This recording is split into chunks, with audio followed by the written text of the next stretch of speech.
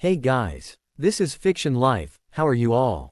Please support to subscribe this channel for watching new interesting stories. So in this video we will see what if Harry Potter dominated the Triwizard tournament and eliminated his enemies.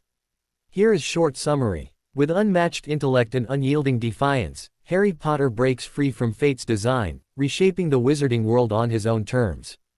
But before we start, if you want more stuffs like this, then please support to subscribe this channel and share with your friends. Let's start the video. During that same first Christmas break, during a short period when he'd learned Dumbledore would be away for a couple of days, he made his first moves. He went back to Gringotts for a short visit. He had to pay them a pretty penny for their help and discretion, but help him and keep quiet about it they did. He'd also taken a great risk at the end of his second year, when he had to show a little of his true brilliance.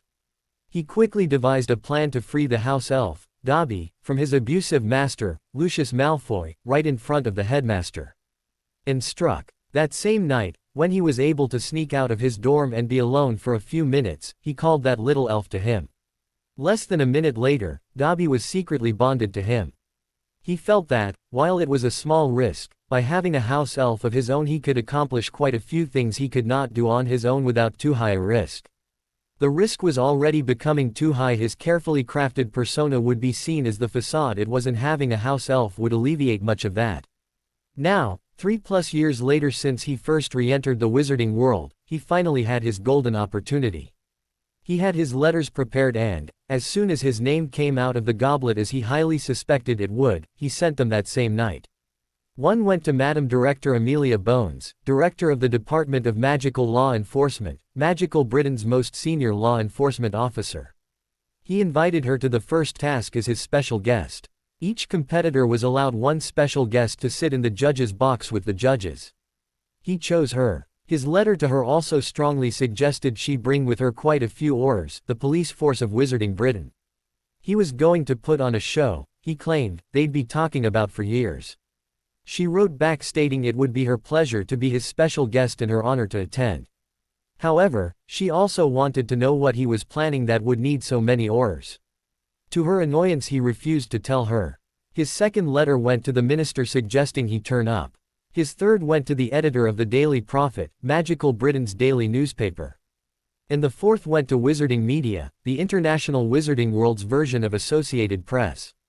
Both were also encouraged to attend. When Ron Weasley, his supposed best friend, turned his back on him, calling him a liar and cheat because his name came out of the goblet, Harry pretended to be hurt. Inside, he was jumping for joy. It meant one less person watching him too closely. His only major hurdle to finalizing setting everything up was Hermione Granger. Though he was annoyed she'd barely left him alone to get things done, he was also quite touched she'd both believed he didn't submit his name and stuck by him. Even when everyone else was calling him a liar and a cheat, she remained steadfast. He was emotionally touched by her active support. However, even she was not let in on the plan he had devised. He felt her unwavering obedience to authority carried a risk she would tattle on him. And he could not risk that. And now the day was finally here.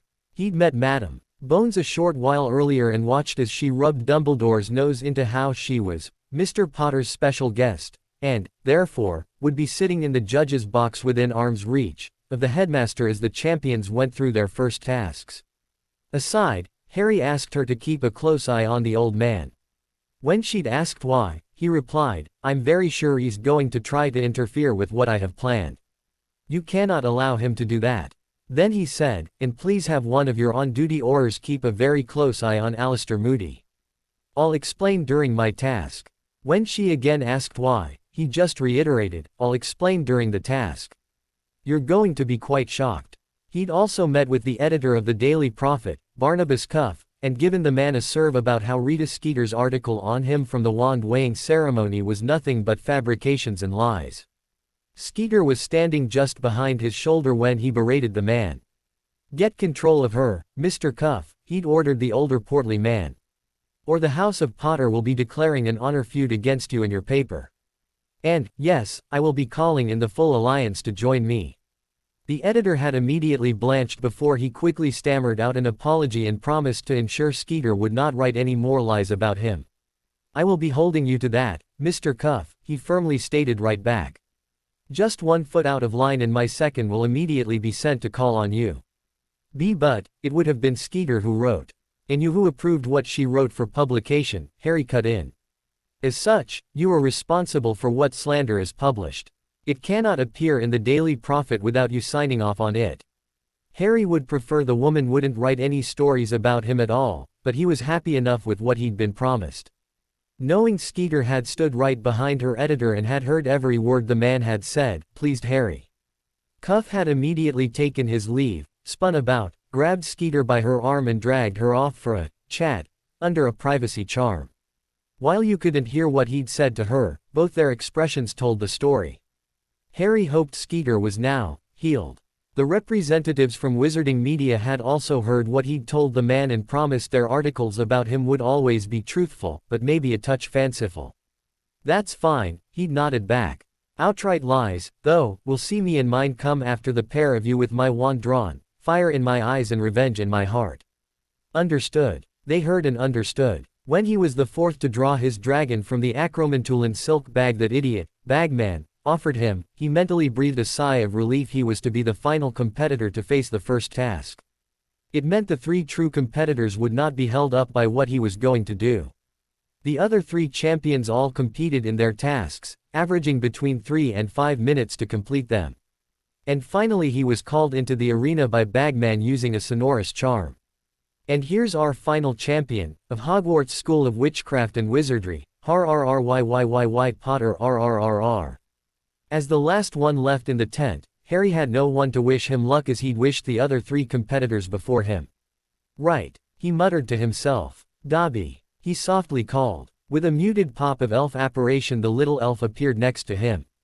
Quietly Dobby asked, "Yes, Master Harry, sir." Harry was glad that, over the past year and a quarter, he'd managed to get the little elf to calm down somewhat. Dobby still clearly idolized him, but he was nowhere near as excitable about it as he once was. "Everything set?" asked Harry. "Yes, Master Harry," replied Dobby. "Remember, when I snap my fingers, bring me my bag of destruction. And do not let yourself be seen." "Yes, Master Harry." "Thank you," he replied. "I should call you in about 30 seconds. "Yes, Master Harry." And Dobby popped away again. Bracing himself up, Harry drew his wand and strode from the tent and into the arena. As he stepped within he could already hear the grumbles and muttered booing coming from some of the audience. Even now they believed he'd somehow found a way to cheat and get the goblet to spit his name out as a competitor. To his right, at the other end of the arena, Harry could see the Hungarian horntail dragon he'd drawn shackled and chained down near a pile of rocks that had a dragon's nest sitting atop. On seeing him, the dragon let out a warning roar, but made no move to head towards him. "Ready to be utterly embarrassed, you bastards," Harry thought to himself with a smirk. "Your time starts now, Mr. Potter," called the enhanced voice of Bagman. Harry immediately raised his own wand and cast his own sonorous charm. "Thank you very much, Mr. Bagman," he replied. "Now, I remind you all of the conditions of the tasks of the tournament. You may not help or hinder a competitor. I doubt any of you are willing to help, so that only leaves hinder. By hinder I mean the following: if you cast any charm or other spell on me, that is hindering. If you cast any charm or spell to interfere with what I'm doing, that is hindering. If you take any other form of action to interfere with what I am doing, that is hindering. I include silencing charms and masking charms of any sort to be hindering. If you hinder me I can, under the rules of the tournament, call on the Goblet of Fire to strip you of your magic. And, if I determine you have hindered me, be very aware, I will call on the Goblet of Fire to do just that." Up in the judge's box, though she was surprised by what Harry had just said, Madam Director Amelia Bones also had an eye on Dumbledore, who sat 1 row closer and just off to her right at the judge's table. As soon as she saw the old man reach for and begin to draw his wand, she drew her own and had the tip of it pressed into the back of the old man's neck in only a moment. Dumbledore froze. "Don't even think about it, Albus," she quietly but firmly stated. Before he could even ask what she was doing she said, carefully, "Finish drawing your wand and hand it to me. Grip it by fingertips only by the middle of the shaft as you do so and keep it pointing down. If I see it pointing anywhere near me or Mr. Potter, I'll stun you on the spot." "Amelia," he quietly asked. "Do it," she quietly snapped. "Or, I'll stun you anyway and take your wand. Without another word, Dumbledore carefully finished drawing his wand and, as instructed, handed it to her over his left shoulder. Plucking it from his fingers she said, "Thank you. We can't have you doing anything foolish, now, can we?" "Now, Amelia, there was no need," he began. "Be silent," she hissed. "You will be silent or I will silence you. If you then wandlessly remove that silencing charm I'll stun you." "Amelia," he began again. With an immediate twirl and jab of her wand, she quietly incanted, "Silencio." As she'd threatened, Dumbledore was immediately silenced. Down in the arena, Harry was unaware of what had just transpired in the VIP section. However, he had a pretty good idea it would happen sooner or later. "From now until I have completed my task, I better not hear you. If I hear you, I will think you are attempting to distract me. If I think you are trying to distract me, I will consider it hindering," he continued. "Mr. Bagman, you are to immediately cancel your sonorous charm. If I hear you during my task, I will believe you are attempting to hinder me and call on the goblet to strip you of your magic." Harry then heard an immediate and almost quietly muttered, "Quietus. Headmaster Dumbledore, you and your staff are also so warned. Staff of the other schools, so are you. Students, you are also warned. Guests, with the exceptions of the currently active staff of the Wizarding British DMLE who are currently on duty, so long as what you are doing is in the course of your duties and not an attempt to hinder me in my task, you are not. Such is the power of the Goblet of Fire, for the duration of the tournament, such is the authority I now hold. You have all now been warned. After your collective treatment of me over the past few weeks I am not in a forgiving mood. Do not, for even a moment, believe I will forgive your transgressions against me. I, Harrison James Potter, by right of primogeniture head of the noble and most ancient house of Potter, do so swear it." Dumbledore gave a little start of shock upon hearing that. He was absolutely positive Harry did not know of his heritage. He did not even know the boy knew his true first name. Harry gave it a moment for everyone to absorb what he'd just told them. To a child, they all immediately shut up and looked back with expressions ranging from shock to outright fear. He continued, "You stupid, daft bastards in the ministry and the heads of the 3 schools, clearly had no idea of what you were doing by using the Goblet of Fire as the ultimate adjudicator for the tournament. You've given a 14-year-old and 3 other just-of-age wizards in which the absolute power to strip you of your magic, if not outright kill you. And there's not a bloody thing you can do about it until the tournament has concluded. Think about that for a while, won't you? Next, as you're all now aware, my task is to get that golden egg sitting in the dragon's nest over there," he pointed it out, "and take it back to where I walked in," and indicated that point. There were no other instructions. In other words, I can take as long as I bloody like to complete my task as there is no time limit. No limitations have been placed on me. I can also go about it in whatever way I like, so long as I accomplish the task. Has everyone got that? That means that whatever I do is within the rules of the task and the tournament. So, while what I do might seem inconsequential or irrelevant to the task to you, does not mean it's against the rules of the tournament. Therefore, just because you cannot understand what I'm up to, does not mean you have the right to interfere with what I'm doing." Turning slightly to his right, he snapped his fingers. Immediately, his dark khaki, British Army surplus, echelon bag appeared with a pop before him. "I bet you're all wondering how I did that," he snarked. "Too bad I refuse to tell you. If you cannot figure it out for yourselves, I think you're too daft to be told." Popping his wand back up his sleeve, he reached down and unzipped the bag. From within the wizard's spaced interior, he pulled out a hip-height pedestal and set it firmly on the ground.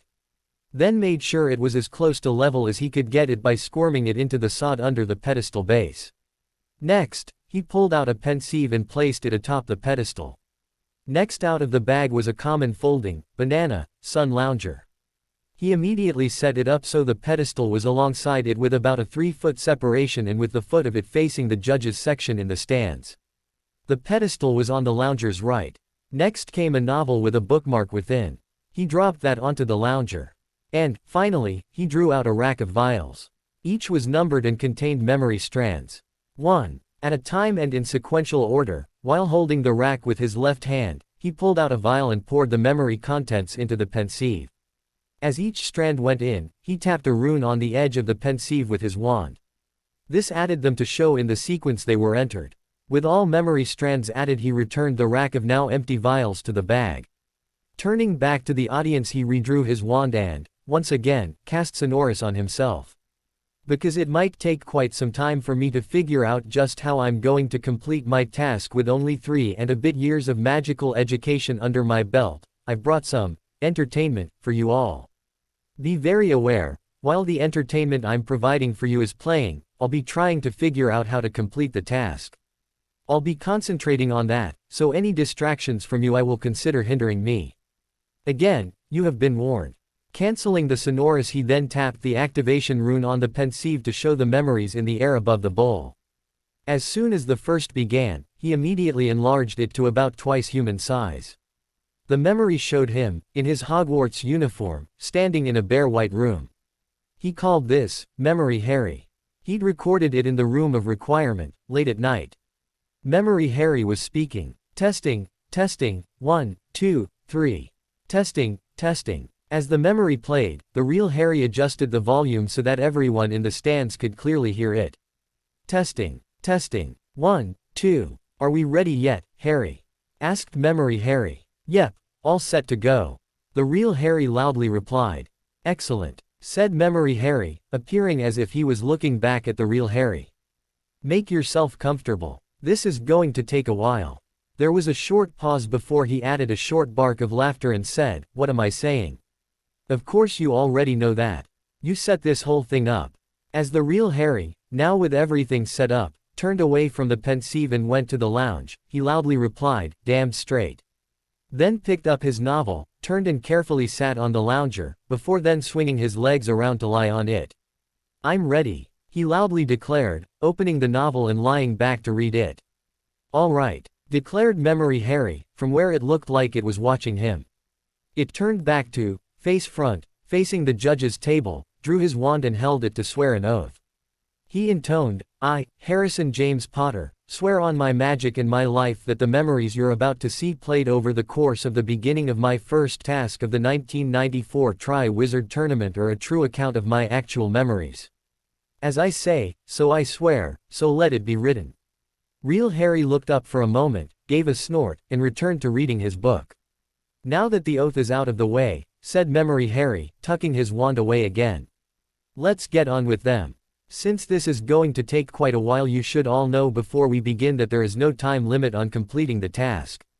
I can take as long as I want. And I intend to do just that. So, if you had plans on leaving within the next 15 minutes or so, I'll disabuse you of that belief right now. You're going to be sitting there for a while. If you need to visit the loo, do so. Just don't make a scene or any noise while you do. Leave and return, quietly. Remember, if you distract me, it may cost you your magic. Memory Harry let that hang for a moment before he continued. Many of you, at least those who were students during that year, have been left wondering just what happened in Hogwarts during the last few weeks of the 1991-92 school year. You've probably heard a great deal of rumors. For example, what really happened to Professor Quirinus Quirrell? You may even have started one or two of them yourselves. Now you're going to learn the truth. Watch as I show you Harry's, my, memories of just what happened. However, before we get to that and keeping this part of things chronological, I'm going to show you a few scenes of what happened during the year leading up to that. First is the troll incident of Halloween, 1991. This is what happened in the Great Hall during the feast. The memory was a short clip of the students and staff all enjoying the feast when Quirrell ran into the hall and wailed about a troll loose in the dungeons, before then fake fainting. Then all the students panicking and Dumbledore standing up and roaring for silence. The students calming down. Dumbledore ordering the prefects to lead the houses back to their common rooms. And the students beginning to file out a lot more orderly than there were only a few seconds earlier. Right, said Memory Harry, coming back. What's wrong with the scene you just watched? First, when Quirrell apparently fainted, the first thing I wanted to do was laugh. Why? Because he's supposed to be our Dada professor and he's fainting because he saw a troll. Yeah, right. And, secondly, the way he supposedly fainted was so fake I thought he was performing comedy. People, included witches and wizards, do not faint like that. They topple forward like a bloody tree. And when it's on a hard surface like the flagstones of the hall, they'll usually break their nose, teeth, jaw or similar. Next, Dumbledore ordered the prefects to lead their houses back to their common rooms. If I wasn't so stunned as to the absolute stupidity of that, I'd have probably laughed right there, irrespective of laughing at Quirrell's comedy feint. Dumbledore obviously couldn't care less for the safety and well-being of the Slytherins and Hufflepuffs, because he'd just ordered the prefects of both houses to lead their housemates into the dungeons seconds after being told that's where a bloody troll was. Memory Harry allowed that to percolate through the minds of the audience before he continued. Now while we Gryffindors were being led back up to the Gryffindor Tower by that pompous ass, Percy Weasley, and there's a young man who has his head stuck so far up his own ass it's amazing he can see anything, I already knew that my house and year mate, Hermione Granger, had not been at the feast. Therefore, I easily deduced she would not be aware of the danger. I had also earlier overheard two of my housemates say she was in the girls' bathroom on the second floor, crying her eyes out. So, I grabbed the person who was responsible for her crying her eyes out in the first place, Ronald Weasley, and dragged him off in search of her, once we reached the second floor. Just as we reached the second floor, well, watch for yourselves. Memory Harry faded away again, and up in the same space began the memory of that incident, starting with the two boys running down the corridor towards the bathroom. It caught the sound of Hermione screaming in terror, the two boys running into the bathroom, a quick plan to try and get Hermione out of there and out of danger, Harry managing to scramble up on the troll's back and shove his wand up its nose, Ron levitating the club and dropping it on the troll's head, knocking it out, and the teachers turning up a few seconds later. It ended there. Memory Harry popped back up and said, and that's how we became three. There was a slight pause while he let that cogitate before moving on. This next one is a detention Hermione, Ron Weasley, Draco Malfoy and I received after the first two and I were helping a friend out late at night. Draco Malfoy received his, because Minerva McGonagall justly realized he had to also be out of his common room past curfew to have seen us to Dobus into her. At that point I thought McGonagall might not be as dumb as most wizards and witches had already proven to me they were. However, her detention proved she actually was as dumb as I think most magicals are, after all. And this is what happened. The image changed into the 4 first years with Hagrid and his dog, Fang, going into the Forbidden Forest to find what was killing the unicorns, them splitting up under Hagrid's orders, Harry and Malfoy coming across something, feeding on the blood of an injured unicorn, it attacking them, and the immediate aftermath with the centaurs before fading away. Now, color me wrong, said Memory Harry. But, I was under the impression the Forbidden Forest was, in fact, forbidden. So, what the bloody hell was going through the minds of the staff of Hogwarts to have the school gamekeeper, a man no longer permitted to use a wand, take 4 11-year-olds with little to no magical education and trudge through the Forbidden Forest, at night, and going after something dangerous enough to injure or kill unicorns? Is it any wonder that, by then, my opinion of adult magicals left a lot to be desired? Even back then, as far as I was concerned, adult witches and wizards are stupid. Professor McGonagall told us, while we waited in the antechamber off the entrance hall before our sortings, that our houses would be like our families. If that's the way families treat each other in the wizarding world, I find myself relieved I'm an only child orphan. Pausing for a sigh, he continued, moving on. We now come to a few days short of the end of the school year. This is what had most people wondering what had happened to Quirinus Quirrell. And, what the bloody hell was down that out-of-bounds 3rd floor corridor. We start from just after Hermione, Ron and I have entered that corridor. We were under the mistaken impression Severus Snape was trying to steal what we'd already learned to be Flamel's Philosopher's Stone being protected in that corridor.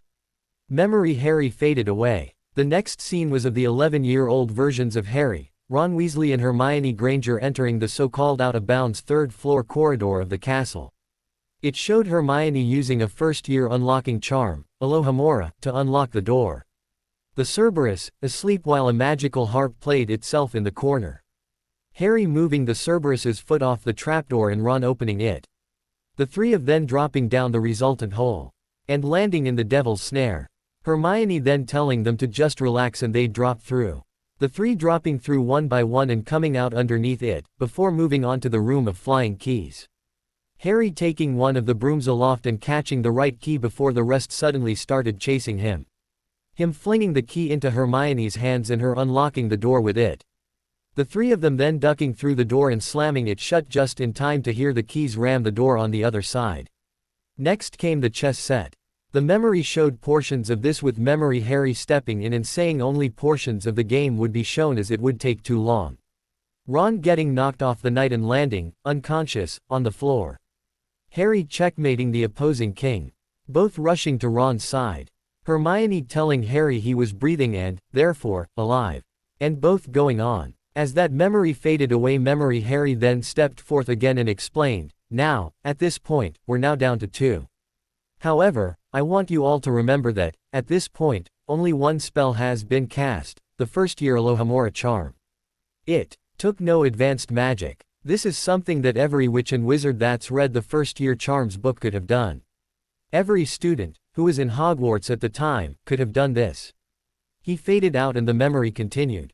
Harry and Hermione crossed through the room with the unconscious or dead troll in it. Then stepped into the room with the potions puzzle. Hermione then quickly figured out the puzzle, picked up the right potions vial and offered it to Harry. Her telling him he was a great wizard and urging him to go on while she went back. She also showed him which vial to drink to go back. Took a swig of it herself and walked back out the way they walked in. "And now we're down to 1, said Memory Harry. In the memory Harry then chugged down the vial Hermione had given him and stepped through to go on. Then it showed Quirrell standing in front of the Mirror of Erised and Harry trying to sneak about. Him being spotted and Quirrell binding him with an Incarcerous charm. Quirrell and Voldemort discussing things. And Quirrell unwrapping his turban and turning about. Back in the arena, and though Harry had warned them to remain silent, there were quite a few horrified gasps coming from the now very attentive audience. Real Harry lowered his book and glared about, silencing them all again, before returning to his book. By then, Memory, Quirrellmort, had grabbed Harry and stuck him in front of the mirror. Next came the grappling. Quirrellmort screaming as Harry's hands began to turn him to ash. Harry getting outside his grip before returning and laying his hands on the possessed man again. And Quirrell finally collapsing and dying. Almost immediately afterwards, the Wraith of Voldemort rose from the body and charged Harry. And the memory going blank. Memory Harry returned to the image and said, "So, as you witnessed, I killed Quirinus Quirrell. Yes, he was possessed. Yes, it was by the shade of Voldemort. And, yes, a possessed person is basically a walking corpse that just hasn't died yet. The moment Quirrell allowed Voldemort to possess him, he was a walking dead man. But, that still does not mean I didn't kill him. Now, let's go through those supposed traps that were, hardy har har, meant to stop a dark wizard getting their hands on the Philosopher's Stone. The first door was locked by a simple lock able to be opened by a simple first-year Alohomora charm. So, any and every student in the school could get past it. Then we have Hagrid's part of the sequence, the Cerberus. The Cerberus could be put to sleep by playing music to it. And, wouldn't you know it, Hagrid gifted me a flute the recently previous Christmas. Sound fishy? It did to me. Next was the Devil's Snare. Easily bypassed by simply relaxing. That was obviously Pomona Sprout's part. And easy enough to understand how to get past when I discovered our resident herbology prodigy, Neville Longbottom, was told by Albus Dumbledore to tell Hermione how to not get caught by it. Then comes the room with the flying keys, with a door that couldn't be unlocked by an Alohomora charm. This was obviously Flitwick's contribution. And it begs the question, if his door couldn't be opened by an Alohomora charm, why didn't they use that same anti-Alohomora charm on the first door? Plus, 2 brooms were also left in the room to assist in me, a prodigy seeker, being able to capture the right key. Next, the giant chess set. And, wouldn't you know it, Ronald Weasley is a prodigy in chess. Next came the troll. And the 3 of us already knew how to deal with one of those from when Hermione was nearly squished by one back on Halloween. Then came the logic puzzle with the potions. And, Hermione Granger is a prodigy with logic puzzles. If you can't figure out that this all seemed highly suspicious, you're all even bigger idiots than even I thought. Now, you could say this was all coincidental, but, as a famous Muggle novelist was quoted as saying, once as happenstance, twice as coincidence, but 3 times as enemy action. And here we have 6 such events. What does that say for the happenstance coincidence divide? No. It's clear this was all a setup. This next memory occurred 3 days later. It is the evening before the Hogwarts Express departs Hogsmeade to return students to London, and I've only just woken up after being unconscious since the Wraith of Voldemort attacked me. The next memory was of Harry waking up in the infirmary, Madame Pomfrey telling him how he gave everyone such a fright, and Dumbledore walking in a few moments later. Dumbledore tells Harry he didn't, really, kill Quirrell, and why. And of what supposedly happened to the Philosopher's Stone. They share a few sweets before Dumbledore leaves and Harry is released. Right, said memory Harry, popping back up. There I was. I'm 11 years old, almost 12. I've just killed someone. Dumbledore tells me I shouldn't worry about it because the man was going to die, anyway. I've just killed someone, and Poppy Pomfrey, the school healer, has scolded me for frightening everyone. Now, I'm going to be blunt. If you don't like the language, too bad. But, are you naffing kidding me? At the very least, Pomfrey should have been organizing for me a mind healer, so I could come to terms with what has happened. And Dumbledore should have been calling in the DMLE. A man has just been killed, for naff's sake. I was never interviewed by investigators of the DMLE, as should have happened with the death of someone. I was never handed over to a mind healer. Nothing, except for what happened that night at the leaving feast. Memory Harry faded away, and a memory of Dumbledore standing to make last-minute announcements at the leaving feast started. It showed him about to award the House Cup to the house with the most points, Slytherin. However, he stopped and began to award last-minute points. And then the awarding of those points, which led to the House Cup being won by Gryffindor. The memory faded and memory Harry popped back up. Did you all get that? Dumbledore award me, Hermione Granger, Ron Weasley and Neville Longbottom with the most ridiculous amount of points. Fair enough for what Neville did, but it should still never have been that many points. But he awarded us other three for flat-out breaking school rules.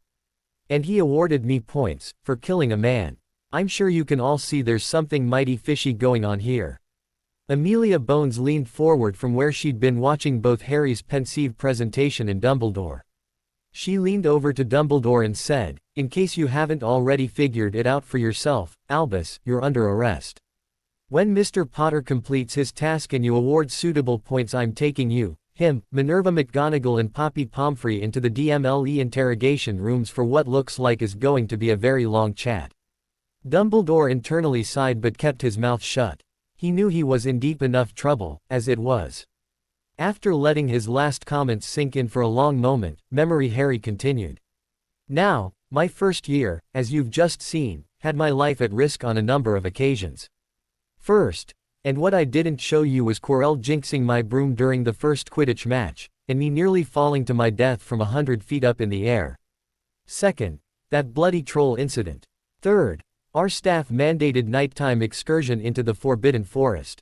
And fourth, Quirrellmort trying to kill me when we 3-11-year-olds seemed to be the only ones who could deduce someone was making a play for the stone that night. That's 4 threats to my life in my first year, alone. And that's ignoring the fact that Dumbledore had hired a Voldemort-possessed teacher. Stop naffing flinching every time I say his name, you naffing retards, hired Voldemort to teach at Hogwarts for the entire school year. And thereby being a constant threat to me, especially, for all but my last 3 days at school for that year. After real Harry took another long glare around the stands, memory Harry continued. Right, he said. That was first year, the 1991-92 school year. Let's move on to the fun and games of second year 1992-93. September and October 1992 was peaceful. I was looking forward to a quiet year. The only downer that year to that point was Dumbledore had seemed to think it was good idea to hire that utter fraud, Gilderoy Lockhart, as our replacement Dada professor. If any of you dunderheads had read his books, as I did before I'd even started at school that year, and had figured out the timelines he used, it should have been as clear to you as it was to me that there is no possible way the man could have accomplished what he said he'd accomplished. In 3 different areas he purported himself to be in 2 different locations in completely different parts of the world. Secondly, he wrote he'd even vanquished a werewolf simply by punching it on the nose, a zombie by sprinkling salt on it, and other completely laughable supposed feats. That the man wasn't, even by then, already discovered to be a complete fraud, just goes to show how collectively stupid wizards and witches truly are. He then sighed. But, I digress. Everything was going as I expected it to when, wouldn't you know it, it was Halloween again. Stupidly, I found myself being dragged down to a room in the dungeons to attend the 500th Death Day party of the Gryffindor house ghost, Sir Nicholas, nearly headless Nick, de Mimsy Porpington, instead of attending the start of the feast. It was after we'd left the party and were making our way back to the Gryffindor Tower we came across what happened right outside the same bathroom Hermione was crying in exactly a year earlier, when she nearly got herself squished by a troll's club. The floor was covered in water. Caretaker Filch's cat, Mrs. Norris, was hanging from a wall sconce by her tail. We thought she was dead, and there was writing on the wall directly below her. It said, "Enemies of the heir, beware." Moments after we arrived there, Gryffindor and Ravenclaw students came up from the feast and were making their own ways back to their dorms. Malfoy, the mis-sorted Gryffindor who wears green trim, was with them for whatever reason, seeing as his common room is supposed to be in the dungeons and there's no real reason he should have been on the second floor, and cackled out about how mudbloods would be next. Always opening his mouth before he engages his brain, that boy. Then relies on his godfather, Severus Snape, to pull his nads out of the fire for him. Surreptitiously looking over the top edge of his book, Harry could see quite a few were snickering at the clearly now angry Buddy Ponce. Of course, Caretaker Filch showed he lacks logic as much as a proper wizard or witch by immediately accusing me of killing his cat. But, as Ron, Hermione and I were first on the scene, for most people, that meant we were guilty of whatever happened.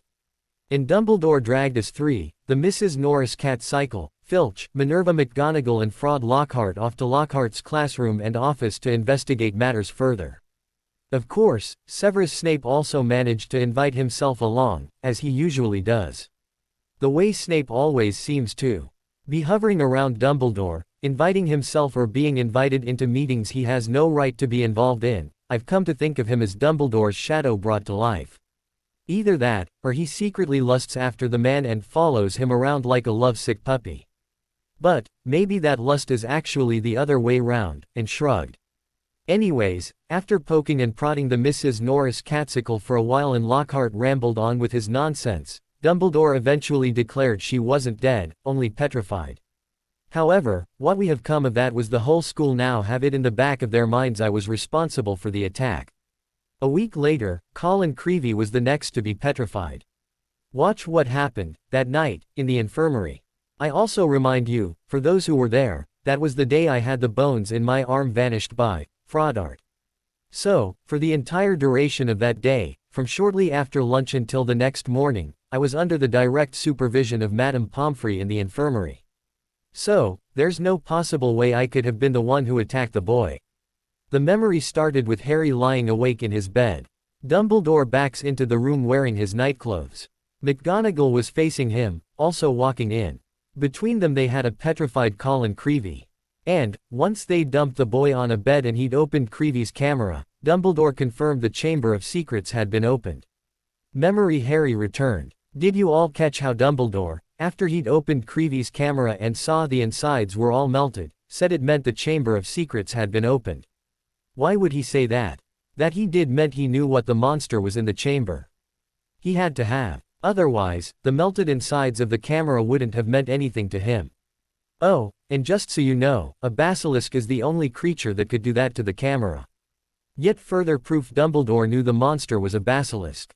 Which then brings us to Lockhart's aborted dueling club. The first and only meeting of that club. The one where it became known, even to me, that I'm a Parselmouth. Watch what happened. The next memory showed the duel between Harry and Malfoy, with the Ponce using Serpensortia to conjure a snake, a black mamba, one of the most deadliest snakes known to man. Lockhart's stupidity in enraging it, its moving to attack Justin Finch Fletchley, Harry unknowingly using Parseltongue to stop it and everyone's reaction to it.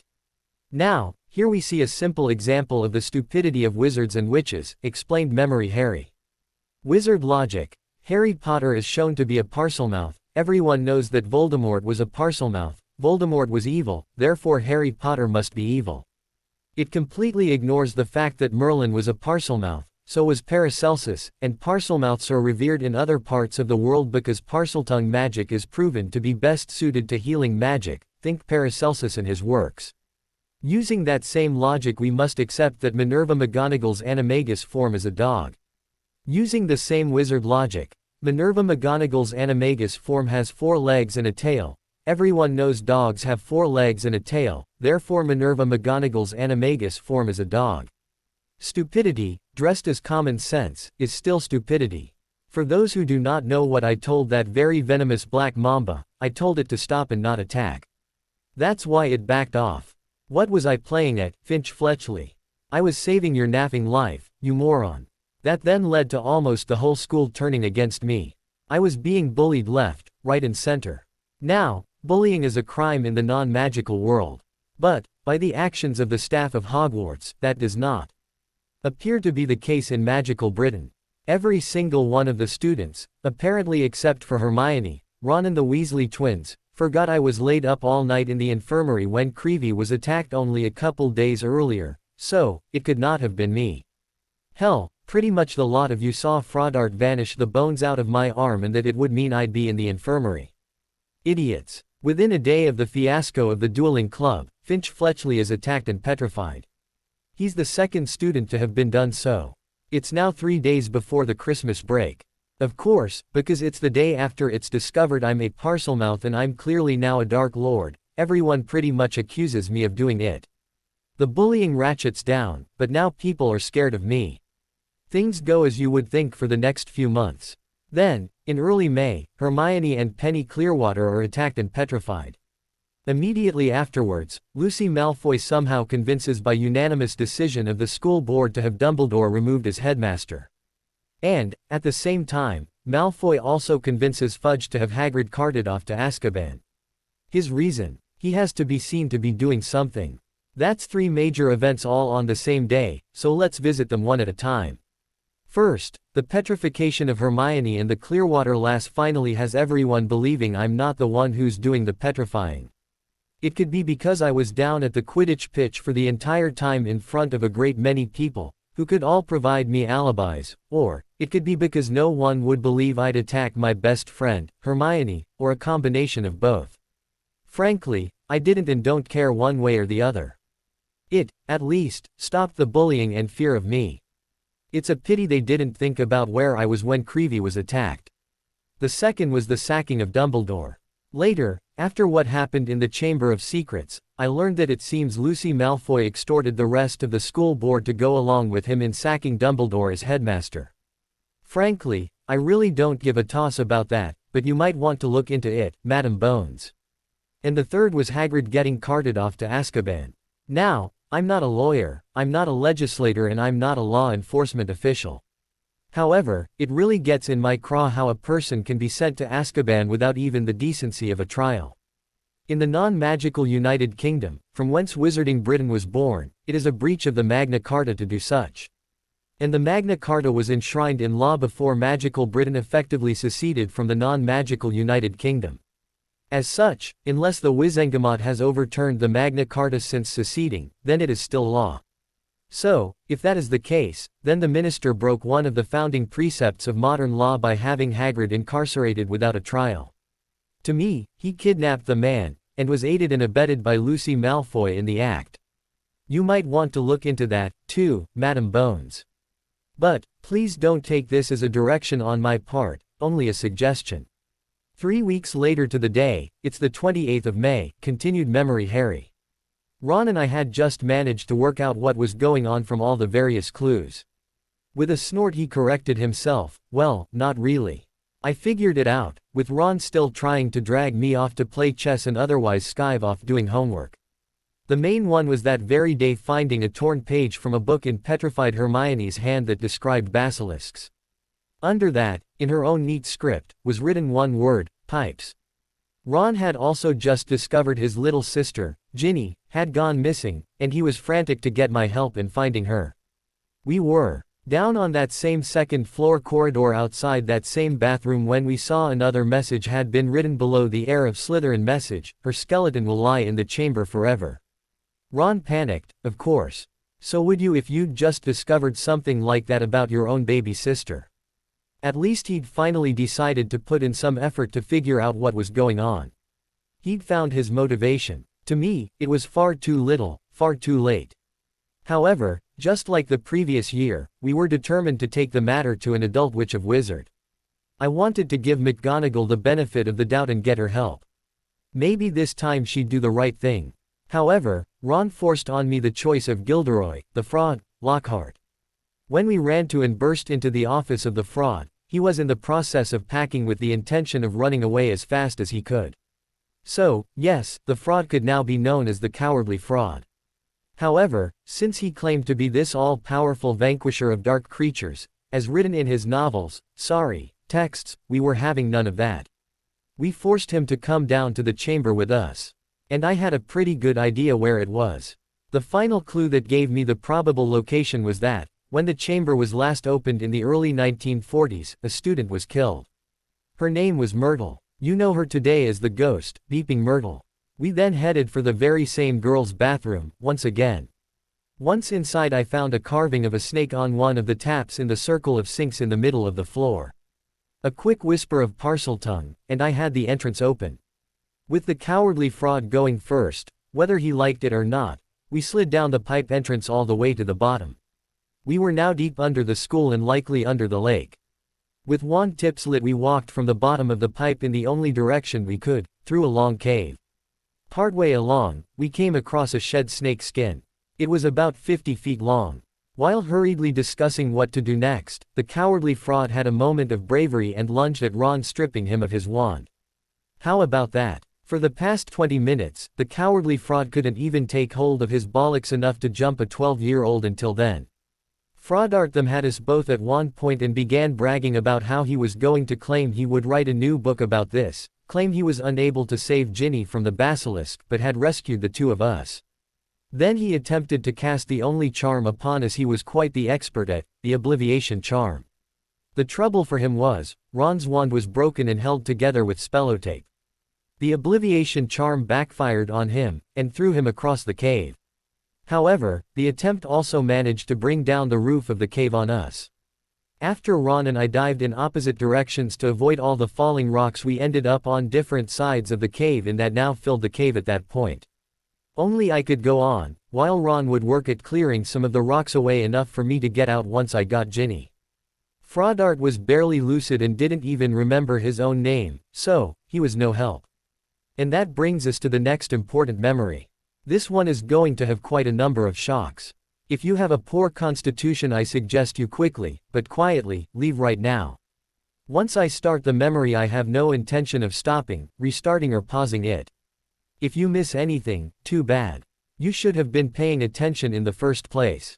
Right, here we go. Memory Harry faded out and the memory opened with 12-year-old Harry walking up to the massive stone door protecting the Chamber of Secrets. Him opening it, and walking inside, having a look about as we walked deeper within. Finally seeing and rushing up to the unconscious form of Ginny Weasley lying on the floor at the base of the very large statue of who everyone assumed was Salazar Slytherin and foolishly dropping his wand on the way. Him trying to wake her. The nearly corporeal form of Tom Riddle walking out of the shadows and picking up his wand. Then the whole discussion, where Tom reveals himself to be both Tom Marvolo Riddle and Voldemort, which had many in the audience gasping in shock or try to cry out in disbelief. Riddle's true bloodline. More outcries of disbelief. Real Harry, once he felt the audience had become noisy enough, glared at the general audience, put his book down and stood. He roared out, "Whose magic am I getting the goblet to strip?" That silenced the audience again. He glared about for a few moments longer, and retook his seat on the sun lounge, picking up his book as he did so. Meanwhile, the memory went through Riddle's bragging, how the diary was leeching Ginny's life force, and Harry's defiance. Finally, Riddle called forth the basilisk. That had just about everyone in the audience scream out in fearful shock.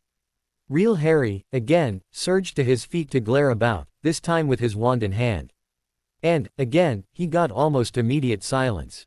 Memory Harry's running to avoid the basilisk. The arrival of Fawkes with the Sorting Hat in his claws that he then dropped into Harry's arms, and who then attacked the eyes of the basilisk. The blinding of the basilisk. Harry finding the sword of Gryffindor in the Sorting Hat. Harry fighting the blinded basilisk with the sword. Harry killing the basilisk while also being bitten by it. And the basilisk thrashing its head about in its death throes before finally dying. The return of Fawkes, a dying Harry being saved by Fawkes's tears and Riddle trying to blast the bird away with Harry's wand. Harry then using the broken fang of the basilisk he pulled out of his arm to repeatedly stab the diary. Near corporeal Riddle being blasted apart. Ginny waking. And the two of them leaving. When the memory ended, Memory Harry returned and quietly said, "I told you it would be shocking." Giving that a long moment to settle, he continued, "Before I give you the highlights you should know that wasn't the last time that evening my life was in peril." After he knew there'd be a few more gasps, and were, he continued, "After I helped Ginny out of the chamber, we returned to the cave-in. Ron had managed to clear away enough rocks for the two of us to scramble through. Once on the other side, Ron and his sister had a bit of a heartfelt reunion while I checked out Lockhart. He was still out to it and seemed to only have memories up to when he was a small child. He thought he was still a small child. Fawkes returned to us and, using his flame travel powers, soon saw the four of us back up in the girls' bathroom on the second floor. Now, instead of taking us direct to the infirmary, Fawkes took us back to Minerva McGonagall's office. Inside were McGonagall, Dumbledore and the Weasley parents. At this point, the adults should have thought to themselves, they could be injured. We should see to their health, first. But, no, we started to get questions barked at us about everything, as if their getting information was more important than our health. For those who don't yet understand, that's known as child neglect, and is a crime. At least, it's a crime in the Muggle world. By now I'd become pretty inured to just how stupid the magical raised could be. They just don't think. More and more questions were being asked, more like demands for information. Even when they learned I'd been bitten by a basilisk and showed them the healing wound, not one of these so-called responsible adults immediately dragged me off to the infirmary. No, them getting immediate answers was clearly more important than my health. Well, F you very much. I've well learned my lesson from that. Both my headmaster and head of house truly don't give a shit about me. However, Dumbledore, at his supposed magnanimous best, did decide to give both Ron and me 200 points, apiece, and special awards for services to the school. Whoop de friggin' do. From what I've read up on what past holders of the Order of Merlin achieved to get them, it wasn't hard to figure out slaying a 1,000-year-old basilisk to save a young pre-teen witch's life ranked pretty high up in comparison. But, was one even considered? No. Giving a disappointed sigh and letting that settle for a long moment, he continued, "As I mentioned earlier, that wasn't the only threat to my life, that day.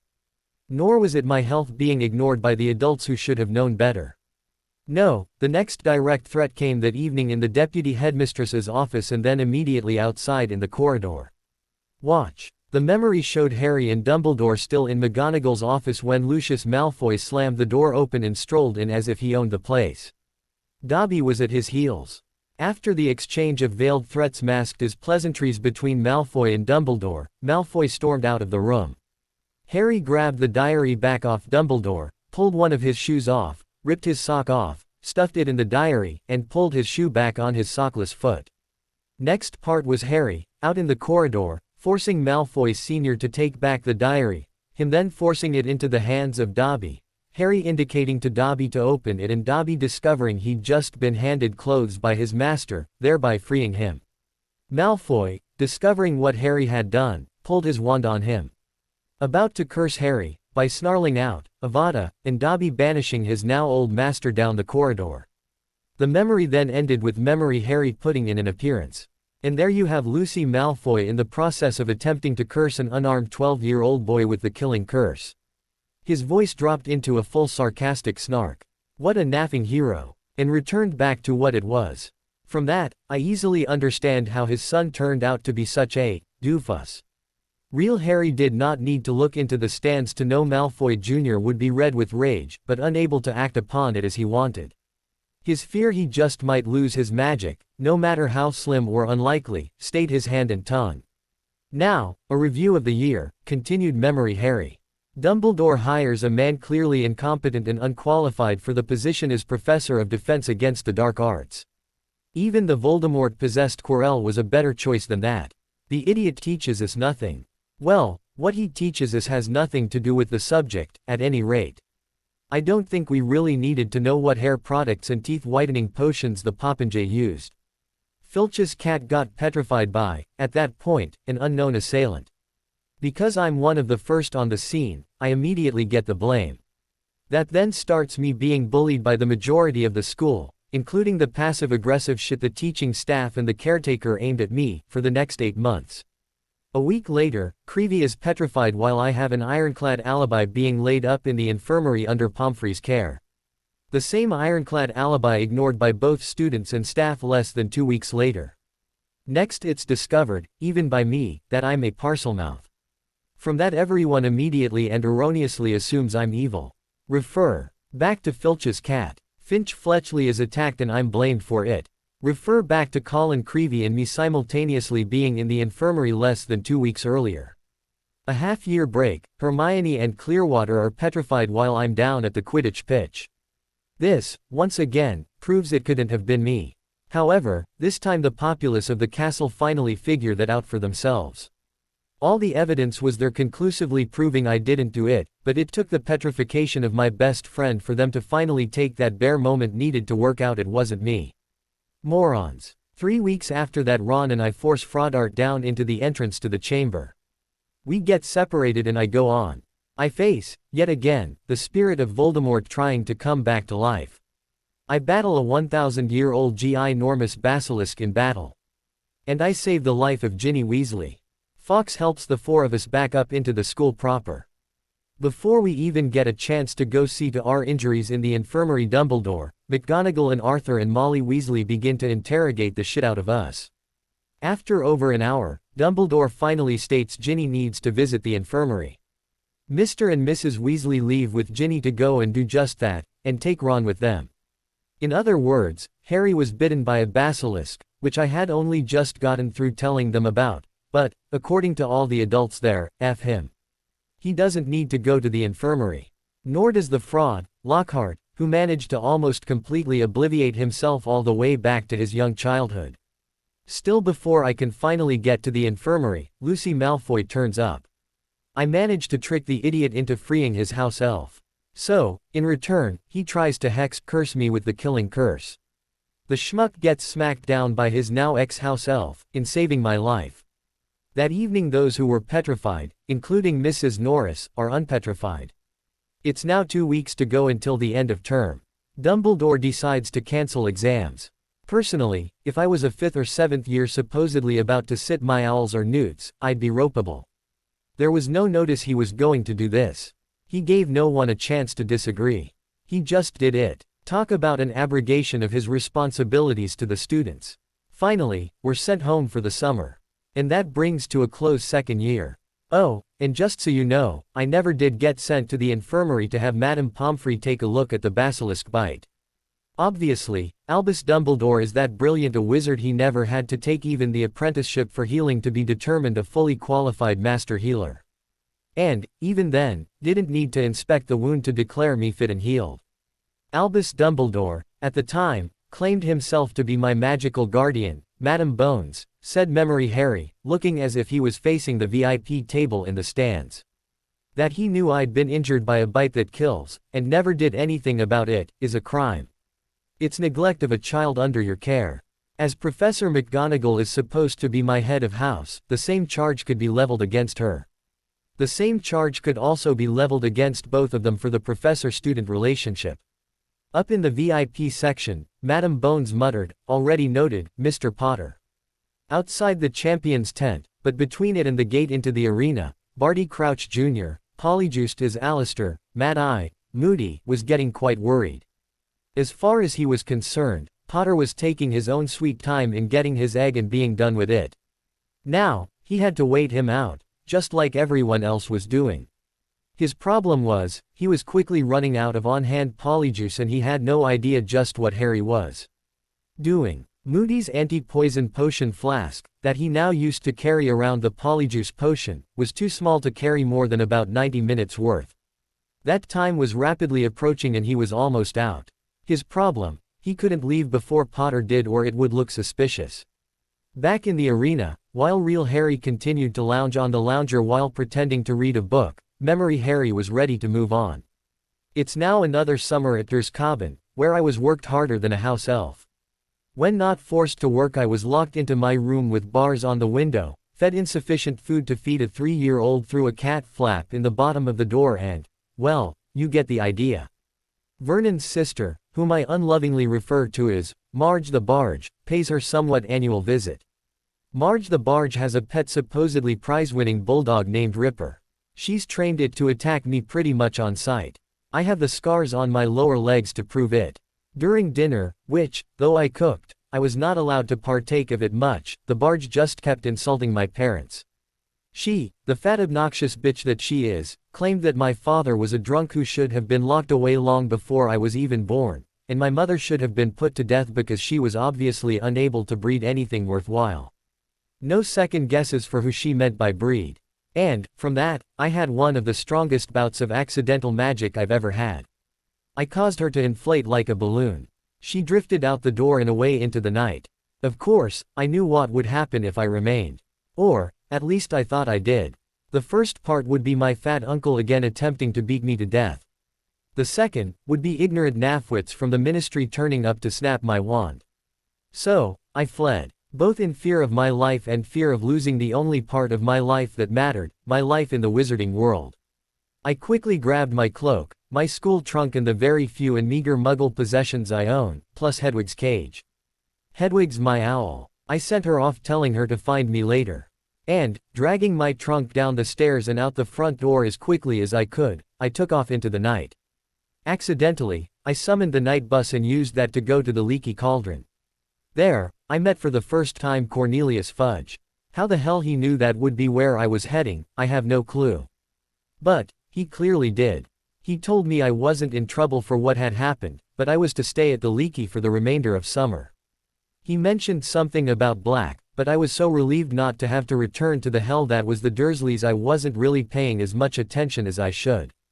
The big advantage of staying at the Leaky, though, was I now had weeks to stay in the wizarding world without the constant threat of Dumbledore watching every move I made. And I made very good use of the time. The next day after arriving at the Leaky I went directly to Gringotts. And there I learned just how much of a thief Dumbledore was. And just why he was making such a big effort to keep me away from the wizarding world when not at Hogwarts, and clueless of my true heritage. From the goblins I learned the so-called leader of the light was, in fact, my ministry-appointed magical guardian. It was the first time I'd been told. Yet another question, why didn't anyone tell me before that? Apparently all the teaching staff of Hogwarts knew, as did all the sitting members of the thrice-damned Wizengamot of November 1981, plus everyone who read the Daily Prophet of the next day. And not one of them bothered to let me know Albus, he who is above the law, Dumbledore was my magical guardian. Really, personally, I find that both hard to believe and suspect magical compulsions not to tell me, in play. From the goblins I learned the old bastard was then using that authority to drain the Potter accounts dry. I learned of my parents' wills, which Dumbledore, using his authority as chief warlock of the Wizengamot, had sealed, and their express wishes for dispensation of their assets and me. They were blatantly ignored. I learned that my true and rightful magical guardian, the one who swore the Godfather's oath before both my parents and Dumbledore himself, was in fact Sirius Black.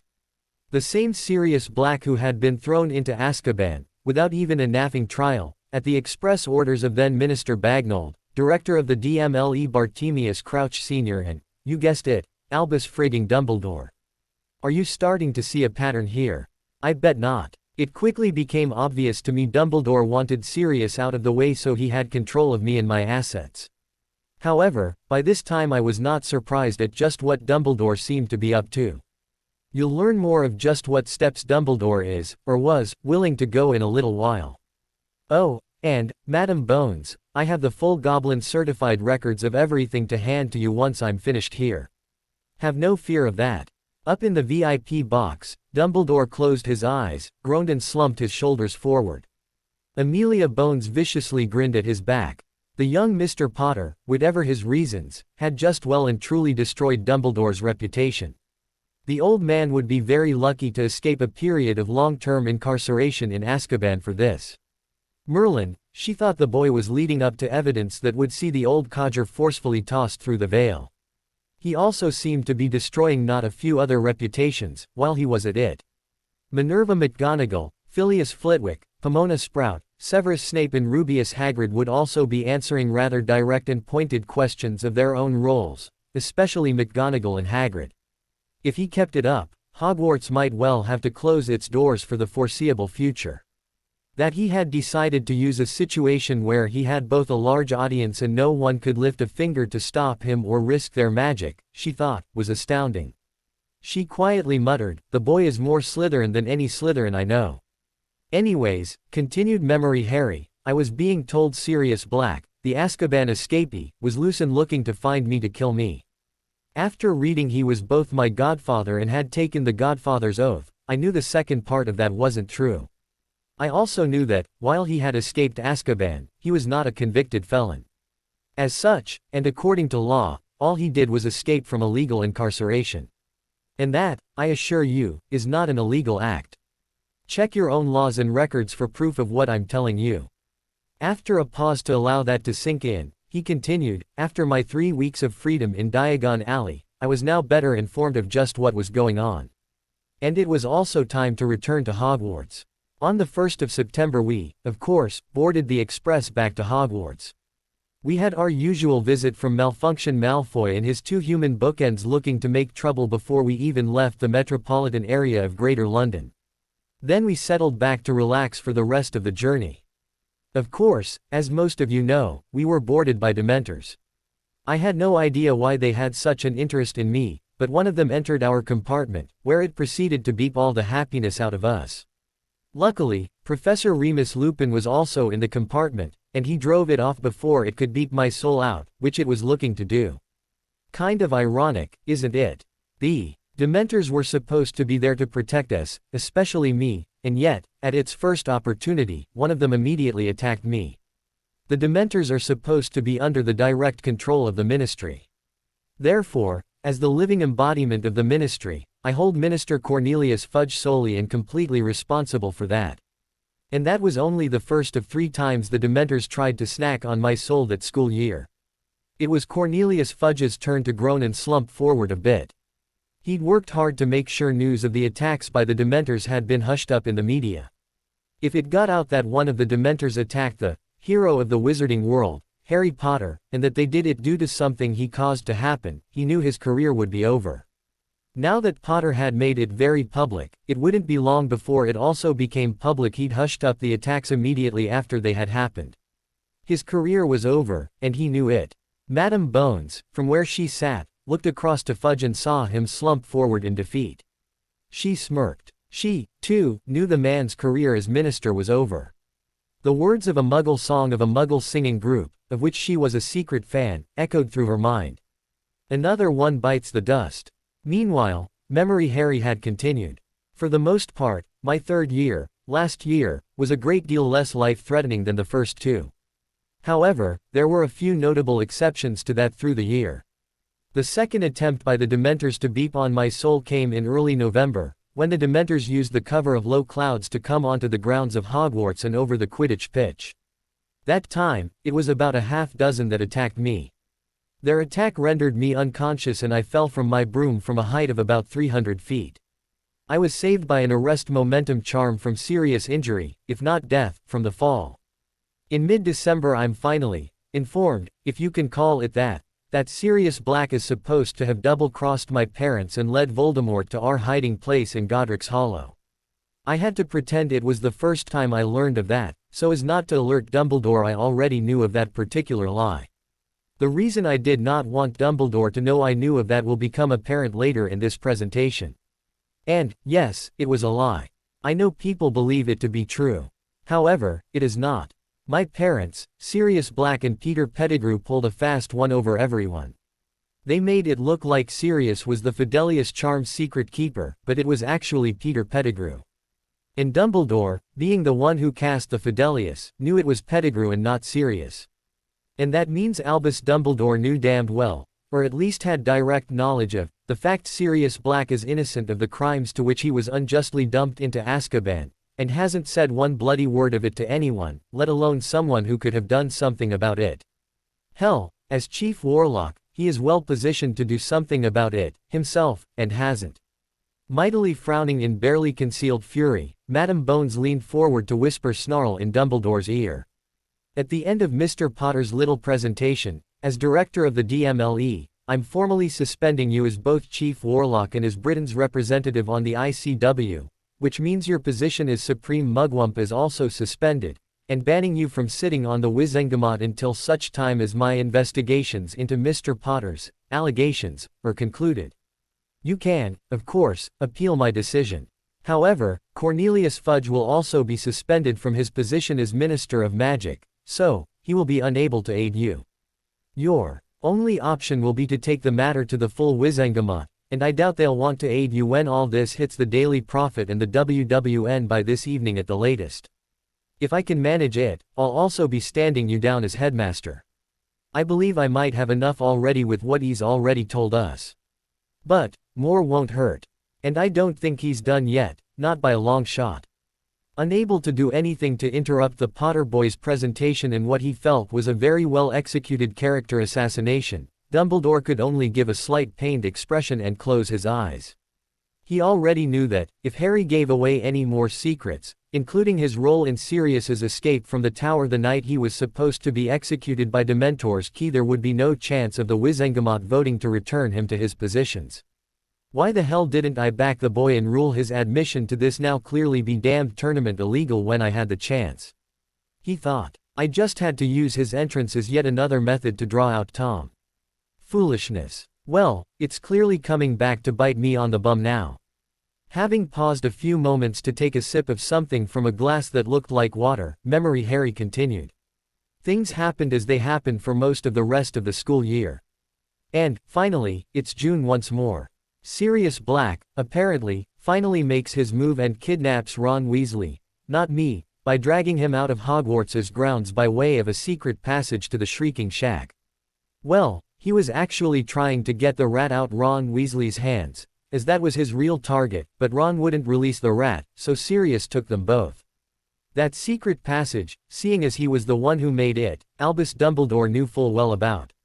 In other words, Albus Dumbledore left in place a secret passage he, himself, made, and also knew Sirius Black was aware of, and did nothing about blocking Black from using it. Consider that, too, won't you? This is what happened in the shack when Hermione and I, again not able to find a professor to help and having to go ourselves to rescue our friend, burst into the shack with wands drawn. Again Memory Harry faded away to be replaced with the memory described. Harry and Hermione entered the secret passage under the Whomping Willow, having to dodge the branches of the tree because they didn't know how to stop the swinging of the branches by whacking the knot on the trunk, down the dark, rough-hewn passage to the basement of the Shrieking Shack, and quietly making their way up the ladder and gently entering the ground floor cupboard through the trapdoor. Once inside, they heard voices, one was Ron's, whining. Quietly, they made their way to one of the front rooms from where they heard the voices originate. Peeking inside, they saw Ron sprawled on the floor with his back against a wall. He was cradling Scabbers, who appeared to be trying to fight to get away, while one of his legs appeared to be broken. A man was pacing back and forth in the middle of the room, appearing to rant at Ron while calling him Wormtail. He was wearing horridly torn and dirty vertically striped robes.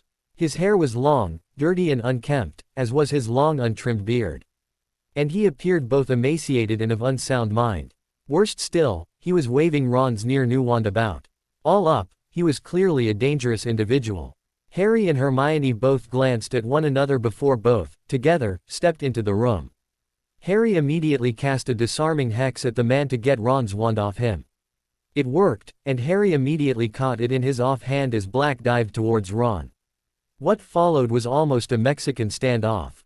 Ron was on the floor cradling the rat. Black, as they now recognized him to be, had immediately moved to use Ron as a shield while arguing with Harry and Hermione how he was innocent. Black then went into his history and the history of what happened in Godric's Hollow on that fateful night. Next to enter was Remus Lupin. He also held a wand on Black until Black indicated the rat, still struggling in Ron's arms, and stated the rat was Peter Pettigrew. Not too long afterwards, Black again had Ron's wand and, together with Lupin, cast the Animagus forced reversion charm on the rat as it tried to escape. They'd no sooner got Pettigrew untransformed and pleading for his life from Harry that Snape entered and divested almost everyone of their wands. Eventually, Snape was overpowered and the small group began to make their way back to the castle. That's where that memory ended and Memory Harry returned. On the way back to the castle, Pettigrew managed to escape. In the kerfuffle, Lupin had to flee, possibly chasing after Pettigrew. However, we weren't safe yet. On my direction, Hermione levitated Ron and raced with him back to the castle. I went after my godfather, Sirius Black. I finally caught up with him down by the edge of the Black Lake. And, there, we were attacked by Dementors. This was third time I'm attacked by them that I alluded to earlier. Memory Harry faded away and the next memory was of Harry and Sirius fleeing Dementors and being attacked by them down near the Black Lake. Sirius almost got his soul beeped out, with Harry almost unconscious himself, but both were saved by the appearance of what Harry thought was the ghost of his father in his Animagus form. It was a massively powerful Patronus, and Harry passes out. Harry then wakes up in the infirmary to news Sirius was locked in Professor Flitwick's office, and Fudge was ordering in the Dementors to beep out his soul.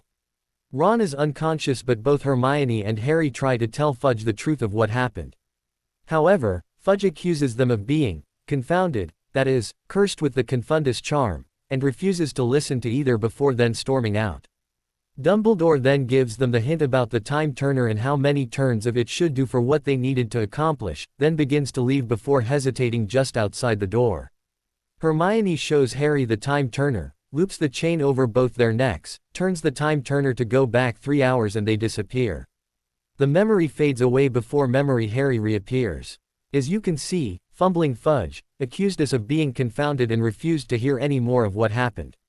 By law, he was required to take the matter to the DMLE, specifically to Amelia Bones as director of the DMLE, and didn't.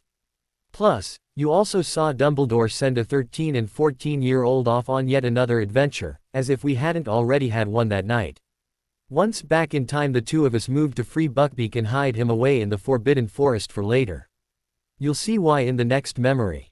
Then we headed for a spot where we could watch the Whomping Willow and wait for our now younger selves to once more emerge from the underground passageway.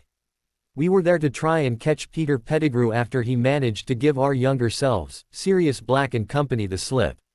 Because we did not know in the first time through that Pettigrew had managed to escape after all, we figured that if we caught him again the second time through it would not cause a temporal paradox.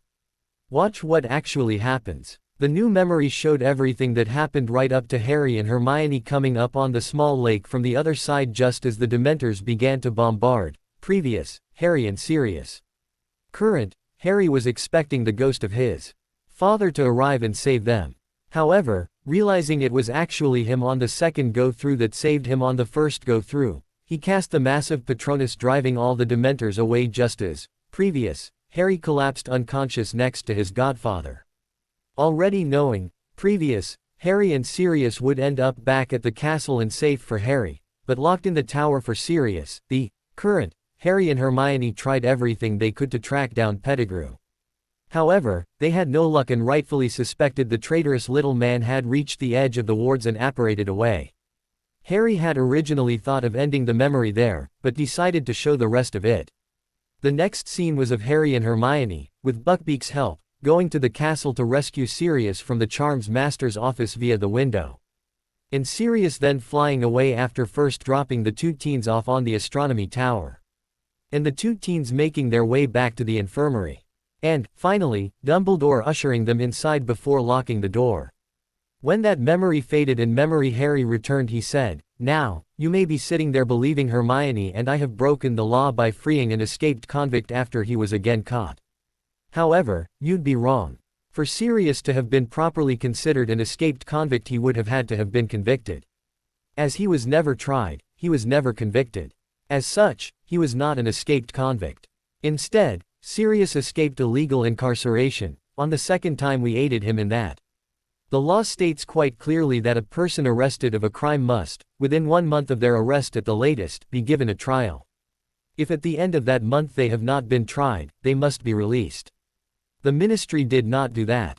In effect, after the 30 days had expired, Sirius Black had been kidnapped by the ministry. All he did was what he was legally allowed, even encouraged, to do. He freed himself. He did nothing wrong or illegal by escaping his illegal incarceration. And Hermione and I did nothing wrong or illegal by aiding in his second escape from illegal incarceration.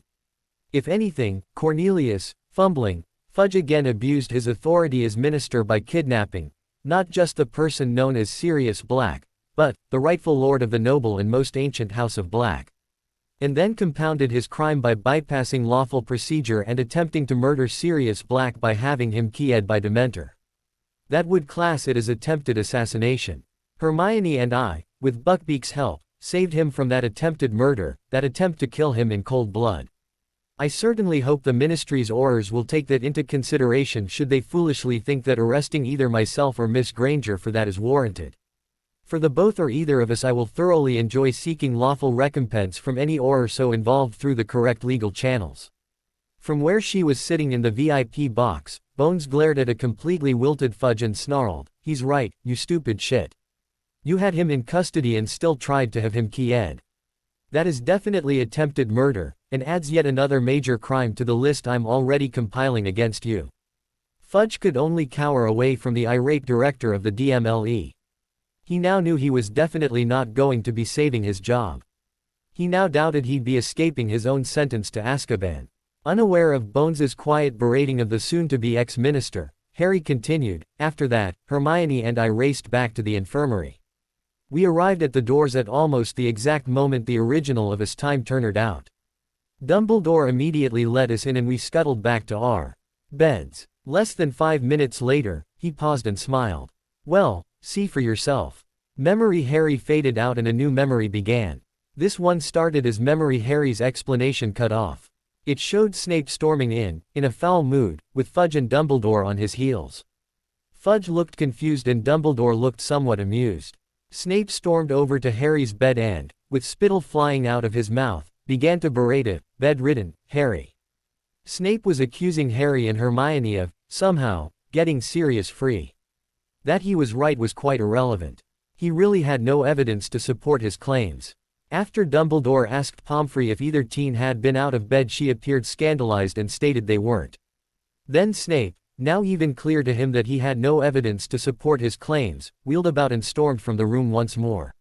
Fudge then stated to Dumbledore he believed Snape was mentally unbalanced before then complying with removing the Dementors from the school boundaries. The both of them then left. And the memory ended. Memory Harry returned and said, "Of course, with Sirius's rightful and recognized exoneration of any guilt in the murder of my parents, the murder of the 12 Muggles and the murder of Pettigrew, I would have been free to stay with him over summer. However, as Pettigrew escaped because of Snape's idiocy, or deliberate sabotage, it matters not which, Dumbledore yet again forced me to stay with my abusive Muggle relatives." Did you also notice that Snape said not a word about him also seeing a very much alive Peter Pettigrew? Snape is a master of clumens. Fudge would not have been able to claim the man had been confounded if he'd spoken up. But, no, Snape never said a word about it when he knew the truth. This time my summer in Surrey wasn't, yet again, somewhat of a hell on earth. I lied to my relatives and told them that my escaped convict of a mass-murdering godfather, Sirius Black, insisted I keep in contact with him to let him know how I was getting on. That threat was enough to ensure I wasn't abused by any of them as badly as I had been in the past. I was forced by Dumbledore to remain with my Muggle relatives for almost 8 weeks, and it was forced, as I truly had no desire to be there and believed I had nowhere else to go, until I was picked up by Arthur Weasley and his boys and was taken to their home, the Burrow, in Ottery St. Catchpole about a week after my birthday. Memory Harry paused for a moment before he continued. I stayed with the Weasleys for the last few weeks of the summer break. And, yes, as everyone no doubt knows by now, I did attend the World Cup. By now, everyone has a belief as to what happened a couple hours after the cup finished. As per usual, your belief has been skewed by outside forces that don't want you to know the truth. The ministry don't want you to know the truth because they'd rather you be ill-informed and happy than properly informed and worried. Here's what happened according to my memories of the event. Memory Harry faded out and the next memory started. Just as Memory Harry attested, the memory showed what happened after the cup from the point of Harry being woken to when they finally returned to the tent. Then returned to Memory Harry. And that brought us up to returning to here, Hogwarts, on the first, said Memory Harry. He paused for a long moment before his expression turned almost feral as his posture shifted until he stood more upright, more proud. And he smirked. It gave him an appearance none of them had seen of him before. It was quite pureblood in appearance, the way he stood. Those who had met James Potter while he was alive immediately recognized it. Here stood a true Potter. From where he still sat in the VIP and judges area and unable to do anything, as soon as he saw the shift in Harry's demeanor, stance and saw the expression on the boy's face, Dumbledore felt a moment of prescience as dread passed through his veins. And he shuddered in fear as to what it meant. Back in the arena, Memory Harry looked up to the VIP stand and spoke in a voice that exuded confidence, authority and power. Madam Bones, if you haven't already guessed, now is the time to keep your attention focused on Dumbledore. He's about to hear information that will show him he has greatly underestimated me. The information you are all about to hear, especially him, will show just how badly I've been underestimated by everyone. The information I'm about to impart upon you all will completely change your worldview of both myself and events that have surrounded me. Many of you will have a hard time believing what I'm about to tell you, and, via memories, show you. At this time I remind you that I, or, rather, Harry down there, and gestured to where real Harry was apparently still reading a novel as he relaxed on the sun lounge. Swore a magical oath on his magic, his life and his very soul that what memories you are shown through this pensieve are a true and accurate account. Again Memory Harry paused for a long moment. Meanwhile, up in the stands, everyone remained completely silent. Though they'd now been sitting there for over 2 hours, no one wanted to leave. They all instinctively understood that what they were about to learn would be true, and would indeed shake the foundations of their beliefs. Even though Potter had threatened them with stripping them of their magic if they so much as made too much noise, they now no longer cared. No one wanted to miss what would happen next. Very few gave any thought any longer to there still being a Hungarian horntail dragon at the other end of the arena. The dragon was now lying in wary repose, curled up as close as it could get to its nest while keeping an eye on the little human wizard at the other end with its magical device showing scenes of different things. Soon after it entered, the little wizard made no moves towards it or its eggs, so it made no aggressive moves back. It would conserve its energy for if it would be needed later. Memory Harry held the smirk and the apparent stare at the VIP stand for a long couple of seconds before he began to speak again. Everyone knows, is a term I hear far too many wizards and witches say, he said. Everyone knows what befell the Potters in Godric's Hollow on the evening of the 31st of October, 1981. Everyone knows the killing curse rips the soul from the victim, while also leaving no mark upon the victim's body. Everyone knows Sirius Black betrayed them, led He-Who to their cottage, then went on to kill Peter Pettigrew and a dozen muggles a few days later. Everyone knows. He gave a snort and said, but I know that everyone is wrong. I've already shown you evidence that Peter Pettigrew is alive, or was at least alive on the 9th of June, earlier this year. At that same time I also showed you that Sirius Black is completely innocent of the crimes for which he was dumped into Azkaban without even a trial. So, that shows you quite a significant portion of what you believe to have happened that night in Godric's Hollow, and what happened a few days later regarding the supposed death of Peter Pettigrew and those muggles, is wrong. You now know that what everyone knows is wrong. It is a lie. Now for the second point I raised, that everyone knows, the killing curse rips the soul from the body. Well, news flash, people, that's not true, either. Memory Harry gave that a while to sink into the consciousness of his audience before he continued. And, just as Harry thought it would, it caused a mass gasp of shock and surprise among those watching from the stands. You see, he began again, what the killing curse does is strip the mind of every piece of knowledge. It wipes the mind bank, including all the autonomic systems. The brain forgets to send the information it needs to run the automatic biological systems, the heart to pump, the diaphragm to cause the lungs to regularly inflate and deflate, the stomach and intestines to process food and waste, the consciousness to receive information from the five senses, etc.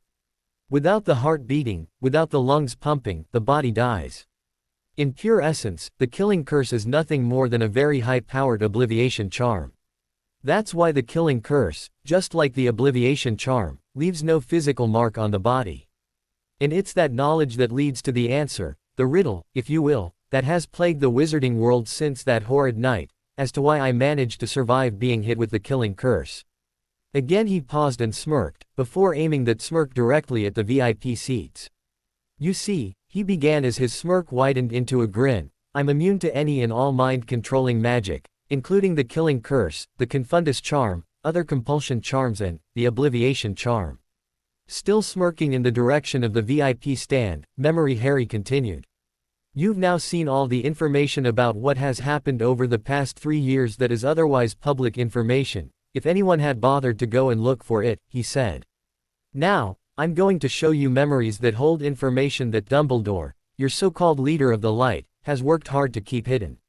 If you haven't already figured it out, your so-called leader of the light isn't as light as he would have everyone believe. First, we go back down the memory lane of my memories, back to when I was a small child. Then, we'll work our way forward again. This first memory was from when I was about 5 years old. But first, as you don't know who all the players are, I'll set the scene for you.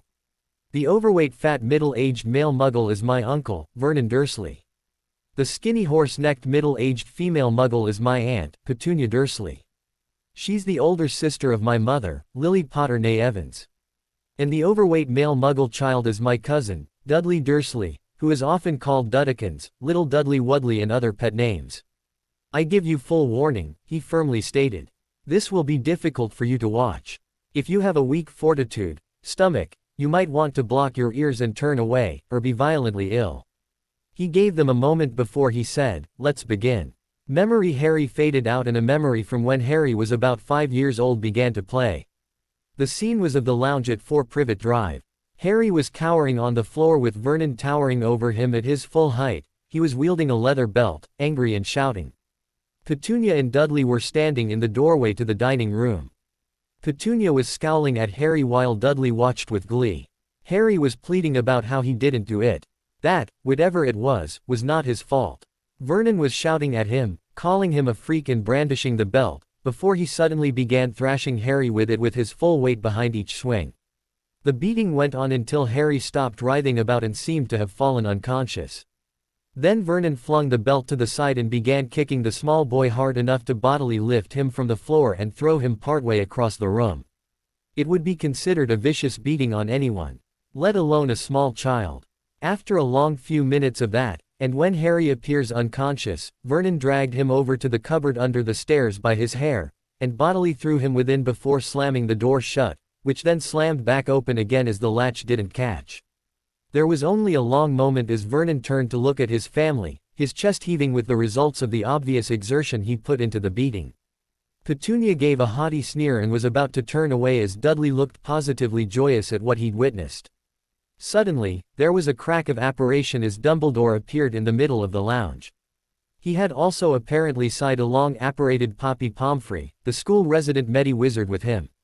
As the Dursleys reeled back in shock, Dumbledore appeared thunderous, while Pomfrey appeared confused. Poppy, Dumbledore firmly said, you'll find young Harry inside the cupboard under the stairs. With a gasp of horror, Pomfrey quickly hurried to the small cupboard, drawing her wand at the same time. A quick duck down to her knees and she was then levitating Harry out. Levitating him no further than out onto the floor just outside the cupboard door, she began her diagnostics. Meanwhile, Dumbledore was berating Vernon. You disappoint me, Dursley. Spinning to glare at Petunia he said, as for you, Petunia, as I have had to repeatedly remind you, Harry is of your blood. He is your only sister's son. Your responsibility is to his safety. When are you going to remember that? The scene suddenly paused and Memory Harry quickly faded in. Did you catch that? Did you catch what Dumbledore said? He said, as I have had to repeatedly remind you, with emphasis on the repeatedly.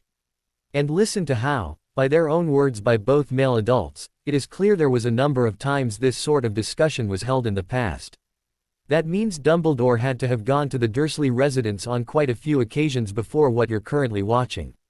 And, in this memory, I'm only 5 years old. Again memory Harry faded out and the paused memory returned.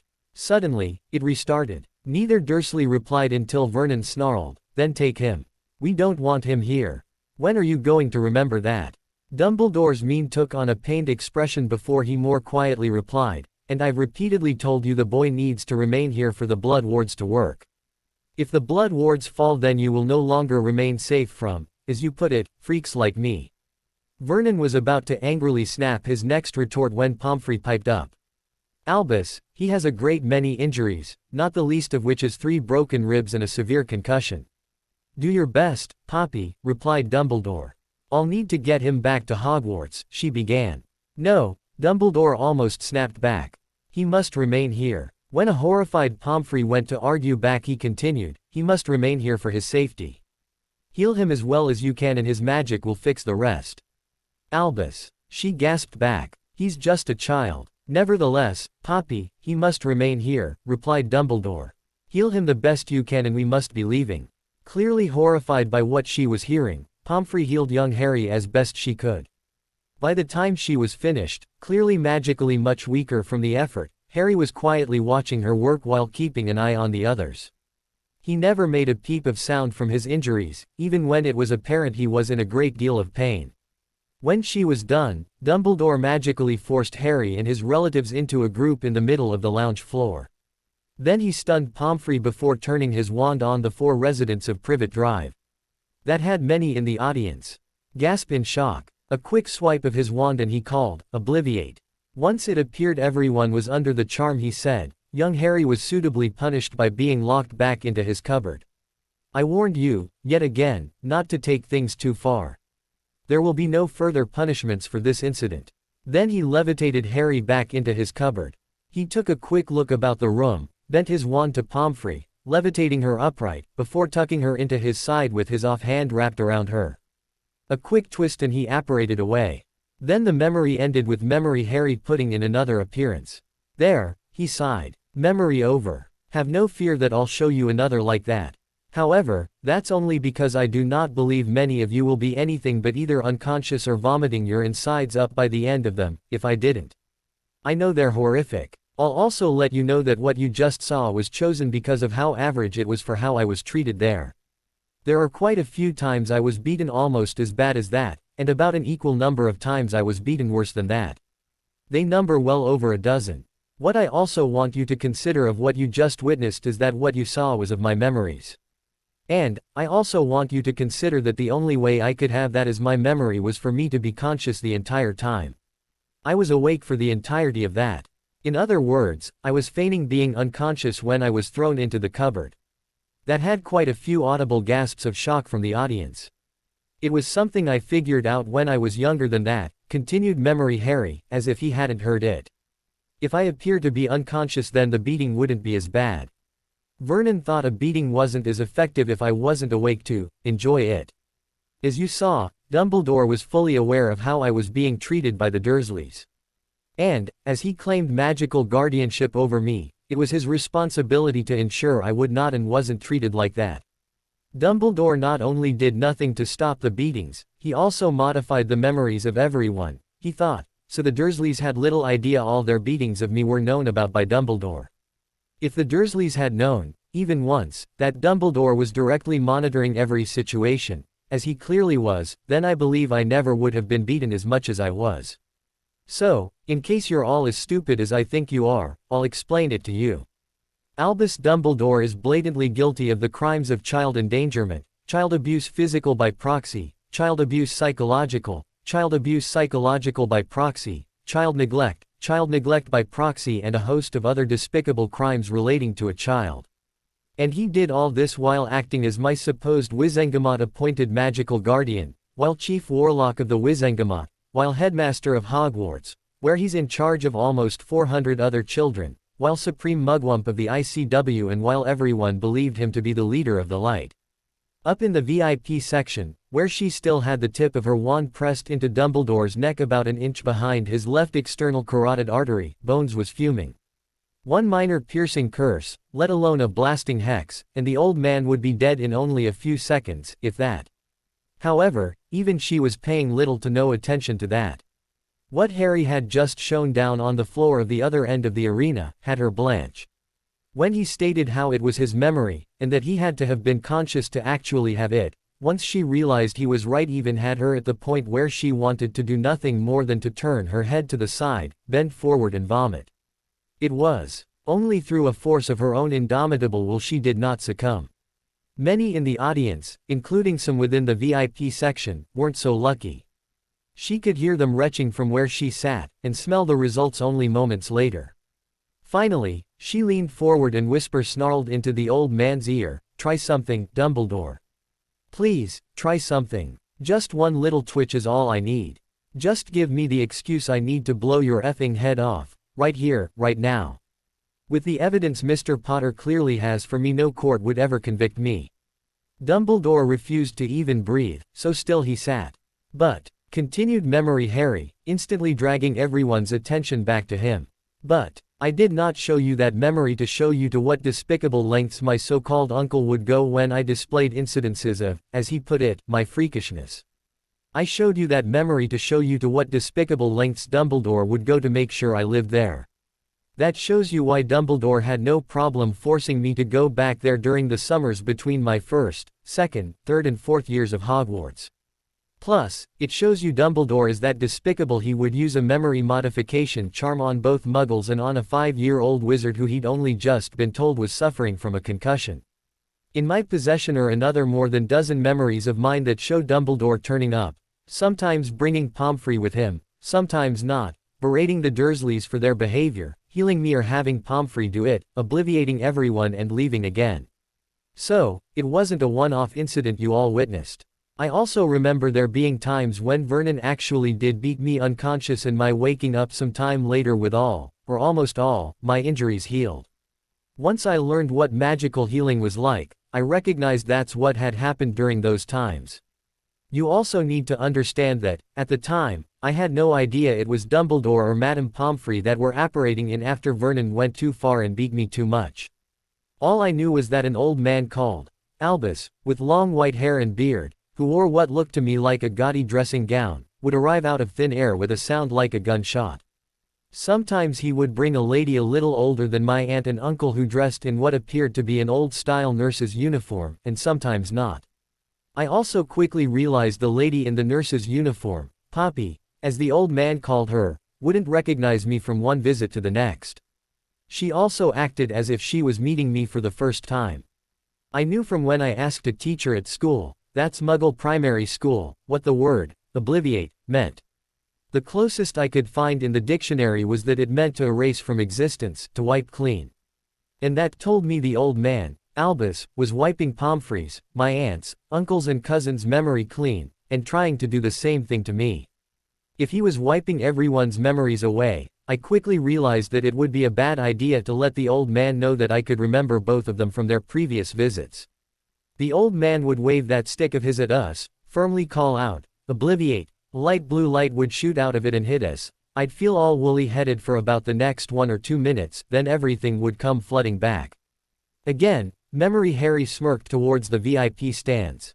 And, by then, I had already become a good enough actor to fool the old man. It was something I never stopped doing. As you will see a little later. Memory Harry gave a snort of amusement before he changed the subject. About a week before my 11th birthday I received my first acceptance letter to Hogwarts. But, I couldn't accept, because, as soon as the letters began to arrive, Vernon was collecting them and burning them. And, yes, I said, them, meaning, plural. I received one on the first day, one on the second day, 3 the day after that, the next day I received 12, on the 5th day I received 24, on the 6th day, the Sunday, about 30 to 40 arrived, and on the 7th day well over 100 arrived. At 1 minute past midnight the next morning, Rubeus Hagrid turns up to hand-deliver my invitation letter. Now, think about that, wizarding mail is delivered by owl. Think about how many owls had to have been flying into the Muggle world to deliver mail to me, especially on the 6th and 7th day. Think about how many owls that would have to have meant were waiting just outside, perched on branches, fences and the like, to deliver that mail, each with a letter in its beak or tied to its leg. Would that not be a breach of the statute of secrecy? And this was forced, knowingly, to occur under the direction of Albus Dumbledore. That's yet another crime willingly committed by the so-called leader of the light. And this time it was breaching the law set in place centuries ago to protect the wizarding world. Anyways, he sighed, Hagrid collects me on the evening of the 10th day. We head for Diagon Alley the next morning, my 11th birthday. I learn about having a trust vault at Gringotts, get some galleons out to buy my school supplies and shop. As soon as we're finished, Hagrid hustles me off to the underground and sends me back to the Dursleys. For the entire month of August the Dursleys, all three of them, pretend I don't even exist. Memory Harry gave a long, drawn-out sigh of bliss and added, it was wonderful. And, why did they leave me alone? He asked. It's because, this time they had kept their memories of just how close the wizarding world was watching me. He sighed. I was then left to wonder just how much of that abuse I suffered I wouldn't have suffered if Dumbledore hadn't kept obliviating the Dursleys. Coming back to himself he continued, however, during that time I was not idle. Hagrid had told me a little bit about the truth surrounding my parents and their deaths, a fair bit about Hogwarts, and very little about anything else. But one of the nuggets of information he did share with me had to do with the houses of Hogwarts. And I made sure to grab a book on Hogwarts and another on recent wizarding history from Flourish and Blots while I was there. So, during the month of August, while the Dursleys were ignoring me, I read. I read about the 4 houses and of how the students are sorted into each. I read how the method by which students are sorted was based on that young witch's or wizard's character, and grew quite concerned. I knew I was destined for Slytherin if I didn't figure out a way to change it. Oh, yes, he suddenly said. Based on what Hagrid had told me, and after meeting Draco Malfoy in Madame Malkin's that day Hagrid took me to Diagon Alley, I had already reached the decision I did not want to end up in Slytherin. And why did I decide I didn't want to end up in Slytherin? He rhetorically asked. Not just because of what Hagrid had told me about my parents, and not just because of the behavior of Draco Malfoy, either. No, it's because of the ideals each of the houses are supposed to prize the most. Up in the Slytherin section of the stands around the arena, Draco Malfoy scowled back. Because of his own focus, glaring in hate back at Harry, he was unaware many of his housemates took their own moments to glare at him. While he didn't think Potter was worthy of being a Slytherin, there were many more of Slytherin house who would have been quite proud to have him in their house. And they all now knew Malfoy was partly responsible for him not being there. Well, that's what they thought, for now. And, why did I believe I was going to end up in Slytherin, you may ask? It's because of my upbringing. Anyone who understands child psychology, that is how a child grows to think based on their home life, will already know that a child that is raised in the sort of home environment in which I was raised would make perfect little Slytherins. A child raised in a similar environment to the one in which I was raised would grow up cunning, sly, secretive, would employ guile, almost instinctively negotiate for a better position in life, plan moves in advance, consider risks in advance. In other words, as I said, a perfect little Slytherin. Without their knowing they did it, the Dursleys raised me as a perfect little Slytherin, a true Slytherin. I figured that out weeks before I arrived at Hogwarts, within hours of cracking open the book on the history of the school. So, I had to bend my mind to figuring out how not to be sorted into Slytherin, as I should have been. As the story goes, Slytherin cherished those who employed cunning and guile to achieve their ends. These days many think that also means ambition. It does not. At least, not alone.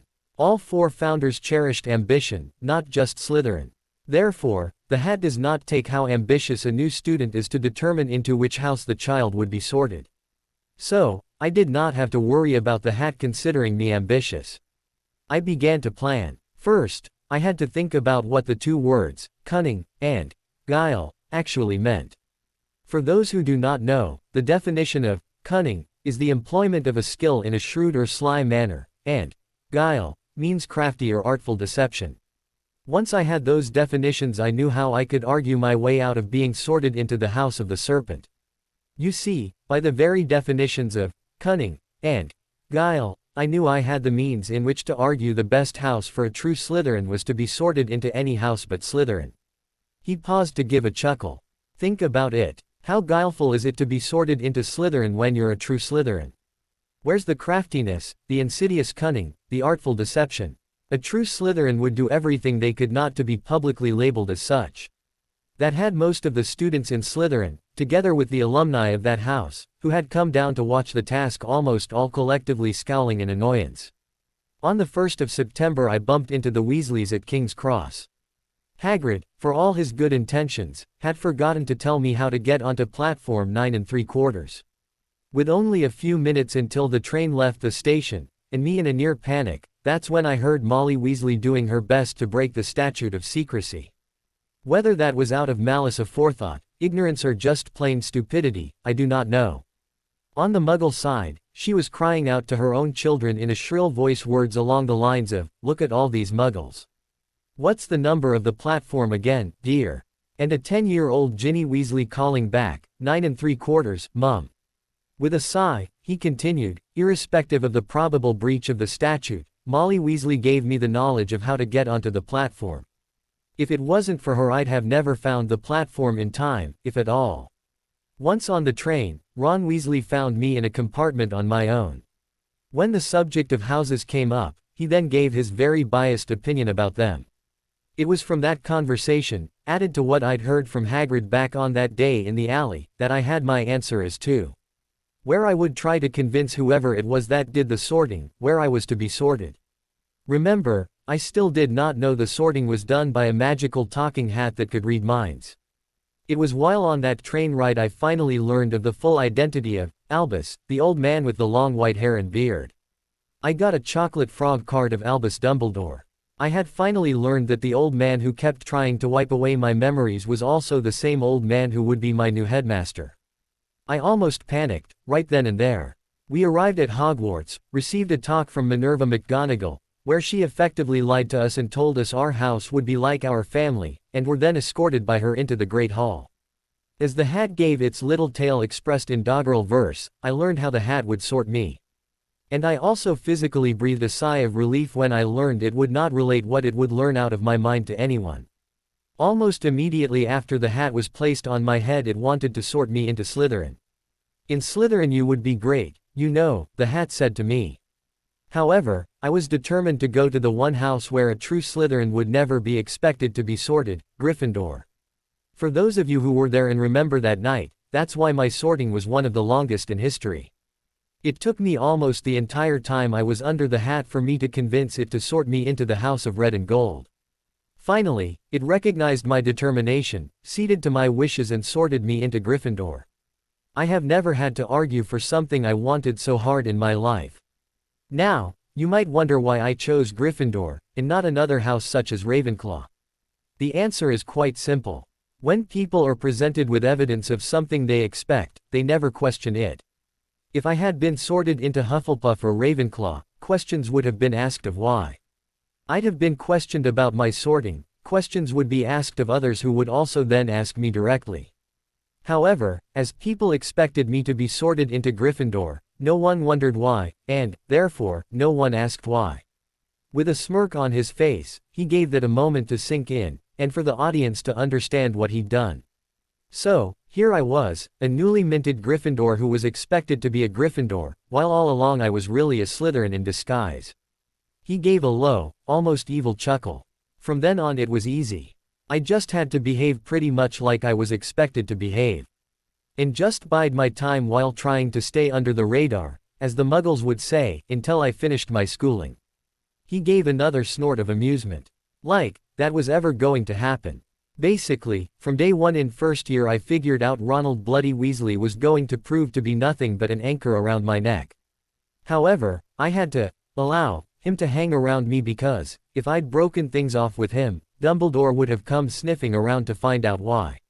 From what I've now come to believe, though I have no evidence to support that belief, the first meetings with Weasley at King's Cross Station and on the Hogwarts Express were somewhat engineered for me and Weasley to meet, and for us to become friends. However, after arriving here at the school, I quickly learned that boy is nothing but an indolent, bigoted, gluttonous git. Up in the stands, where he was sitting near Hermione, but not next to her, Ron Weasley flushed with anger. It did not help that his housemates sitting near him were now attempting to slide away from him, as if he was diseased. Dumbledore's gonna be pissed, he thought. Bloody Potter. It had not occurred to him, and likely never would, that Dumbledore had far bigger problems than worrying that his little spy on Potter would now be pretty much worthless, or that he had ever truly been of worth. Hermione was staring at her best friend in awe as he systematically tore down the staff of Hogwarts. As she had been with him for all of the events he spoke about since his arrival, she knew she was in the unique position to know precisely what he was talking about. Now that Harry had effectively already torn down Headmaster Dumbledore and Professors McGonagall, Snape, Moody and Hagrid, she wondered what was coming next. She even spent time paying a little attention to the Aurors who were heading off as Harry brought to light more truths. It was no challenge for one with her intellect to deduce they were being sent off to arrest people, all of which were those aforementioned. And she knew Harry wasn't done yet. My second major misdirection was something I had to employ while at the Dursleys. I had to show myself to be academically somewhat below average, he explained. Dudley was a pretty piss-poor student. And, if I ever brought home marks that showed me to be a better student than Vernon and Petunia's little angel, I would get punished. Because, according to them, it meant I had to be cheating. So, by the time I started at Hogwarts, I was very good at being able to write my assignments, answer my tests and similar to score just behind my fat baby whale of a cousin. As I figured out Weasley seemed determined to keep me performing subpar academically, it was easy for me to shape things to seem like I just went along with it. After all, I still didn't know if the incident involving Weasley meeting me on the platform at King's Cross and Dumbledore's behavior towards me were or were not somehow linked. Because she's been such a good friend, and thought she was trying to help me with studying better, I owe Hermione Granger a major apology. It took me a little while to determine that, unlike Ron Weasley, Hermione Granger honestly did have my best interests at heart. Weasley, just like pretty much everyone else in the wizarding world, sees me as the boy who lived. Hermione sees me as just Harry. And, I have to say, I love her for it. Hermione dropped her head in embarrassment and blushed. It was the first time her friend had actually shown he truly cared. And, to have done it in such a public environment, had her feel deep joy inside. It was not until that very moment that Hermione Granger realized she just might love Harry Potter. But, while Harry loved Hermione, he thought he loved her like a little brother loved his big sister, not the romantic sort with which Hermione thought she might love Harry. Memory Harry had only paused for a few moments before he began again. About a month after I started at Hogwarts I managed to track down a book on mind magics. And that led me to tracking down a book on occlumency. Both books I asked a 7th year, Puff to check out for me, who was happy to do so. My explanation for her was that I didn't want my lazy friend questioning me on why I was reading up on the subject. I was having a hard enough time dodging the Git's constant begging of me to play chess and or skiving off with him, instead of studying. As for Ronald Weasley, here was a boy who was the 6th and youngest son of a family of 7 children, whose family was not that flush with money, whose family had to work hard to save enough money to put together the tuition needed to send him and his siblings to Hogwarts, whose family did so in the belief of ensuring him the best chance at a good future, and who spends almost the entirety of this gift doing his level best to get out of studying and, instead, want only to talk and read about Quidditch and play chess. In other words, Ron Weasley's family have worked damned hard, and continue to work damned hard, to send him to the supposed best school of magic in magical Britain to give him an excellent start in life. And his way of thanking them for their effort is to deliberately piss it all away. He then sighed as if in disappointment. I wonder what their reaction would be if someone were to actually go and tell them the truth of their youngest son's behavior in school, he continued. Mind you, that's exactly what his school head of house, Minerva McGonagall, is supposed to have done. I bet she's completely ignored that part of her responsibility, and not. If Minerva McGonagall was within hearing range she'd have almost died in embarrassment. However, as she was already being detained by Aurors outside of the arena while they awaited further orders from their boss, she was not aware of Harry's words. I've already shown you what should be known to anyone of what happened in my first year, the 1991-92 school year. But there's more only myself and Dumbledore know. That is, what Dumbledore thought only he knew, due to his judicious use of memory charms. It was in late October, shortly before Halloween, I figured out Quirinus Quirrell was being possessed. At the time I did not know the identity of the malevolent spirit inhabiting him, though I had a pretty good idea. So, I had to make a difficult decision. That decision was whether or not to tell Dumbledore the information about Quirrell, and thereby risk him discovering I wasn't as dense as he thought me to be, or keeping mum about it, thereby risking the residents of the castle to actions Quirrell or his spirit, Hitchhiker, might launch against them. To me, the answer was obvious. It was time to do what was right for all, rather than just what was right for me. Again memory Harry faded away to be replaced with a memory of Harry running along the corridor that led to the headmaster's gargoyle guardian. With barely a pause, Harry almost shouted the then current password to the gargoyle, who leapt to the side to allow Harry ingress. Harry practically bolted up the upwardly rotating stairs. Almost slamming the headmaster's door aside, Harry barreled in before coming up short and looking around, almost in awe. "What brings you up to my office, young Harry?" twinkled a slightly smirking Dumbledore. Snapping out of his stunned reaction, Harry quickly made his way to the headmaster's desk at the other end of the room. "Headmaster, you need to know. The students are in danger. Professor Quirrell is being possessed by, I think, Voldemort's ghost." Dumbledore frowned as if the news was terrible. However, he drew his wand and said, "I'm very surprised you figured it out so quickly, Harry my boy." As Harry appeared to gape back in what appeared to be his own shock, Dumbledore drew his wand on him. The headmaster continued, "It's too early for you to learn that." As Harry continued to stand there, his expression slowly changing to one of great anger, Dumbledore lifted his wand and cast at him. "Obliviate," the old man snapped out. And the light blue charm zipped from his wand to Harry's chest. As Harry's expression seemed to go blank and his eyes glassy-eyed, Dumbledore said, "You and I had a short talk about how well you're fitting into Hogwarts life, Harry. You have no interest in wondering if Professor Quirrell is being possessed. However, you believe Professor Snape may be trying to get into the forbidden third-floor corridor to get what is being protected there." As Dumbledore lowered his wand and quickly slipped it back into his belt, he rose as Harry's relaxed expression regained liveliness and his eyes seemed to clear. As Dumbledore walked around his desk, he said, "Thank you for coming to see me, Harry my boy. I'm glad you're fitting in and enjoying yourself." Said Harry, before he seemed to think of how to reply. "Thank you, sir." "Excellent," said Dumbledore. "You may go. And don't worry so much about Professor Snape, my boy." Harry gave a little nod before he quickly left. Once he was back past the gargoyle he suddenly stopped and seemed to stand still for a long moment. Suddenly, he spun back to stare at the gargoyle with an expression of great fury on his face. And the memory ended, bringing memory Harry back. So, as you witnessed, Dumbledore both knew of Quirinus Quirrell's possession, knew that possession was by the shade of Voldmonkey, and, when I raised the issue with him expecting him to put the students first, tried to obliviate me of the knowledge and further used the obliviation charm to try and redirect my thoughts to it being Severus Snape going after the Philosopher's Stone. He did not want me knowing the truth. For you parents of students and actual students in the audience, if you haven't already figured it out, Albus Dumbledore deliberately put the children of magical Britain at great risk. He did it both knowingly and intentionally. That's premeditated child endangerment times as many students as were underage at the time who resided in the castle. Each case is, of course, a crime punishable by the loss of every position of authority he holds, at a minimum, and a long-term stay in Azkaban, if not execution via the veil, at a maximum, for each. And that, of course, does not count the illegal obliviations.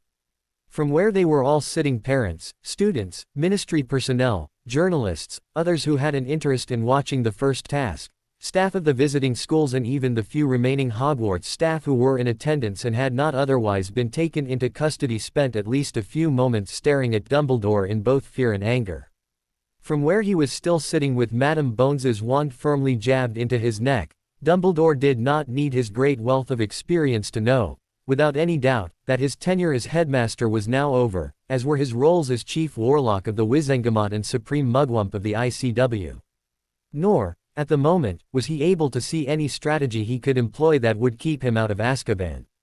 He knew representatives of the Wizarding World's news media were also in attendance, and that what young Potter was doing would be the lead news stories on both wireless and in the printed news press by that evening, at the latest. He had no hope of stopping it happening. He'd need to be out of the clutches of the DMLE well before either made it all public for him to have any hope, no matter how slim, of affecting that. And, with the amount of information Harry was making available and New Bones would be asking him about, he would be lucky to be out of her clutches by the next afternoon at the earliest, if he was out of her clutches, ever again. Merlin's balls. He mentally cursed. The Daily Prophet, at least, will parade this story for weeks.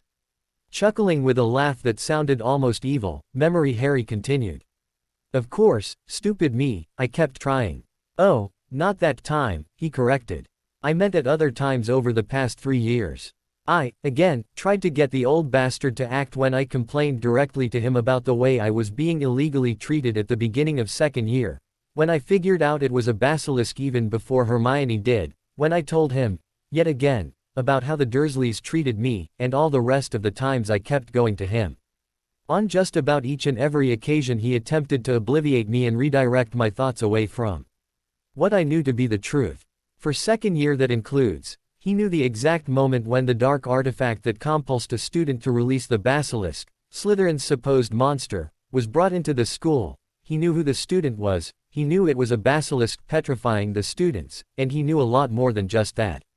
You'll also recall when earlier I told you I ran from my summer prison of Durskaben after blowing up Marge the Barge, continued Memory Harry. And how I spent the next 3 weeks in Diagon Alley. You'll also recall I told you about how Dumbledore has been stealing from my inheritance. What I've already told you, though, wasn't all of it. When I went to Gringotts and explained the situation to them, the goblins immediately wanted to go after Dumbledore for everything he had. However, I begged them to hold off. At first, this surprised them, and they thought me weak. However, once I explained why, they were all for it and just as willing to go along with my plan. You see, I like to read Muggle crime fiction. I'm a big fan of that genre.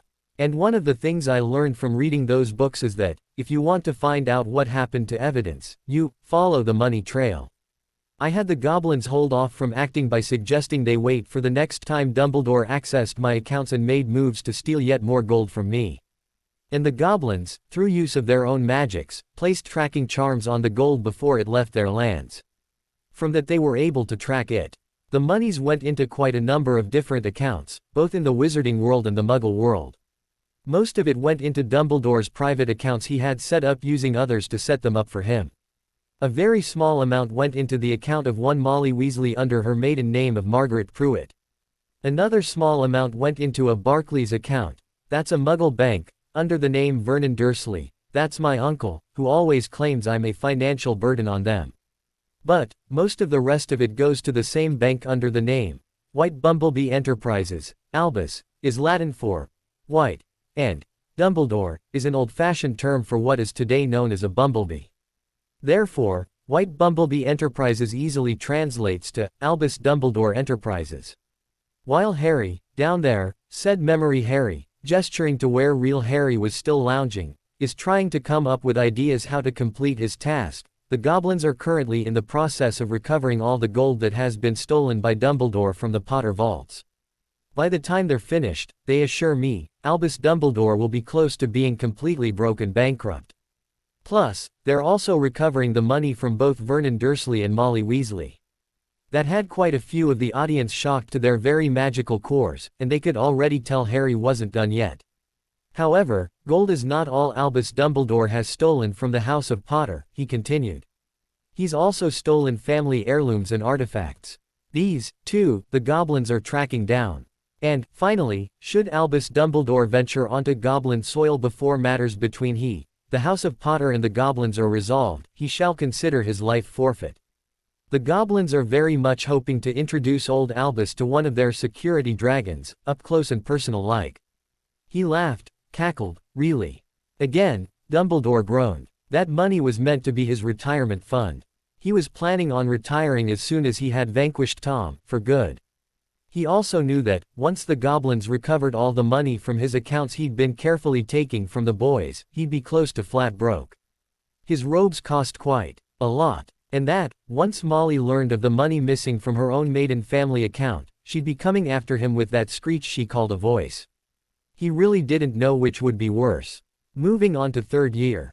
Dumbledore knew Sirius Black was innocent. He knew the school wards in his standard configuration for them would not keep the Dementors out, but did know he could easily adjust said wards so they couldn't come in. He knew Black knew about at least one of the secret tunnels under the wards, and he knew Black would use at least one of them to come into the school. But, I do not know for sure if he knew Ron Weasley's pet rat, Scabbers, was actually the animagus form of Peter Pettigrew, or not, continued Memory Harry, not in the least bit interested in Dumbledore's thoughts. That's something for the DMLE to ask him. Now, for this year. The intent wards of Hogwarts are such that Albus Dumbledore is completely aware that the person pretending to be Professor Alistair, Mad-Eye, Moody is, in fact, not. That person is actually Barty Crouch Jr. under the effects of Polyjuice Potion. The reason why he is not dead is because his own father, who was director of the DMLE at the time and is currently sitting among the judges, switched his son with his terminally ill wife using, you might have guessed it, but I very much doubt it, Polyjuice Potion, to smuggle said son out of Azkaban. From where she was sitting, Amelia heard the gasp and look of shocked terror that suddenly broke out on Barty Crouch Sr.'s face, and immediately stunned him as the man suddenly shot to his feet looking to flee. Before she could say anything, Rufus Scrimgeour, who had returned to standing at her shoulder, said, "Magical suppression, cuffs and portkeyed to a nice cell at the DMLE, yes, ma'am." Bones gave a slightly amused snort that her imminent order was quoted to her before she could utter it. She added, "And send someone to stun and arrest the fake Moody." "Yes, ma'am," nodded Scrimgeour as he sent another Auror off to go and do just that as he moved towards Senior. Her rising to extraordinary heights trust in the young Potter boy now had her not even questioning if he was wrong or not. Senior's reaction was more than enough to confirm it for her. Dumbledore was also aware my name was very likely to come out of the goblet as a fourth competitor, or just as the representative competitor for Hogwarts, continued Memory Harry. He knew it, because he knew Barty Jr., polyjuiced as Alistair Moody, was very likely going to confound the goblet to spit my name out. That's why he put up nothing more than a simple age line as the security for the goblet. And, yes, Madam Bones, I have copies of each and every memory of those events, he said. From in the stands, Madam Bones gave an almost snort-like grunt of acknowledgement. Memory Harry then seemed to give a sigh before he stood up straight and practically barked, "Right. That's the history lesson complete. And, it also marks the end of the entertainment." Memory Harry then turned to look to where real Harry was still lounging back on the banana lounge. "All right, Harry." When real Harry didn't seem to notice Memory Harry was supposedly now addressing him, Memory Harry tried to gain his attention. "Harry." No response. "Harry." Still no response. "Harry." Real Harry almost jumped off the lounge in surprise before his head snapped to look at Memory Harry. "Hun." Memory Harry smirked and said, "Your turn." As if suddenly understanding, real Harry suddenly said, "Ah." The final memory winked out. He quickly stood, tossing his novel into the ex-army echelon bag. Then folded up the portable lounge, also stuffing that into the bag. Once he was done, he then pulled the rack of empty vials out, deactivated the pensieve and began pulling the strands of memory out, dropping them into vials one at a time. That took a few minutes. Meanwhile, the audience, who still hadn't broken up and left, quietly sat and talked among themselves while keeping one eye on Harry as he worked. Once all the memories were removed from the pensieve, he then packed both it and the plinth on which it stood into the bag. Finally, he dropped the rack of full once more vials on top before zipping the bag closed. Then he stood up and looked around, as the audience returned to once more silently watching him. With a cheeky grin, he then looked to blow on the tips of the fingers of his right hand before then rubbing his thumb over the balls of them. With a large overly done gesture to be sure everyone saw him do it, he snapped his fingers. Instantly, the bag disappeared in a flash of white light. He then drew his wand and pressed the tip of it to his jaw. Sonorous. Looking about with his cheeky grin, he said, "I bet none of you have yet worked out how I'm doing that, have you?"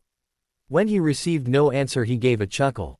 "Well, that was the entertainment for you while I sat and figured out how I was going to complete this task," he said, his voice again carrying across the arena.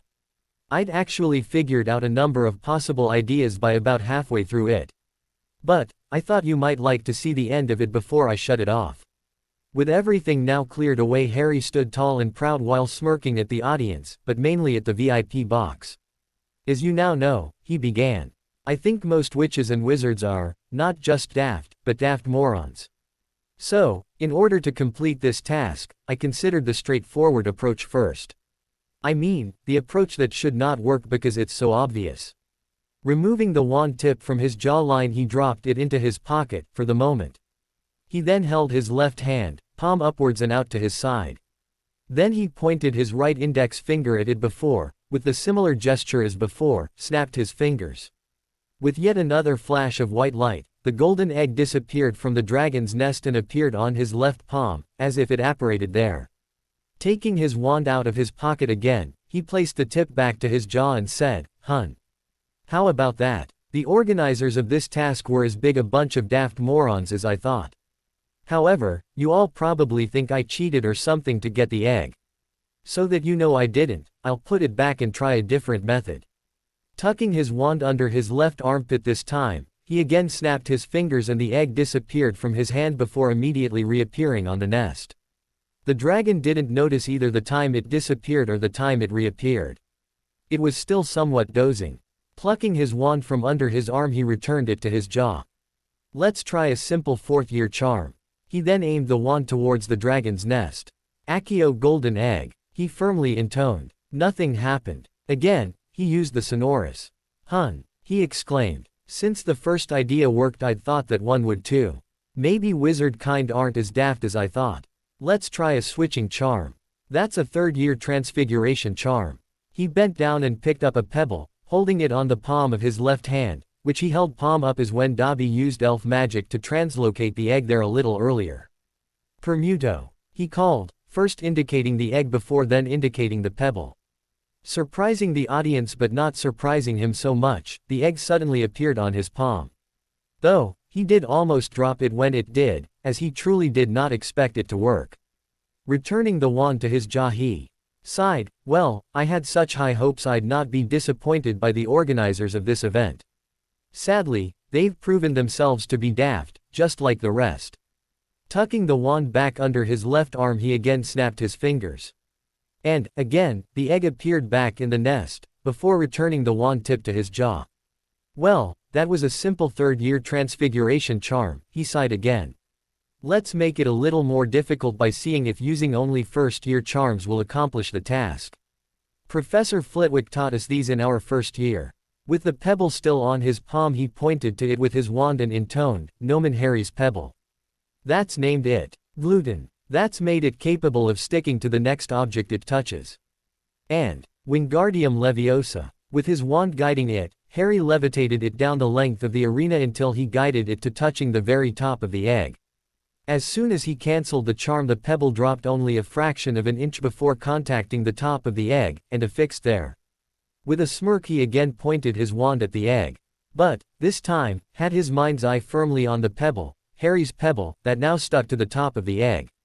Wingardium Leviosa, he again intoned. And the pebble, with the egg firmly glued to it, levitated. Then it was only a matter of using his wand to guide it, before he flew it slowly back to his hand. As soon as he dropped it onto his palm, he returned his wand tip to his jaw. 3 first-year charms, he said. I find myself so disappointed. I actually thought this was supposed to be, and was going to be, a challenging event for 7th years. That even a first year could accomplish it, with little danger to themselves, is, quite frankly, disappointing.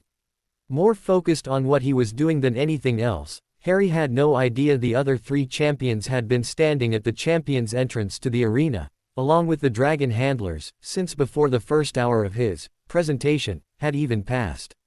As Harry demonstrated how to accomplish the task with no more than first-year charms, Cedric Diggory, the supposed Hogwarts champion, almost sulkily said, "He's making us look like idiots."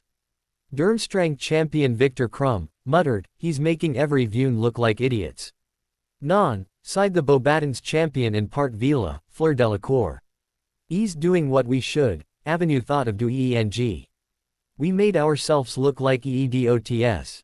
Though not as disappointed as he professed to be, With his egg in his hand, Harry was still a long moment before he said, "Still, as I now have my egg and all I need to complete the task is to step out of the enclosure, I should bid you, as they say in France, adieu. However, that will not give you leave to harass me in any way, shape or form. I remind you that, even though a task will not then be underway, interfering with me can still be viewed as interfering in the tournament. And I will look very poorly on that. As I said at the beginning of my little presentation, I am no longer in a forgiving mood. Secondly, I've given you all ample evidence I am not the Harry Potter you thought me to be. As I no longer have to play a role, I will no longer do so. You have all been warned, and it is the only warning you're ever going to get." Dropping his voice to an almost snarl, he declared, "It is time for you all to learn it is very unwise to F with a Potter." As Harry turned to walk back out of the arena with the egg tucked under his off arm, he heard the voice of Madame Bones using a sonorous "Mr. Potter," she called out. Harry stopped and turned back, with his head cocked just so it was clear he was listening. "It's Lord Potter, now. After having been declared of age, by being forced into this tournament, I've taken up my lordship. My apologies, Lord Potter. Please wait for me just outside the entrance to the arena," she instructed him. "I do not want to see you harm anyone as, like you, I think they just might be too stupid to take your threat seriously." Harry gave a slight bow to her, knowing she said that as much to protect him as protect those who truly were too stupid to realize they were no longer dealing with the Harry Potter they thought they knew. And, with that, he strode from the arena. He could see the 5 dragon handlers rush in while giving him strange looks, and the other 3 champions, plus Madame Pomfrey, waiting in the entrance for him. "Lord Potter," called Madame Bones yet again. "You need to be awarded points." Again stopping and turning to her, he again cast the sonorous on himself and said, "No, I really don't. There's nothing in the rules of this Merlin Bedamned tournament that states I have to be here for any points awarded to me. And, further, since you've not figured it out yet, I really couldn't give a damn about points, anyway. If you feel I have to be awarded points, award me a single, solitary, 1 point each. After all, it did take me about 3 hours to accomplish my task, when the 3 real champions all did it in a few minutes, each." And, with that, he strode from the arena. As Harry finally walked out of the arena, Amelia cancelled the sonorous charm she'd been using to talk to him and turned to the judges. "You heard the young man, award him 1 point, she firmly ordered them. And do that right now." With the exception of Dumbledore and Crouch, as the judges collected themselves they each indicated a single point each. When they were done, Amelia then said, "1 point for you, Dumbledore." And fired off 1 point using Dumbledore's own wand. And, 1 point for you, Crouch. And fired off another one. As soon as that was done she firmly said, "Right. Albus Dumbledore, Bartemius Crouch Sr. and Cornelius Fudge, you're all under arrest." Scrimgeour smoothly said, "I believe Mr. Crouch is still stunned unconscious, Madame Bones. Then tell him he's under arrest when you wake him up in his cell back at the DMLE, she firmly ordered. "In the meantime, I want the following taken into custody, if they're not already as they bloody well should be: Minerva McGonagall, Pomona Sprout, Severus Snape, Phileas Flitwick, Poppy Pomfrey, Rubeus Hagrid and, of course, Barty Crouch Jr. Then, once we have them back at the DMLE, I want a team of 3 to go to Lord Potter's home, arrest the 2 Dursley adults and bring them back to the DMLE. Then send teams to arrest Lucius Malfoy and Molly Weasley. While you've sent teams off to do that, I want a team of no less than a dozen Aurors sent back here to take charge of the students in the Great Hall. We've just taken into custody the entirety of the senior staff of the school and we need more responsible adults to keep an eye on them. Get that done now." "Yes, ma'am," barked Scrimgeour. "In the meantime, I need to get to Lord Potter and get those memories off him." "Yes, ma'am," replied Scrimgeour, a little softer. As Scrimgeour indicated 2 other Aurors he'd already called up to the VIP box to step forward and take those into custody who were already manacled but still there, Amelia stayed for only a moment to ensure Dumbledore was firmly under the effects of magical suppression, cuffs and a reintroduced silencing charm before she quickly left the stand to head around to the champion's entrance. As Harry headed for the entrance with his wand in his right hand and his egg tucked under his left arm like he was carrying a rugby ball, he could see the looks on the faces of the other 3 champions. Their expressions were an interesting mix of awe, anger and not a little fear. Poppy Pomfrey had just moved up to stand with them. Harry simply gave them all a nod before he stepped up next to them and watched the dragon wranglers remove the somewhat sleepy Hungarian horntail out of the arena. After a long few seconds, Diggory softly said, "Merlin, Harry. Not what you expected of me, was it?" Harry quietly asked back, not even bothering to look at his fellow Hogwarts student. It was a long moment before Diggory replied, "No, it wasn't." That seemed to break the tableau. When Crumb asked, "What made you think UFF using first-year charms, Mr. Potter?" "Using the basics, because I've already come to realize just how daft magic users, in general, are," replied Harry. "I thought about, if I was responsible for organizing this event, what would I need to block being used to force competitors to actually have to go and collect the egg by hand? Then thought, knowing how moronically daft most witches and wizards truly are, actually trying them first. I'm quite disappointed, though not really surprised, that the only charm they seem to have blocked is a direct summoning charm, the Accio." It appeared Delacour was about to say something when Madame Pomfrey said, "Be that as it may, Mr. Potter, I need you to come into the infirmary tent to be checked over." "That is not going to happen, Poppy," interrupted Madame Bones, who had just come striding down from the competitor's tent, tailed closely by another Auror. "I can assure you, the only thing Lord, not Mr. Potter may be suffering from is from being glared at by the audience. He went nowhere near the dragon. Nevertheless, it is my job," huffed Pomfrey before she was again cut off by Bones. "Not for the foreseeable future, it's not," disagreed Bones as she stepped in close. "Madame Persephone Pomfrey, while you are not under arrest at this time, I am taking you into custody while certain allegations are investigated." "What?" asked a shocked Pomfrey. "You're being taken into custody, Poppy," said Amelia. "While not being placed into magical suppression cuffs at this time, you'll be allowed to remain free of them if you follow the directions of Auror Fitzmitchells here." And indicated the young female Auror who stood just behind her. "What? Why?" asked a clearly shocked and somewhat fearful Pomfrey. "Due to Lord Potter's history lesson during his task," replied Amelia. "All those who were mentioned are being taken into custody until we know for sure they're not guilty, or otherwise involved in what's been going on." "I assure you," blustered Pomfrey. "Of nothing, for now," interrupted Amelia, yet again. Without waiting for Pomfrey to say another word, she gestured for Fitzmitchells to take the witch into custody. Stepping forward, reaching out and taking Pomfrey lightly by the elbow of her wand arm with her offhand, Fitzmitchells calmly said, "This way, please, Madame Pomfrey."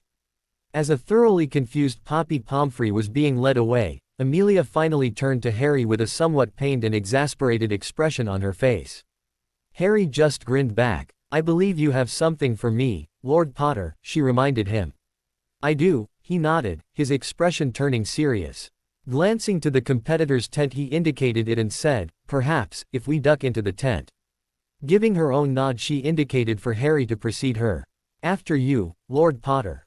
Harry gave a slight snort of amusement but led her over to the tent.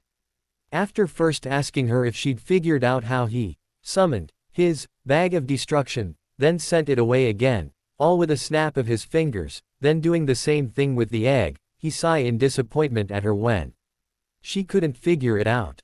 "Madame Bones, I have given you all the clues you need," he began. "Firstly, the object I'm focused on either appears or disappears in a flash of white light, only. Secondly, I snap my fingers. Thirdly, I do not utter an incantation or use a wand, so it is highly unlikely it is I who is casting a spell. Now, with that knowledge, think of what creatures do the same." When she glared at him with a mild look of frustration, he finally relented and told her, was it too hard to figure out it was a house elf? She then looked back at him with dawning shock. So much, it caused her monocle to fall out of her eye and drop to her br-ast on the length of its thin gold chain. As she was clearly embarrassed by the answer, after all, she had house elves of her own, Harry said, "Don't worry that you didn't figure it out. I doubt any one of those who watched me do it figured it out, either." She stared at him for another long moment before she gave a grunt, gave herself a bit of a shake of her head and said, "I want those memories." Chuckling a little, Harry turned to look down to his left and called, "Dobby." With a very muted crack, the devout little house elf appeared next to Harry's side. The elf was clearly very happy to have been called and was almost bouncing on his little feet in joy. "It worked, Master Harry?" he asked. Harry lightly laughed and replied, "It sure did, little buddy." Not one of them figured it out. "Yes," the little elf declared before he gave a little fist pump in the air. Before things got out of hand, Harry gave the elf his instructions. "Dobby, I need you to bring me that rack of memories I had you sort for Madam Bones, plus the documented evidence of Dumbledore's monetary shenanigans the goblins gave me. She needs them." Without a word, Dobby popped away only to return a few moments later with a large rack of vials, a thick sheaf of parchment, and immediately offered it to Harry. This rack was far larger than the one he used in the arena. Each vial contained a strand of memory and was labeled with what the memory covered. Offering it to the woman, he said, all sorted and labeled, Madam Bones. Carefully taking it, she looked through them before asking, "Lord Potter, could you have your elf put them on the desk in my office?" "Of course," he replied, before turning to Elf Dobby. "Yes, Master Harry," replied Dobby, before he disappeared with the documents and the rack. When both had gone, she sighed and softly said, "I can't believe you used a house elf like that. And I don't believe I didn't realize that's what you were doing." Harry gave a snort and said, "You, like pretty much everyone in the magical world, have house elf blindness. They're always there, so you think nothing of them and the powers they wield. And you've forgotten that the wizarding anti-apparition wards of Hogwarts don't bother them in the slightest. Sorry to be so blunt about that, but it's true." She gave her own, more ladylike, snort and bobbed her head once in acknowledgement. "True. It is that obvious, we barely think about it." "Anything else?" he asked. "I've just spent a few hours mainly sitting on my bum while being warily watched by the meanest breed of dragon of all. I didn't have much of a breakfast and I'm now quite famished. I'd like to go and eat, and, I dare say, you have a ton of work awaiting you in your office. My masters and seniors can handle the initial interrogations and investigations," she replied. "Besides, I haven't had a chance to talk to my niece yet." Then she grinned and almost coyly asked, "Care to escort an old lady up to the Great Hall?" With a grin of his own, Harry offered his elbow and replied, "I'd be honored, my lady. And I don't consider you old." And the two left the tent to head up to the castle. As soon as they exited the tent, it was to see a great mass of people waiting outside. Clearly, they were all waiting for him. They'd also just as clearly been blocked from entering by two Aurors who'd been standing, facing out, just outside the tent flaps. Madam Bones immediately stepped in front of Harry and glared at the lot of them. "Unless you have specific business with me," she said, "I expect the lot of you to leave, immediately." That had almost all of them show various expressions ranging from surprise to happiness to hate. But, with the exception of a few, they all began to disperse. Most of them were students and they headed for the castle. Turning to one of the Aurors who'd blocked the entrance, this one a witch, Madam Bones said to her, "Be between us and those students. Make sure they don't stop before they enter the castle." "Yes, ma'am," nodded the Auror before she moved ahead and started chivying the stragglers ahead of her. That left about half a dozen still waiting. These included Rita Skeeter and her photographer, who was busy snapping photos, but were now both holding back, Karkaroff and Maxime, the Highmaster and Headmistress of Durmstrang and Beauxbatons, respectively, and Hermione and Ron. Ron looked angry and Hermione looked worried. Eventually, Hermione's patience wore out and she dashed to Harry to wrap him in a hug. "Oh, Harry," she cried, "what you had to go through with those horrid Dursleys. You should have told us. We'd have understood. And, what the headmaster was doing. I'm glad Madam Bones's people arrested him and took him away. I can't believe I was in awe of that man." To stop what he knew was quickly turning into Hermione babble, he placed a vertically held finger to her lips and made shushing sounds. "Shish. Hermione, stop." When she seemed to stop and backed off with a bit of a frown, he said, "I couldn't tell you. While Dumbledore's attempts at obliviations failed on me, they would have worked against you. And I didn't want to see you lose your memories." Finally Ron had also had enough and he came almost stomping over. "You just had to get the headmaster arrested, didn't you?" he snarled. And McGonagall. As he approached, Harry pushed Hermione away slightly and out of the path of Weasley, then changed hands with his egg to his left hand. As soon as the boy was close enough, Harry simply balled his right hand into a fist next to his hip and slugged him one with a right cross, right in the jaw. It was enough to set Weasley on his bum. As Weasley went down with a half-strangled yelp, Madam Bones quickly stepped in and berated him, "Lord Potter." "Sorry, Madam Bones," he replied, not in the least contrite. "But the little shit richly deserved it." "Be that as it may, Lord Potter," she returned. "I cannot, however, let go the fact you assaulted that boy." She seemed to pause for a moment before she said, "As the boy is otherwise not harmed, I shall consider your assault a case of simple assault, and fine you a total of 10 galleons. Expect to receive a fine by all mail within the next 7 days." "Understood," he replied with a nod. Meanwhile, Weasley continued to sit on his bum on the grass, one hand on the ground behind him for balance while he rubbed his jaw with the other. He was looking at the two talking, with shock. "He hit me," he suddenly blurted. Finally turning her attention to Weasley, Amelia said, "Yes, I saw. That's why I've fined him 10 galleons. Though I can certainly understand why you hit him, Harry," said Hermione. "It was still wrong to do so."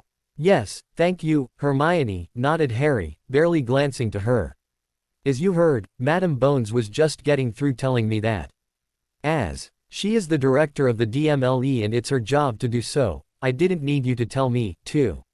Hermione blushed in embarrassment but didn't offer another word. She knew Harry's words were a mild rebuke. "Now, Lord Potter," said Amelia, getting things back on track. "I believe you were escorting me to the Great Hall." "Yes, I was," said Harry, moving back alongside her and once more offering her elbow. As the two headed for the castle, Hermione broke out of her shock and embarrassment and hurried to catch up. It was a good few seconds before Weasley realized he was getting left behind and scrambled to his feet and stormed after the three of them. "Bloody Potter," he grumbled, though he did keep his distance, this time. Upon walking into the Great Hall, the first thing Harry noticed was the distinct lack of teaching staff.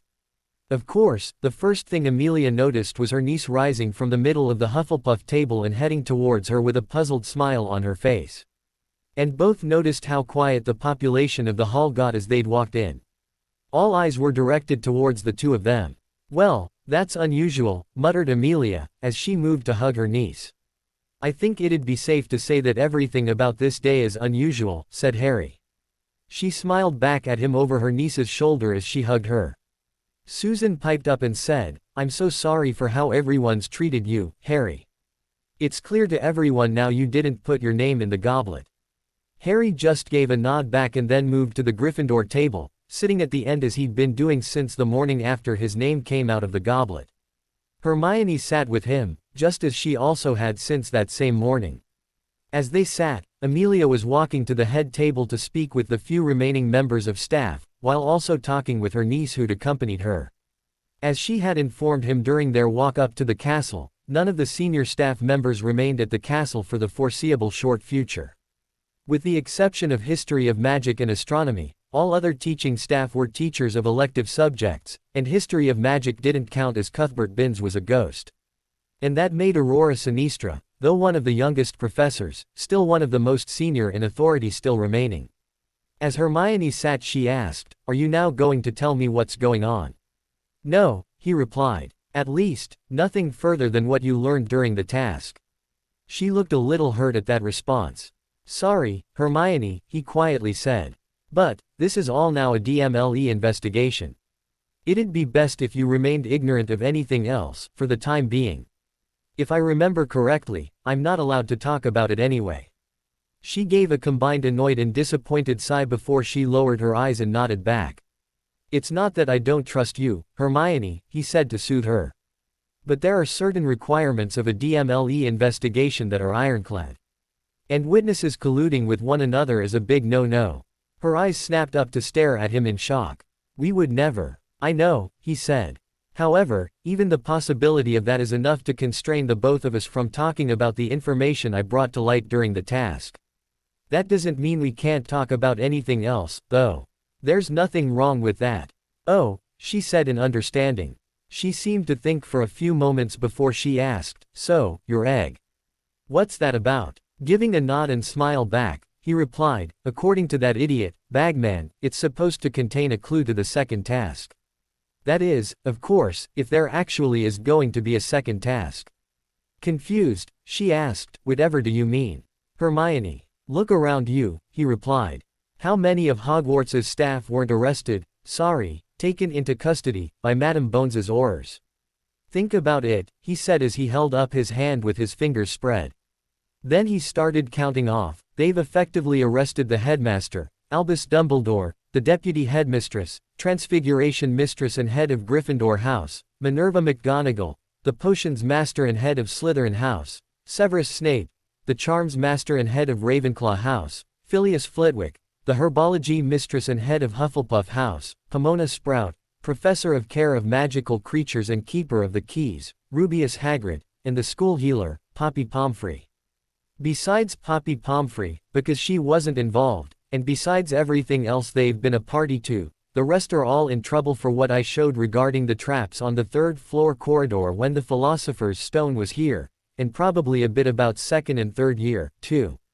All of them are just as guilty as the others for deliberately endangering the students of the castle at that time. Madame Bones's people will be wanting to talk to them about that. Of course for some of them, such as Dumbledore and McGonagall, there's a great deal more of which I made clear Madame Bones and her people are going to want to know about. That includes Poppy Pomfrey." Hermione looked horrified and was about to ask her next question when Madame Bones and her niece separated, with Susan returning to her table, and stepped up to the podium. "Listen up," she barked. That had all 4 tables immediately shut up. "So that you're aware of what's going on," she said. "The following members of Hogwarts staff have been taken into custody by the DMLE to answer certain questions relating to Lord Potter's revelations during the first task. Albus Dumbledore, Minerva McGonagall, Severus Snape, Pomona Sprout, Phileas Flitwick, the person who was masquerading as Alastor Moody, Poppy Pomfrey and Rubeus Hagrid. I have also just been informed that the real Alastor Moody was found locked in a multi-compartment trunk in the Dada office, where he has been since before school started this school year. As such, the number of staff remaining is insufficient for the school to carry on with normal operations. And, as such, classes are cancelled for the foreseeable future." When the noise levels rapidly rose, she loudly snapped out, "Be quiet." The rising noise suddenly shut off again. "When I speak, you listen," she snapped. When no one interrupted again, she continued, "Under my authority as director of the DMLE, I've declared the entire grounds of Hogwarts a crime scene. That means, until I state otherwise, I am in charge. All decisions regarding this school are mine to make." After giving that a long moment to be absorbed, she continued. "As I am in charge, there will be no acting headmaster or mistress, or deputy. There will also be no heads of houses. I and my Aurors are, temporarily at least, filling all of those roles. I am also very aware of just how much rule-breaking and troublemaking was allowed to go on. That stops right now. Fighting will now be seen as assault. That means all parties involved will be arrested and taken to one of my holding cells. Depending on the severity of the troublemaking, you could find yourself in the same accommodations. Severe enough rule-breaking or troublemaking, at my discretion, may very well see you immediately suspended and sent home in disgrace. I am not a forgiving person and my Aurors are to act the same. This is the only warning you will receive on that. Next, no one is to pressure Lord Potter on the information he brought to light during the task of the Triwizard tournament. Lord Potter is now a prime witness in the criminal prosecutions I have no doubt will evolve out of what he shared with us today. If you hassle Lord Potter about any of it, he is to immediately inform me or one of my Aurors. You will then be arrested and a charge of witness tampering may well be leveled against you. A conviction of witness tampering can see you sent to Azkaban. At the minimum, after you are questioned as to what you thought you were doing, you will find yourself suspended and sent home on the spot. Again, this is the only warning you will receive. Now, I was going to sit and have lunch with my niece before heading back to my office, where I'll be immediately starting official investigations. However, I now believe I will not have time for that. And there'll be no trying to pump my niece for information, either. That, too, will be looked upon very unfavorably. If you bother her about it, you also might find yourself suspended and sent home. Actually, if you bother anyone about it, you'll probably find yourself suspended and sent home. Enjoy your lunch. I suggest you then make use of your now otherwise free time from classes with self-study. My Aurors will be keeping an eye on all of you." With that she stepped away from the podium and made her way to the Gryffindor table and straight to Harry. "Lord Potter," she said. Before Harry could verbally acknowledge her she added in a clear and carrying voice, "What I said up there is true. If anyone questions you about your revelations you are to immediately inform one of my Aurors. Understand?" "Yes, ma'am," he immediately and just as clearly replied. "Good," she nodded. "At some time over the next couple of days I'll have one of my Aurors come and collect you. Once I've had time to go through those memories you provided I'll need to talk to you about them. Is that all right?" "Yes, ma'am," he replied. "That's fine." She then turned her attention to Hermione and asked, "The same goes for you, Miss Granger, as with Lord Potter.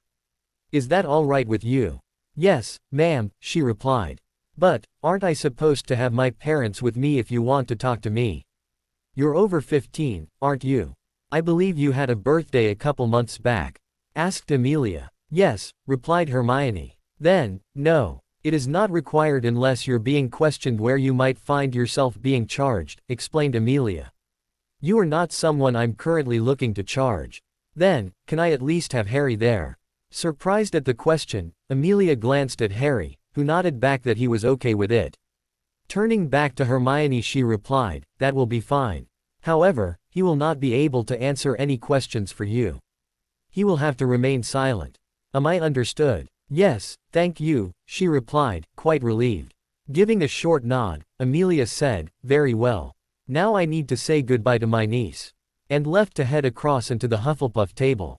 As soon as she left earshot, Hermione turned to Harry and said, "Thank you for agreeing to come with me when I get taken to the DMLE. You'll be fine, Hermione," he soothed her. "You've done nothing wrong and you're not the target of her investigations, anyway. She'll just want to hear your take on what you were involved with that I've included in my memories I've given her." Hermione nodded, looked relieved and then turned away with a somewhat pensive expression. Amelia had no sooner walked out the door when Malfoy sauntered over to the Gryffindor table with his two ape-shaped bookends, Crabbe and Goyle. "So, Potter," he drawled with a sneer. He didn't see an Auror suddenly peel off from the wall not that far away and approach from his side. "You seem to have managed to do what no one else has done and gotten rid of." That was as far as he got before the Auror pushed bookend number 1 out of the way and firmly placed his hand on Malfoy's shoulder. Malfoy's head spun about in shock. "I do believe Madam Bones just got done telling everyone to leave Potter alone," drawled the Auror. "Do you want to be the first suspended and sent home in disgrace?" Malfoy appeared to try and shake the hand off his shoulder. But the Auror merely tightened his grip. "I asked you a question, lad," the Auror more firmly stated. "Let go of me." Malfoy practically squealed, still trying to shake the Auror's hand off. Instead of doing so, the Auror then reached out with his other hand and snagged Malfoy by the wrist. A quick twist and Malfoy's wand arm was now twisted up behind his back. Malfoy gave a strangled little yelp as the Auror manhandled him into a police-style, "Compliance, hold." "Again," snapped the Auror. "Do you want to be the first person sent home in disgrace?" "No," yelped the ferret. Then the Auror simply marched him back across the hall to the Slytherin table before he gave him one last shove. Malfoy staggered forward 2 steps, spun about and glared back. "The next time you cross the hall with the intention of bothering Lord Potter," snapped the Auror, "you will be arrested and taken to the DMLE. You should expect to be suspended from Hogwarts at that time." Malfoy spluttered a moment and then bawled, "When my father hears of this." The Auror rode right over him and snapped back, threatening an Auror in the course of their duties as an automatic stay in Azkaban. "You want to watch what you say to me, boy." That shut Malfoy right up. "As for your father, you can be most assured that he'll hear about this, as you put it," the Auror continued. "As you're underage, we're bound by law to immediately notify him when we arrest you." The Auror then glared back for a few moments to make sure his message was received, before he spun about and stalked back to his spot standing with his back to the wall. Harry and Hermione watched the entire thing, surprised. It was the first time that Harry could recall when an adult actually moved to protect him from the Buddy Ferret. What neither teen knew was that the warning of the Auror's actions were received by the entire school collection of both students and remaining staff, including Weasley. He'd been about to confront Harry himself just as Malfoy made his play. Seeing what happened to Malfoy actually managed to get through Weasley's head enough to make the boy reconsider his actions. I'll wait until we're in the Gryffindor Tower, he thought. With no more entertainment during the midday meal, and no classes afterwards, Harry and Hermione finished their lunch in peace before heading back to the Gryffindor Tower. Harry needed to change out of the Gryffindor champion robes Dumbledore had practically forced on him, and Hermione wanted to make a start on even more homework. They'd just entered and split, with Harry going up the stairs to the boys' dorms and Hermione going up the girls', when more of their house entered the common room through the fat lady portrait that protected the entrance. They'd followed the two up, but had kept a respectful distance. The Aurors with them had ensured that, at least. Neville had made sure he led the pack and, as soon as he dashed in through the door to the fourth-year boys' dorm, spun about, slammed the door closed and leaned hard up against the back of it. Looking up from where he'd only just begun changing, Harry asked, "You all right, Nev?" "Yeah," replied the dark buddy-haired boy. "Just making sure you can get changed in peace." Realizing what Neville was talking about, Harry looked to his year-mate with surprise. "You'd do that for me? Thank you." Just then the door seemed to shudder as something hard hit it from the other side. "I'll be out in a minute," Harry called out loud. That stopped the hard banging on the door. Neville, at least, appeared grateful. Harry smiled at him before he returned getting changed. "Remind me to teach you the Colloportus charm, Neville. It seals the door to the frame." Thanks Harry," replied Neville. "But I don't think I have the power to cast it." Harry knew the other boy did have the power, but held his tongue for now. Once Harry had changed into civilian garb, wizarding civilian clothing of a quality Neville had not seen him wearing before, Neville gave a nod and asked, "Ready?" "As ready as I'm going to be," replied Harry, giving himself a mental kick to brace himself for what he suspected was going to be an ambush of questions from his housemates when he made it down to the common room. Before moving, Harry looked to other boy with a firm countenance and said, "When we've got time, you and I need to talk, Herr Longbottom." At first surprised by the direct look and use of his formal title, Neville looked back for a long moment before he seemed to slump a little and replied, "Yeah, we do." With that he backed off from the door before turning around and gripping the handle. Once he was sure Harry was right behind him, he opened it and stepped out with his wand drawn. He might not consider himself more than just above a squib, magically, but he was also determined to ensure he had Harry's back. Surprisingly, once he opened the door there was no one waiting right outside. "Hun," he said, before leading the two of them down the stairs. As Neville, who was only a half pace ahead of Harry, stepped off the last step it was for Harry to see the very big surprise of no one saying anything. However, the reason for that was immediately identified as two Aurors who stood with wands drawn and their backs to the wall either side of the exit through the back of the portrait. As Harry walked in he looked quizzically at both. Knowing he would be asked why they were there, the older of the two said, "Madam Bones wanted to make sure no one, including your housemates, were going to bother you and pressure you for information, Lord Potter. As such, we'll be keeping an eye on you." Harry thought about that for a moment before he said, "In that case, let her know I appreciate it when you next speak with her." "Will do, Lord Potter," smirked the Auror. "I take it you re-informed this lot that trying to, let's say, press me for information would be viewed as witness tampering. And may very well have led them to unwillingly discovering what the inside of a DMLE holding cell looked like?" asked Harry. "No," smirked the Auror. "Same idea, but as it related to the inside of an Azkaban cell." "Ah!" exclaimed Harry. "Then, again, thank you." The Auror merely nodded back with the same smirk.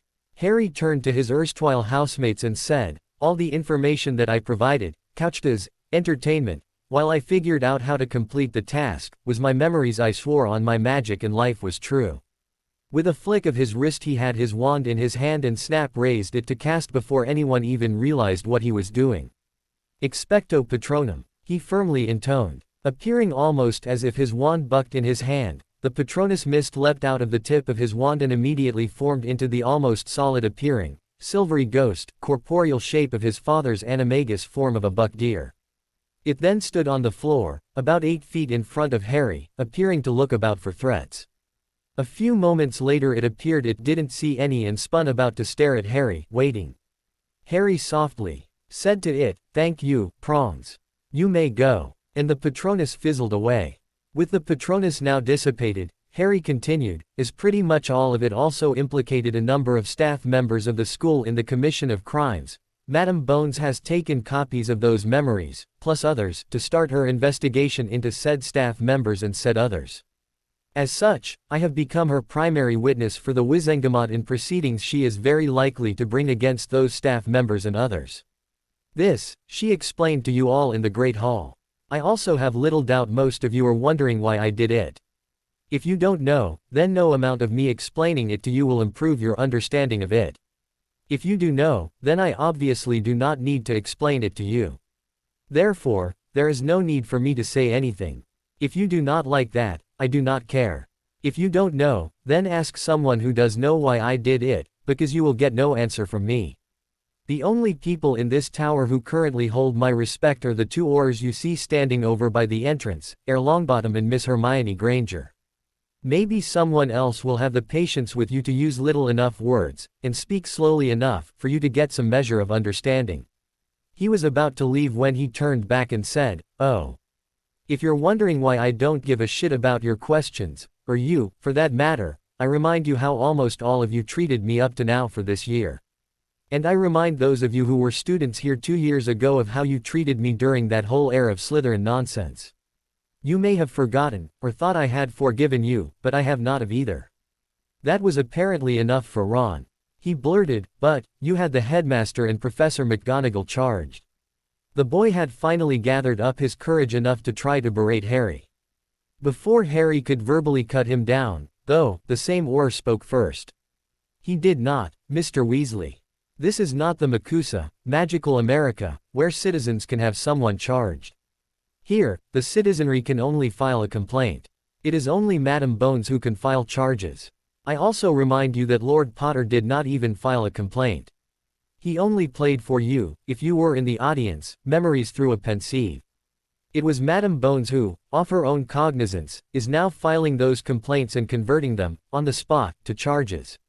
I'll also inform you that she would not do that unless she was very sure of the crimes being committed, who committed them and her chances of securing convictions of the people being so charged.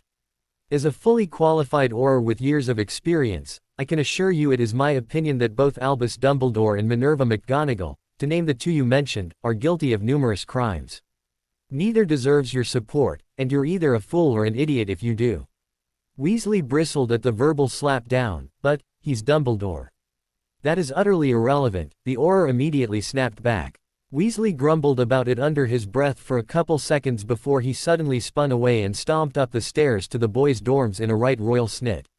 Watching him go, the Auror looked at Harry and said, I can now see why you seemed so relieved you'll now be able to completely break off your friendship with that boy. Harry shrugged back with a grin on his face. I don't believe he ever was truly a friend. His friendship of me was more a selfish act on his part. He wanted to be known as the best mate of the famous boy who lived. Losing that is what's got him so snotty. It had been Harry's intent to only wait long enough for Hermione to rejoin him before heading for the come and go room Dobby had shown him. That was soon after it became too uncomfortable to stay in the Gryffindor Tower after his name came out of the goblet. However, with the two Aurors seemingly permanently stationed in the common room to make sure he wasn't bothered by his own housemates, he felt it was safe enough to remain. So, he found a seat on one of the spare couches and relaxed. When she re-entered the common room from the stairs leading to the girls' dorms while wearing an angry scowl on her face, Harry was about to ask Hermione what was wrong when she practically snatched him by the hand and said, "We're leaving," before trying to drag him towards the portrait hole. Knowing it was best not to try and impede her when his real best friend got like this, he merely aided her in dragging him to the door by not resisting. He'd ask her what the problem was when it looked like she wanted to talk about it. She never noticed either Auror standing against the wall either side of the portrait hole until both shifted to bar her way. Almost barging right into one, she suddenly pulled up short. "Oh," she exclaimed, suddenly noticing both for the first time. "Sorry. Is there sometime wrong? You are attempting to take Lord Potter from out of here against his wishes, little miss," firmly replied the lead Auror. "We will not allow that." As Hermione seemed to appear stunned and confused, Harry stepped a little further forward and explained, "It's all right, Auror. She gets like this when someone has annoyed her and she wants me to go somewhere private where she can rant at me about it. She has no intention of harming me. The Auror gave him a nod of acknowledgement before he turned back to Hermione. Is that true, little miss? She stuttered to answer before she immediately blushed in embarrassment and dropped her head. Yes, she softly and quietly replied. The Auror again gave a nod before he said, part of the duties of the Aurors currently assigned to the castle is to make sure Lord Potter is not bothered by staff or students about matters soon to be before the Wizengamot. And part of our duties is to otherwise see to his safety. Snapping her head up to stare at the Auror in horror she'd been suspected of such a thing, Hermione exclaimed, I would never. She wouldn't, Harry quickly agreed. It's very rare she wants to rant at me about something I've said or done, it's almost always about someone else. I'm happy to be that sounding board for her, at those times. Hermione immediately spun to face him with a look of shock on her face. Then her expression immediately reverted to one of embarrassment before she cast her eyes down again. Ignoring the young girl's clear embarrassment, the Auror said, then we shall follow. And stepped aside to allow them to continue the final step to the portrait hole. As soon as they passed through back into the outside passageway, Hermione stopped a few paces further on before turning to Harry again, and leaned in a little to speak quietly with him. I was going to take us to, you know, that room. But, then flicked her eyes towards the Aurors, who had followed them out.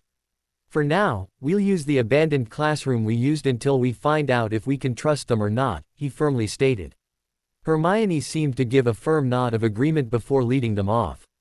She'd been referring to a hidden dueling room they'd discovered through the Marauders' map. Amelia had only just walked into the bullpen for the DMLE when she was almost besieged by Aurors all asking for her immediate attention. She quickly stuck 2 fingers into her mouth and used them to blow a piercing whistle. That shut everyone up. Right, she huffed. I'll have the currently available Master Aurors join me in my office. The rest of you, find something else to do until the Masters and I figure out what we're going to do next. Walking into her office, she was joined by Rufus Scrimgeour and the others. Finally sitting behind her desk, she moved the rack of memory vials Potter's elf had dropped there earlier to one side, sighed and turned her gaze on her deputy. All right, Rufus, let me have it. Without a word and pulling a clipboard from under his arm, the Master Auror referred to it and replied, Albus Dumbledore is in Interrogation Room 1. Minerva McGonagall, Severus Snape and Phileas Flitwick are in Interrogation Rooms 2, 3 and 4, respectively.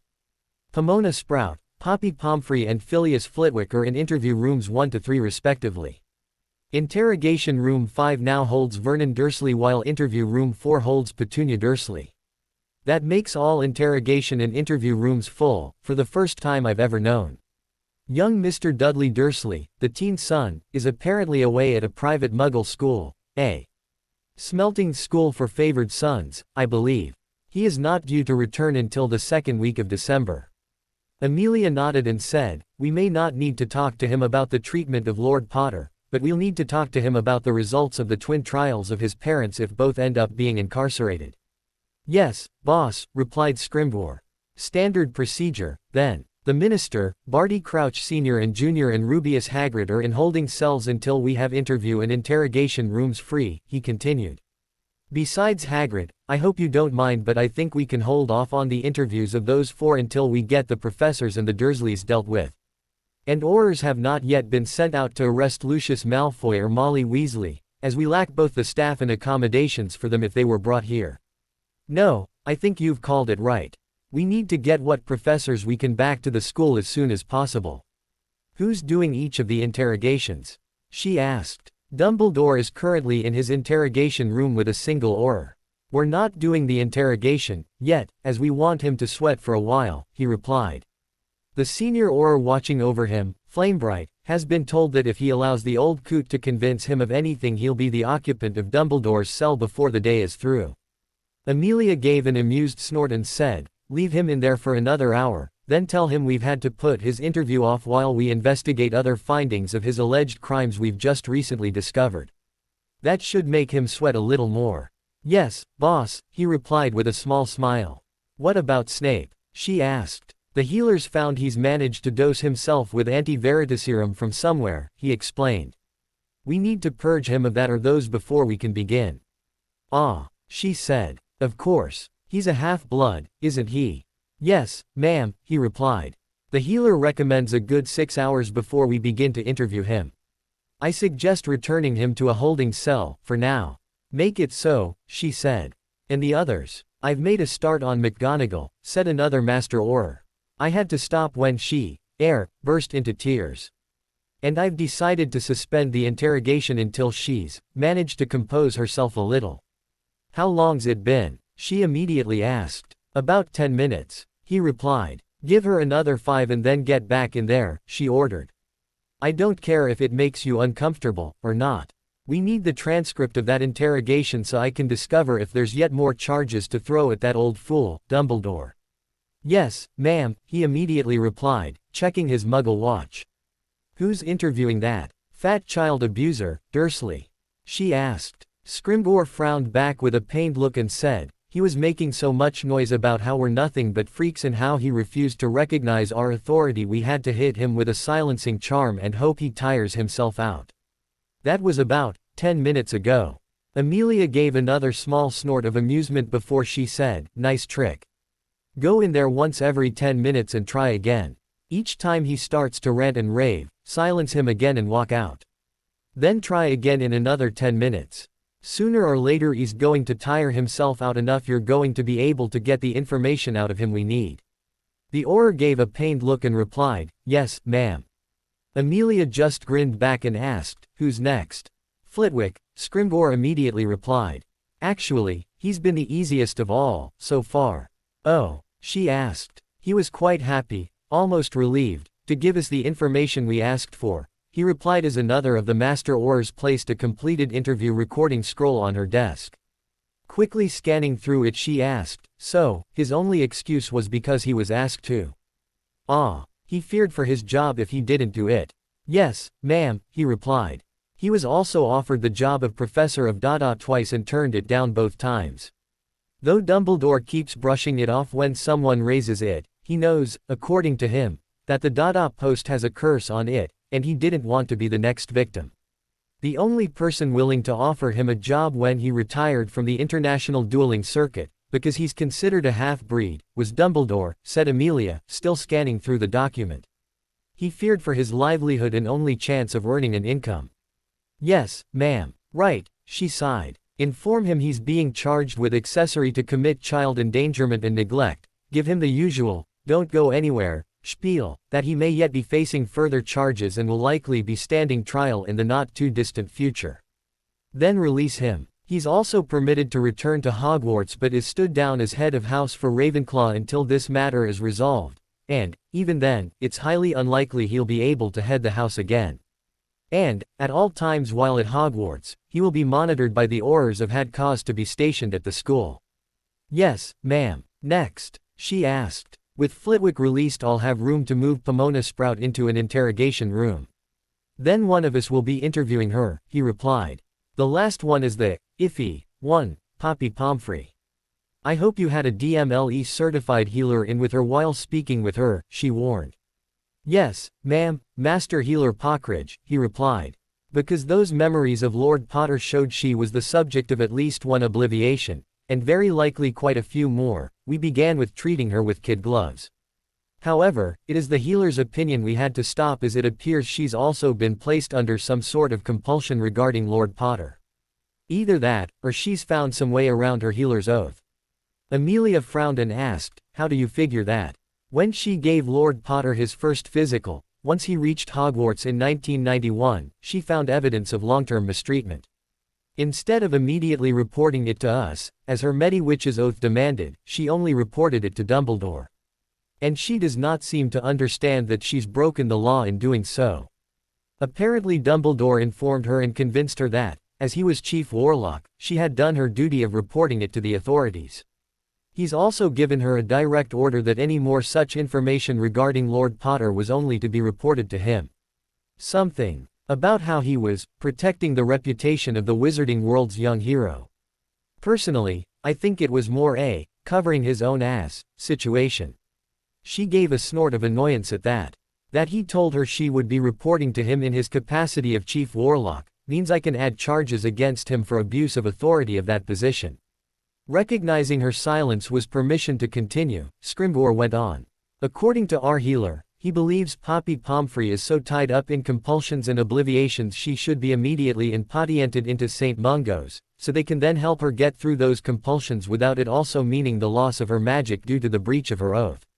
Amelia sat back, allowed her monocle to fall from her eye and brought her off hand up to massage the bridge of her nose. A few moments later she sat back up, reaffixed her monocle and said, "Right. Have her taken to the DMLE secure ward at St. Mungo's and have our healer see to her being treated. If it turns out she truly was not acting contrary to the law of her own volition, then we won't be charging her. However, once she's well enough to supply it, I want her full cooperation in bringing charges against Dumbledore and the rest of the staff." "Yes, ma'am," said Scrimgeour, making a note on his clipboard. "All right," she said. "Continue with the interrogations, as discussed. In the meantime, which of our Aurors has the best short-term memory?" "I think that would be young Auror second-class Tonks," he replied. Nodding back in agreement, she asked, "She on duty?" "No, ma'am," he replied. "However, she came in not too long ago because she thought she could help." "Where is she now?" "In with the Dursley woman stopping her from doing something stupid," he replied. "She's also monitoring a dictaquill that's writing down everything the woman has said. Replace her with another female Auror and send her to me," she ordered. "Anything you think I've missed?" "Sirius Black," he replied. Then immediately stepped forward and handed her a long roll of parchment. "Your written authority to remove the key on sight, and, dead or alive, orders. It's amended to only approach him if safe to do so and to inform him he's to immediately hand himself over to await proper trial if an Auror comes across him." "Ah, yes," she said, unrolling the parchment. As soon as she read it, she gave her senior-most Auror a smile and immediately affixed both her signature and stamp of office to it, before then re-rolling it and handing it back. "Execute it, immediately," she ordered.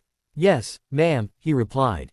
"Anything else?" she asked. When no one else said anything she said, "Then, you have your orders. You'd best be about it." Once her senior staff filed out to get on with the interviews and interrogations and to move Poppy Pomfrey to St. Mungo's, she drew out a great sheaf of parchment and put it on her desk. Then she began to head the top of each sheet with the same words as appeared on the labels of each memory strand vial. Amelia Bones was only about a third of the way through writing down the headings on what would become a written record of notes relating to each memory when there was a knock on her door. "Come," she barked. Marching in and coming to a halt almost exactly 5 feet in front of her ultimate boss's desk, Nymphadora Tonks quickly snapped off a salute and almost barked, "Auror second-class Nymphadora Tonks reporting as ordered, ma'am." "Sit down and relax, Auror," said Amelia, barely glancing up. Auror Tonks hesitated a moment before she stepped forward and sat on one of the 2 office chairs sitting before Bones's desk. As she did so, Amelia rose and walked to her office credenza. Opening a hidden drawer in what looked like fixed wainscoting, she drew out a pensieve and returned with it to her desk, placing it in the middle but to one side. Once it was placed, she returned to her seat and looked to the young Auror. "Auror Tonks, I've been informed you've the best short-term memory and observational skills in our current cadre," she said. "I have need of those skills, right now." When Tonks attempted to sit up even straighter than she already did, Amelia had to bury her desire to smirk back. She knew the promising young Auror before her knew it was a compliment. "You and I, Auror Tonks, are going to go through all these memories, one by one," she explained. "Then, after each memory is completed, we're going to come out of the pensieve and write down everything we saw of note, especially all the crimes that have been committed." "Understood." "Yes, ma'am," Tonks instantly replied. "It's similar to one of the exercises we did in the academy, when memories were taken of crime scenes." Amelia had forgotten they did that. And that they did that just for this sort of thing. But, she wasn't going to let the young Auror sitting before her know that. Nodding, she said, "Yes, this is going to be just like that. And you also need to know that some of these are going to include incidences of child abuse, including vicious beatings. Do you think you have the stomach for that?" With a firm and resolute countenance, Tonks immediately replied, "Yes, ma'am." "If you need a break at any time, let me know," instructed Amelia. "I won't think any less of you if you do." I dare say I'll be looking for breaks, too. And I've been at this a lot longer than you. Tonks stayed resolute and replied, yes, ma'am. Nodding once in recognition she'd heard her, Amelia started with the vials that began 1 month before the start of the school year in 1991. She thought she'd get to all the beatings and the like once she and her young Auror became comfortable working so close to each other and within the pensieve. She had no idea there were also beatings between Hogwarts years. That would come as a shock. As soon as Hermione found the abandoned classroom they'd been using to ready Harry for the first task, or, at least that's what she thought they were doing, she almost forcefully shoved Harry into a chair before beginning to pace in front of it while ranting away. She never noticed the 2 Aurors followed them in and, again, stood either side of the door. I can't believe those two witches, she snarled. Spinning about to stare at Harry she asked, do you know what they did and said to me as soon as they caught up with me in our room? Of course not, Hermione, he calmly replied. I was. You weren't there, she interrupted. That cow, Brown, had the audacity, the sheer gall, to demand I tell her everything about you and what you'd done. When I refused, she and Potter drew their wands on me and threatened me. As soon as the senior Auror heard that he glanced to his junior female partner, who was now looking back, and flicked his chin in the direction of the door. The junior Auror gave a curt nod and ducked back out of the room. Hermione didn't notice, but Harry did. He just didn't let on he did as he knew what that suddenly disappearing Auror was about to do. He felt Hermione might react very badly if she heard about it before it was all over and done. That afternoon the staff of Hogwarts who had been taken away by Aurors of the DMLE began to return. First back was Phileas Flitwick, soon followed by Pomona Sprout and Minerva McGonagall together, with a very morose Rubeus Hagrid following not too far behind.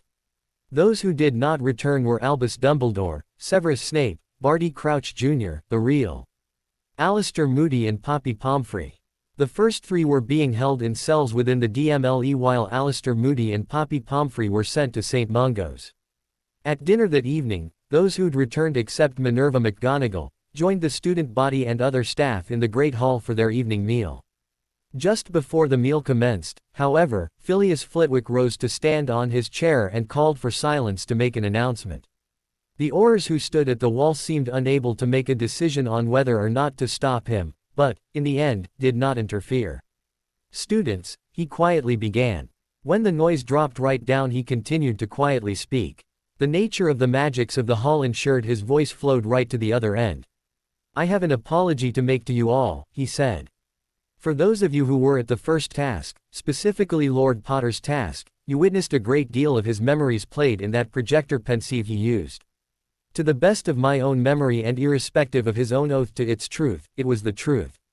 I currently face charges relating to my part in setting up those so-called traps in the 3rd floor corridor back in 1991. That is, from the memory Lord Potter played where he and his 2 friends had to get past them to save the stone from being stolen by a possessed Professor Quirrell. That had a few students, especially in Ravenclaw, gasp in surprise and begin muttering between themselves.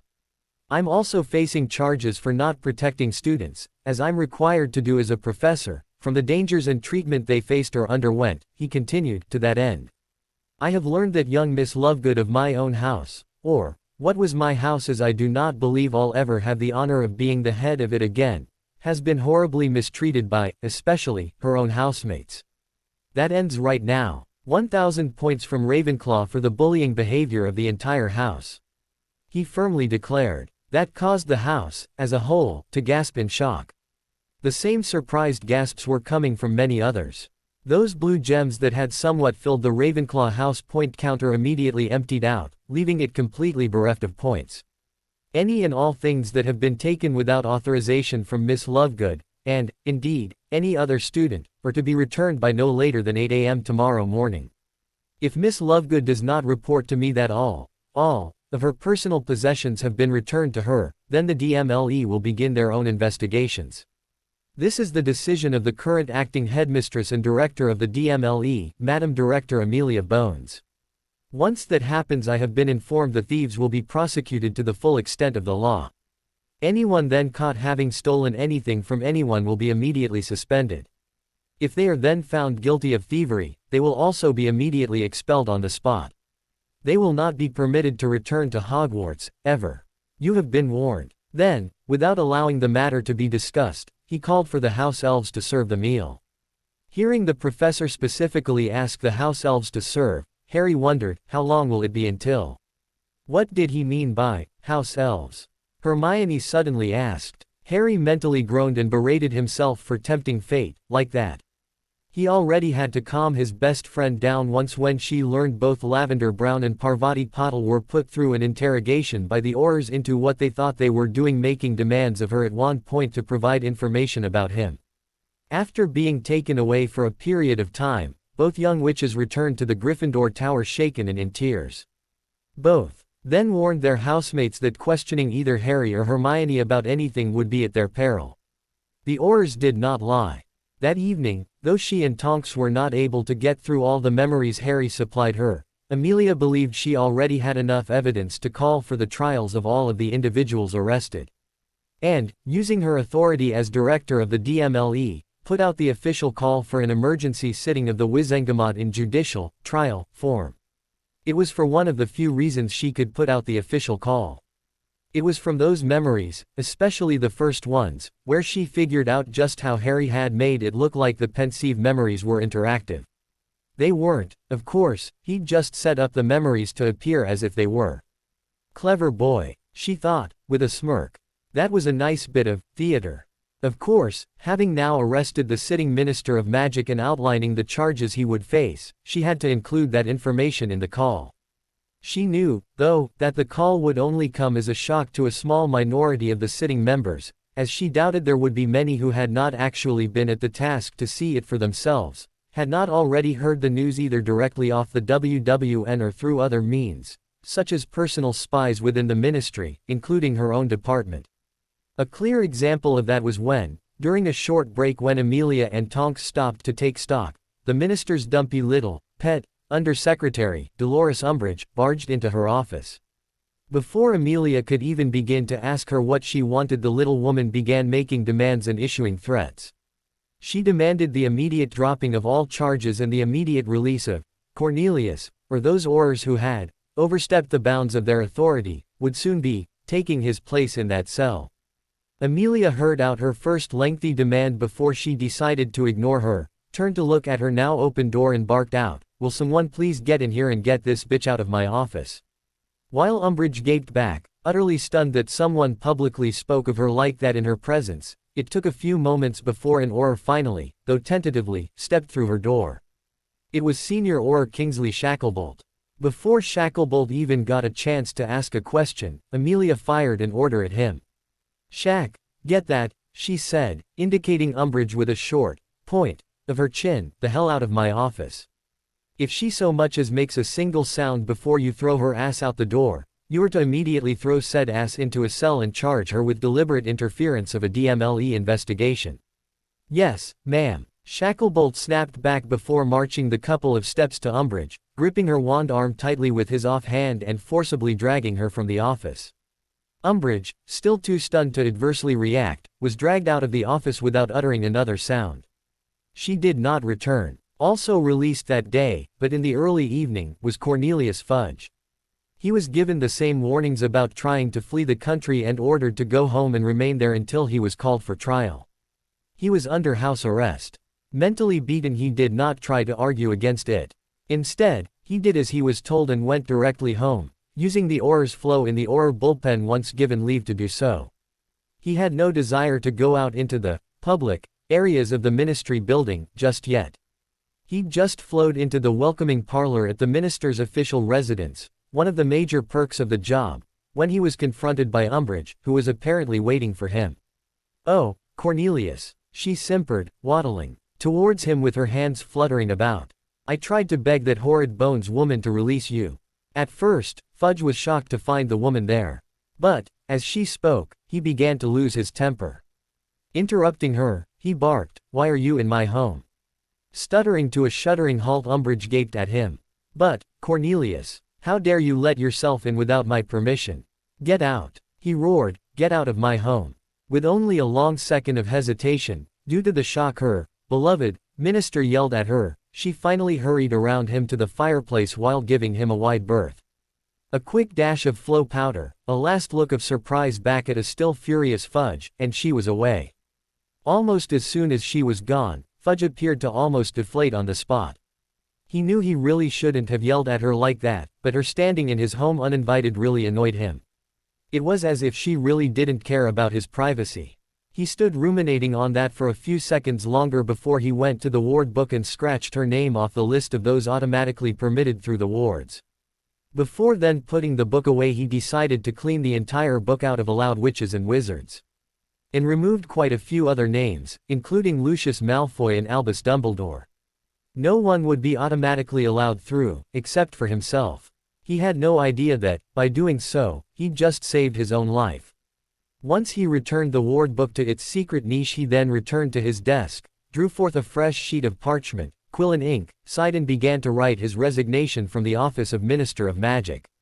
It was either that, or wait a mere day or two before he'd be tossed out of the job. He had no doubt of that. As soon as he finished writing the resignation letter and sending it to his own, now, office staff, he ordered the ministerial residence elves to begin packing his personal effects and moving them to his secret, bolt-hole, escape home on the Isle of Man. Harry had taken time to explain to Hermione the symbiotic relationship between witches and wizards and house elves, but she still leapt to the false conclusion they were beeps, as he expected. Once the earnest debate between the two of them wound down for the moment, they were soon joined by Fleur Delacour, the Beauxbatons, champion, and, Harry had learned, Vila. Monsieur Potier, she said, to gain Harry and Hermione's attention. Looking up, Harry, pleased to have been interrupted, asked, "Yes, Mademoiselle Delacour." She gestured to the seat opposite and asked, "May I?" "Of course," he immediately replied. "It was rude of me not to have offered you a seat already." As the Beauxbatons witch stepped over the bench opposite, to then sit daintily thereon, he asked, "What can I do for you, Mademoiselle Delacour?" "Well," she smirked, "can you first introduce your friend?" and gestured to a slightly scowling Hermione. "My apologies," he immediately returned. "Mademoiselle Delacour, this is Miss Hermione Granger." Then turning to Hermione, he said, "Hermione, this is Mademoiselle Fleur Delacour." Reaching over with her hand held for a woman's handshake, Fleur said, "Please, call me Fleur." "Hermione," said Hermione, taking the hand and giving it a curt shake. Hermione barely masked her irritation. Her discussion with Harry was interrupted. Recognizing and used to how other non-Vila witches would sometimes interact with her, Fleur chose to ignore it. "Thank you," she said. Turning to Harry, she said, "Now, Mr. Potier." Harry firmly interrupted. "Ari, then," she said, with a slight nod back. "And, please, call me Fleur." Harry gave a nod back. "Ari, I came to offer you an apology," she said. "Actually, 2 apologies." "Oh?" he warily asked. "Oui," she replied. "I owe you an apology from the night your name came out of the goblet of Fyr. I made a disparaging remark about how you were just a little boy. That was both rude of me and uncalled for. For that, I apologize. And, secondly," she said, cutting Harry off before he could respond, "I also owe you an apology for today. It was my original belief that your way to acquire your egg and complete your task was a direct beletling of we other champions. I now know that was not the case. For that, too, I apologize." Harry heard her out and thought about how to respond before he actually did. The real Harry was not as knee-jerk as the Harry he had been playing until today. And he now had to remember not to be that false Harry he'd been playing for so long as a role. Eventually, he gave a nod and said, "Both apologies are accepted in the spirit in which they were given, Miss Delacour." She hesitated a moment, expecting Harry to say more. But, when he didn't, she gave a slight nod and said, "Thank you." Again, she hesitated before she added, "I hope that you would now consider me a friend." "If you wish," he replied. She again hesitated before she said, "I shall leave you to your meal." Then rose, stepped back over the bench seat and made her way back to the Ravenclaw table. Once she'd left hearing range, Hermione quietly said, "You could have invited her to join us, you know." "I could have, yes," he replied. "However, just because she apologized does not mean I've yet forgiven her for her remarks. Give me at least a day to come to terms with that, all right?" Hermione nodded and said, "All right, Harry. Now, about these house elves." "Hermione," he firmly cut her off. "Clearly, me explaining the relationship between house elves and wizard kind is not getting through to you.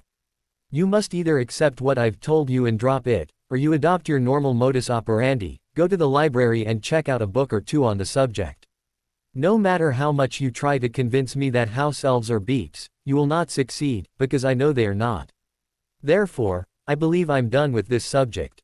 Though she initially recoiled in shock that Harry had cut her off, she rallied and said, "All right, Harry. I can do that. And when I learn that house elves are, indeed, beeps." With a frustrated sigh, he said, "As I know you will not discover that, your question is moot. Will you drop it when you learn I'm right?" Sadly, she said, "I don't know." "Then I'll make it easier for you to understand, Hermione," he firmly said. "I will not allow you to continue to browbeat me about any subject. And that includes about your erroneous opinion on the status of house elves. If you harp on about it any more, you will be putting our friendship at risk." When Hermione appeared shocked by what he said, he continued, "Remember, Hermione, the Harry you thought you knew was only a role I was playing to hide who I truly am. As there is no longer a need to, I will no longer be playing that role. You need to understand and accept that. That is, the real Harry, likes you when you're not trying to force me to comply with your oft-times unreasonable demands. You need to figure out whether or not you like the real Harry. And you need to come to terms with that if you don't." Hermione thought hard about that before she quietly, even meekly, asked, "Do you think I'm going to like the real Harry?" "If you're able to somewhat curb your demands of him, yes," he replied. "It's up to you." She sighed and gave a nod back. She just hoped the real Harry was someone she really liked. She had no idea what she'd do if he wasn't. She knew Hogwarts would become a lonely existence if she didn't. Also returning home that evening was Molly Weasley. She was brought back by her husband, Arthur. As soon as they had both stepped through into the living room at the Burrow, the Weasley family home in Ottery Street Catchpole, Arthur was straight into asking his wife his own questions. "All right, Molly," he began. "First, I'm invoking head of family privileges and command." Molly turned to him in shock. "Arthur," she worriedly asked, "I know the gist of what you told the Aurors when they interrogated you, this afternoon. But I want the truth out of you, without any dissembling." When he saw she understood he asked, "Were you on the Muggle side of platform 9 3/4 at King's Cross for Ron's first year at Hogwarts waiting for young Harry Potter to arrive?" "Arthur, what a horrid thing to say," she tried. "Answer me," he barked. "Were you on the Muggle side of platform 9 3/4 that year waiting for young Harry Potter to arrive?" "Yes," she fearfully exclaimed. "Dumbledore alerted me to how young Harry might not know how to get onto the platform and asked me to keep an eye out for him," she replied, somewhat fearful. "Has he ever asked you to wait there for any other student?" he demanded. "No, just young Harry," she immediately replied. "And that hasn't rung any ward alarms for you? That he's only ever asked you to assist young Harry?" "No," she replied. "And why did you break the statute of secrecy in the process?" he asked. "I thought, if he heard me mention Muggles and have Ginny mention platform 9 3/4, it would attract him to us. And why didn't you cast a Muggle notice me not charm on yourself and the kids before you did that?"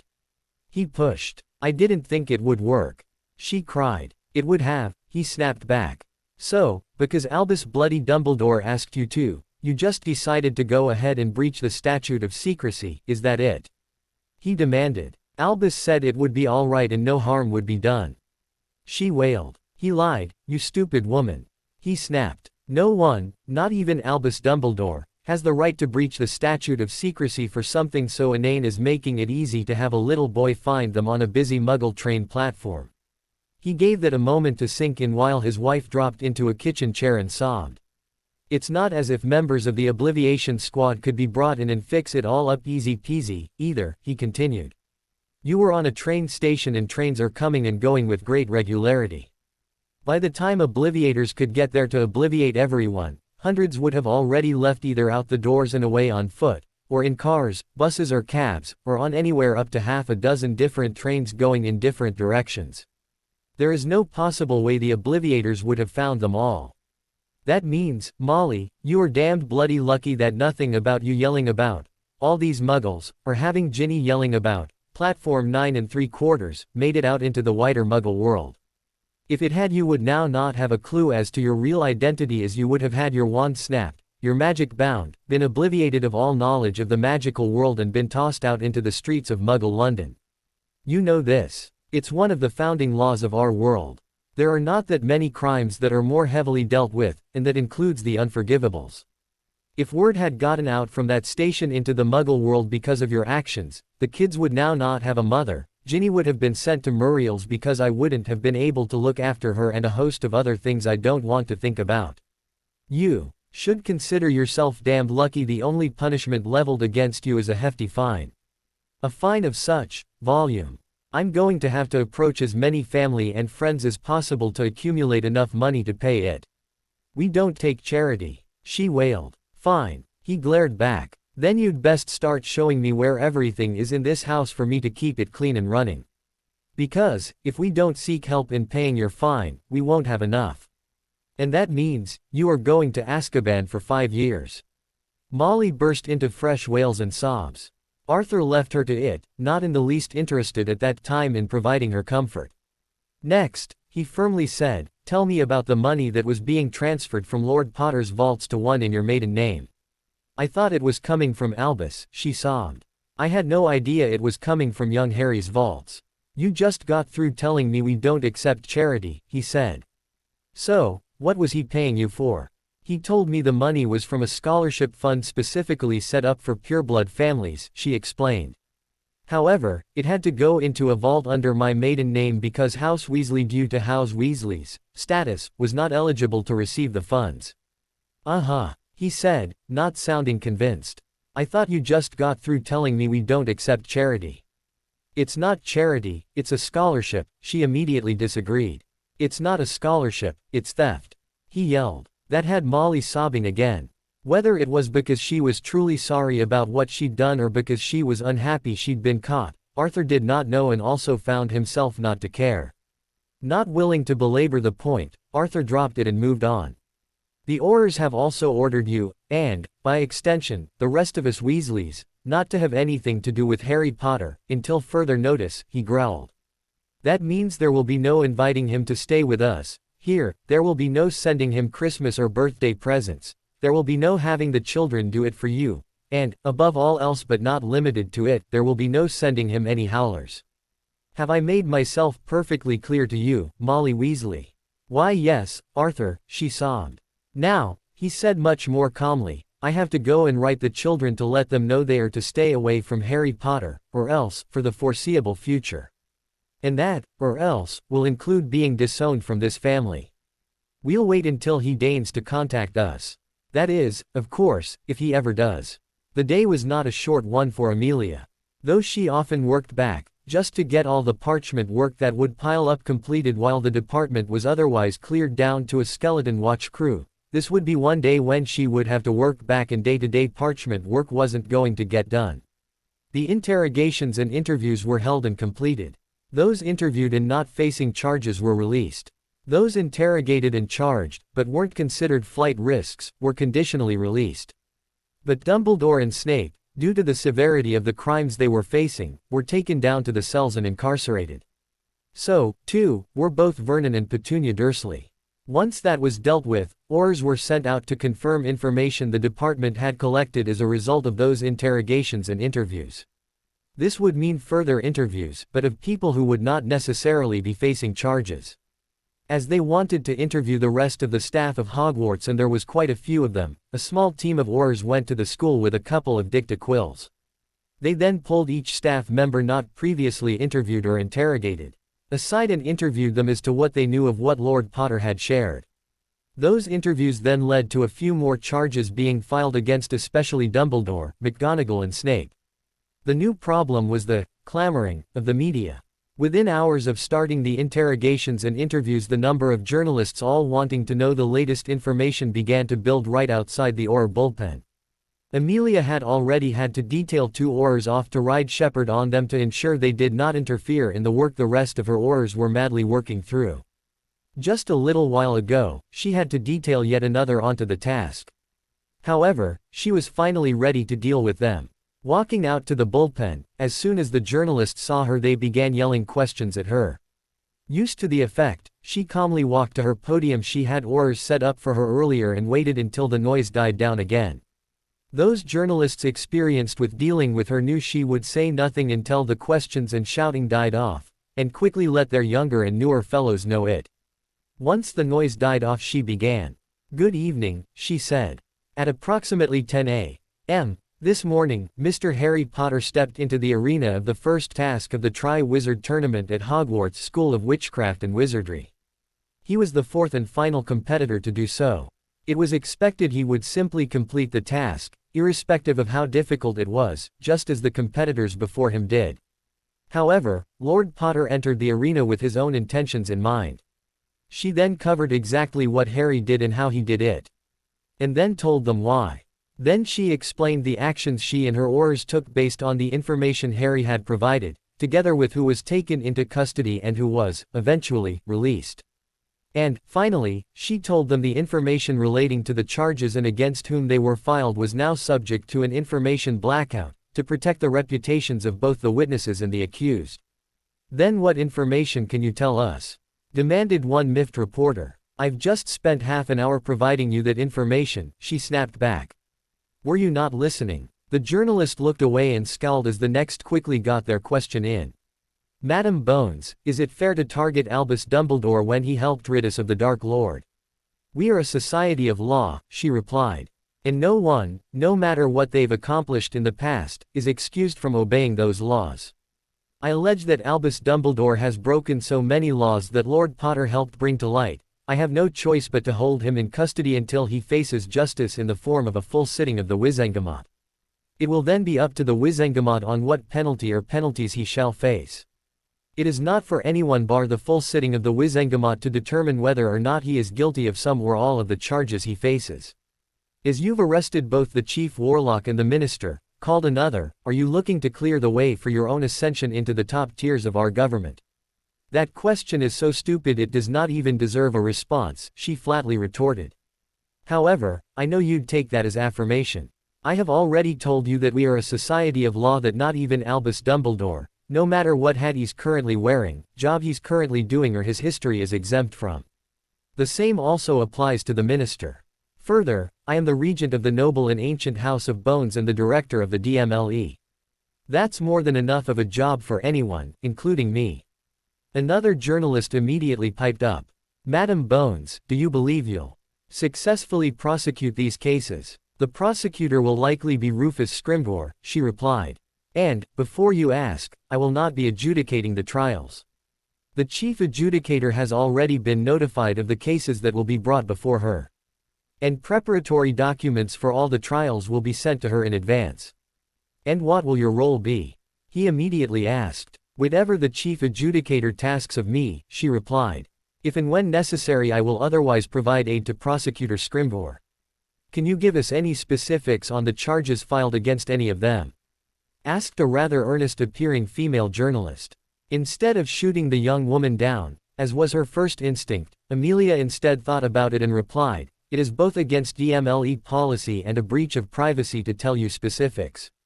However, if you were at the first task of the tournament you'd have a pretty good idea what many of those charges will be." Shifting her attention from the one young woman to the gaggle at large she said, "Now, you'll need to excuse me. While my Aurors and I have completed the initial interviews and interrogations there is still a great deal more work to do. And I need to get back to it." Without waiting to see if the journalists would allow her to leave, and knowing they otherwise wouldn't, she turned and walked back to her office. Those who hadn't had time to get in their questions tried shouting them to her as she left, without success. They knew they wouldn't get their answers, as she never answered any question once she determined the doorstop interview was over, but they always tried anyway. At Hogwarts, Hermione Granger was having her own issues. The first was discovering that her favorite professor, Minerva McGonagall, and the man she near idolized, Albus Dumbledore, were not deserving of her favoritism or idolization after all. And the second was being forcefully informed, by the boy himself, that he, Harry Potter, was not the boy she thought he was, either.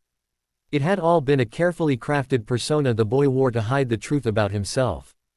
That he did it, not to hide from her but from Albus Dumbledore, was beside the point. She knew she shouldn't take it as a personal affront as she fully understood why he did it, but it still hurt a little. The Harry Potter she thought she knew wasn't real, just as the Harry Potter that was supposedly written about in those fanciful tales about his childhood wasn't real either.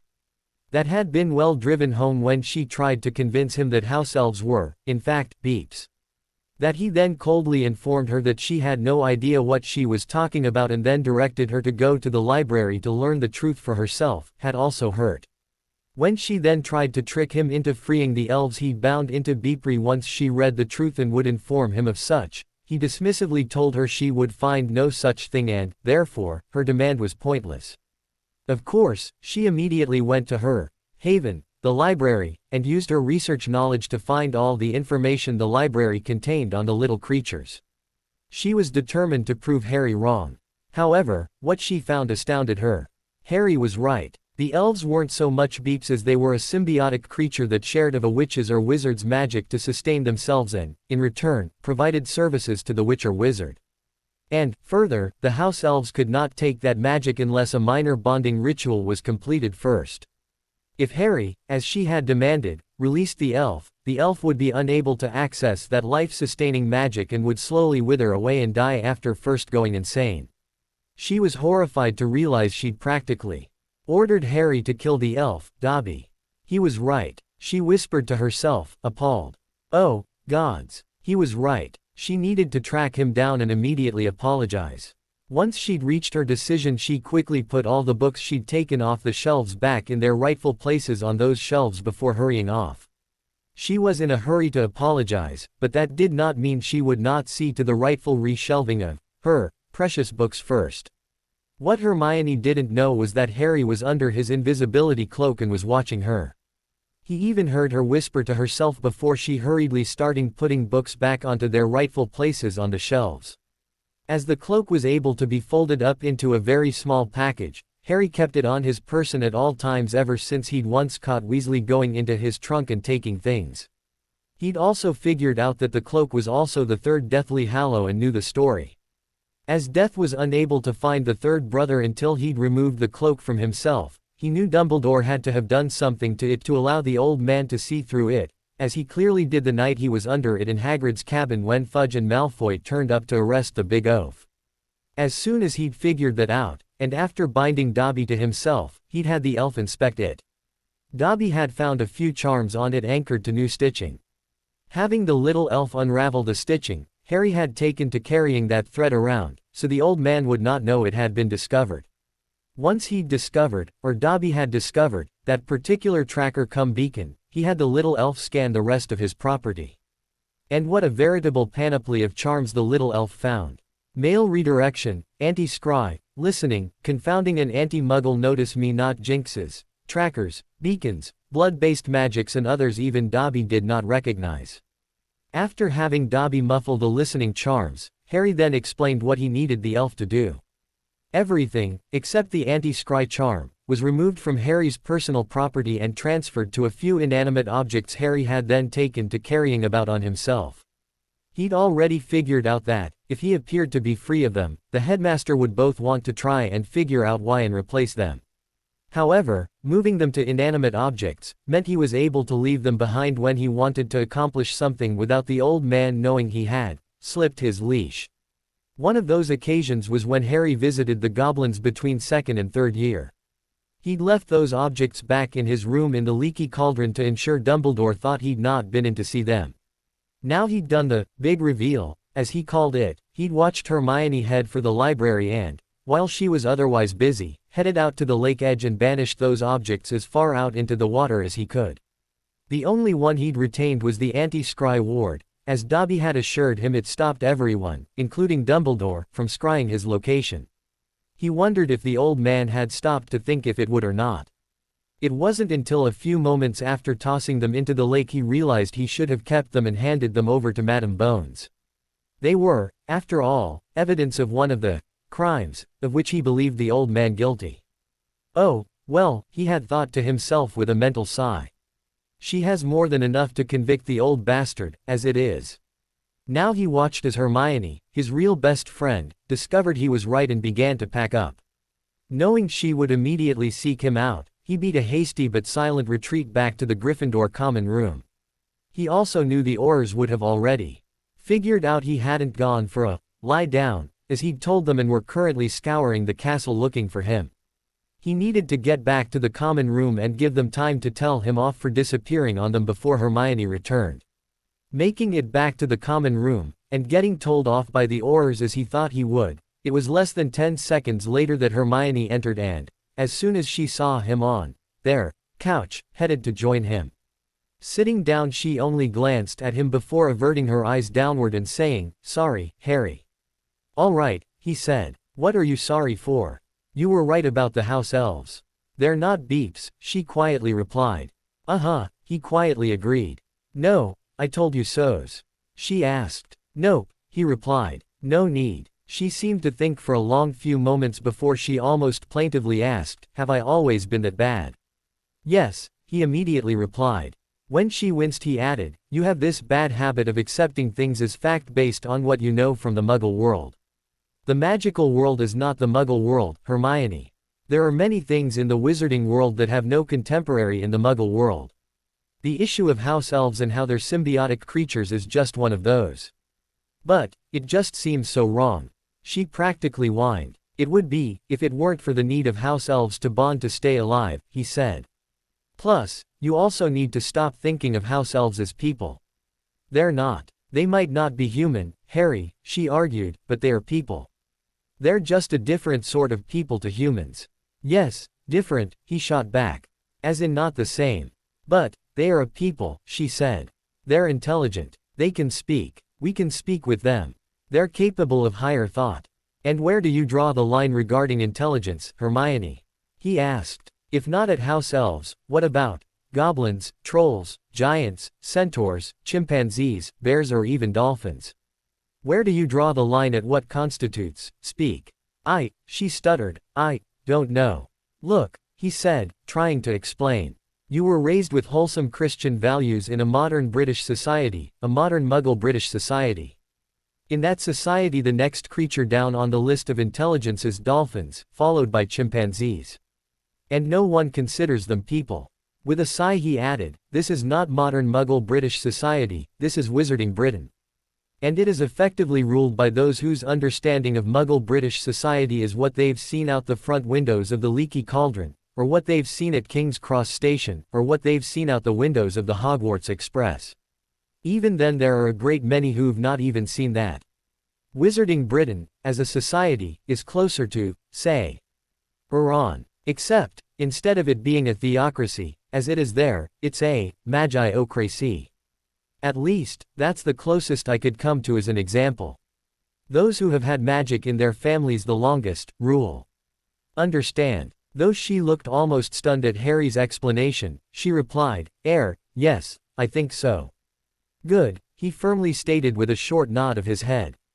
"Because, your oft-times negative attitude to certain traditions of the magical world offends those raised in this world. And, it's not that they don't know any better, either. It's that they detest someone, like you, coming into their world and trying to force them to change. That attitude is no different than Muslims coming to Britain and trying to force everyone to start obeying Sharia law." She thought about that for a few long seconds before she adopted a glum expression and asked, "Is that why some, like Malfoy, treat me so horribly?" "That's part of it, yes," he replied. "But, Malfoy would still hate you, anyway.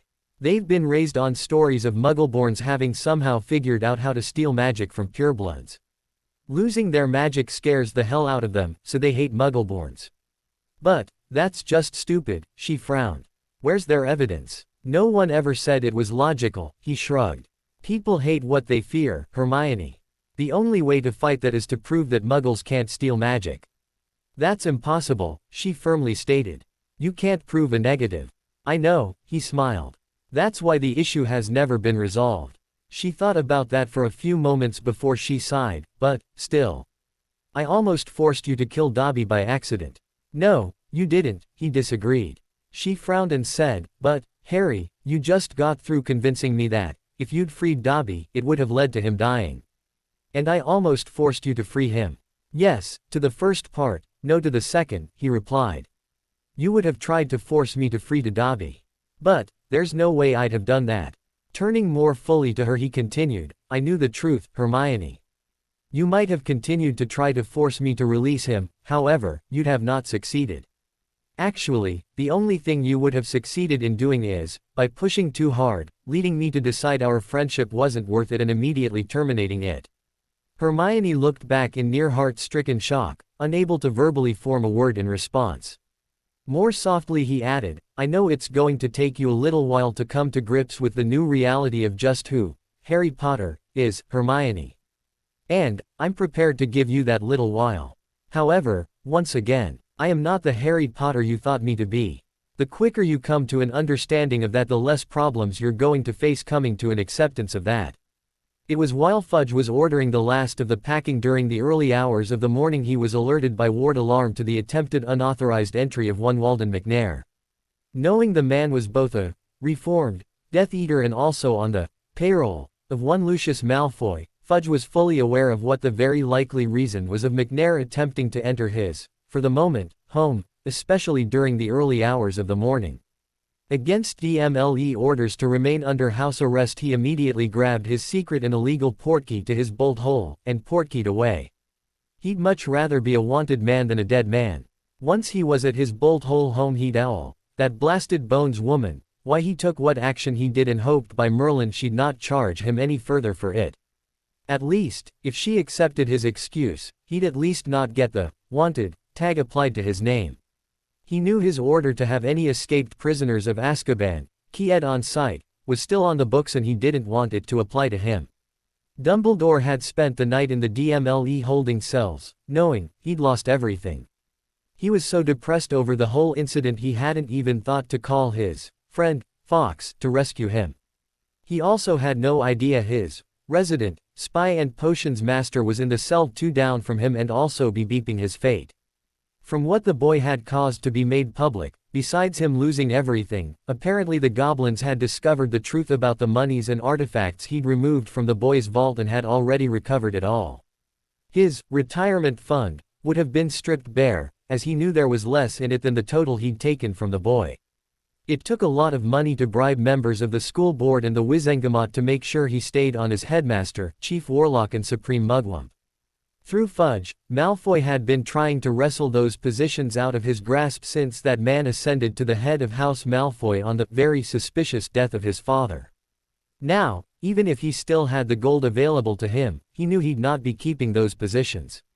He'd now be Mr. Dumbledore, once more. He'd not been Mr. Dumbledore since well before the war with Grindelwald. Since the late 1920s he'd been at least Professor Dumbledore. And that was 70 years ago. There was nothing he could do about that. Young Harry had well and truly fooled him these past few years and, as attested by the questions the Bones woman had asked him during his second interrogation, had provided her even more evidence of his illegal acts through those blasted memories of his. He'd used his best skills at dissembling interlocution and she'd fallen for none of it. Every time he tried to lead her away from the truth by leading her to make false assumptions, his usual method, she'd simply demanded he directly answer her question or be ready to be dosed with Veritaserum. She allowed him no wiggle room whatsoever. He'd miscalculated when he demanded to be released or charged, because she did just that, charged him. It was only a couple hours earlier when she'd informed him his trial was already being arranged and he would not be released until that trial, and, even then, only if they somehow found him innocent of all charges. Even he knew the chances of that currently rated at highly unlikely. In order to try and get some level of control of the message, he needed out and to be in contact with the media. That, though, was not going to happen. While he was being held in isolation, people, especially the media, were in control of the information and were acting both without his guidance and ability to get ahead of things. As such he could not offer rebuttal. It was maddening. Over at Riddle Manor, the current hiding place of the recently, partially reborn, Dark Lord Voldemort, said Dark Lord was trying to use his very undersized and weak arms to read that morning's copy of the Daily Prophet. He had seen what was reported about the Potter boys' play of the first task and couldn't make heads or tails of why he did it. It confused him as to the boy's motives, and that was a situation he was uncomfortable with. From the articles, the way Potter went about it demonstrated a very cunning Slytherin mindset. He had a firmly captive audience and, apparently, no time limit. And then used both that captive audience and unlimited time to utterly destroy the reputations of the senior staff of Hogwarts, especially that of that muggle-loving fool, Dumbledore, the Minister of Magic himself, plus 2 directors of ministry departments.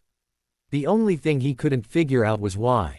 Nor did he know what the boy's actions would mean for his plan to have him at the graveyard the following June.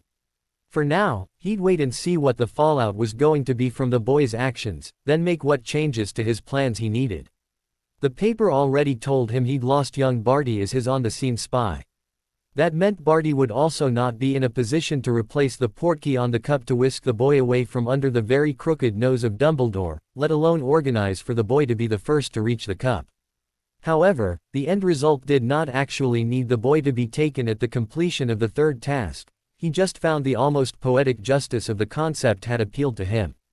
Barty wasn't that much of a loss as, due to the inherent danger of his task, the information about why he was at Hogwarts was protected by both a Fidelius and a compulsion charm.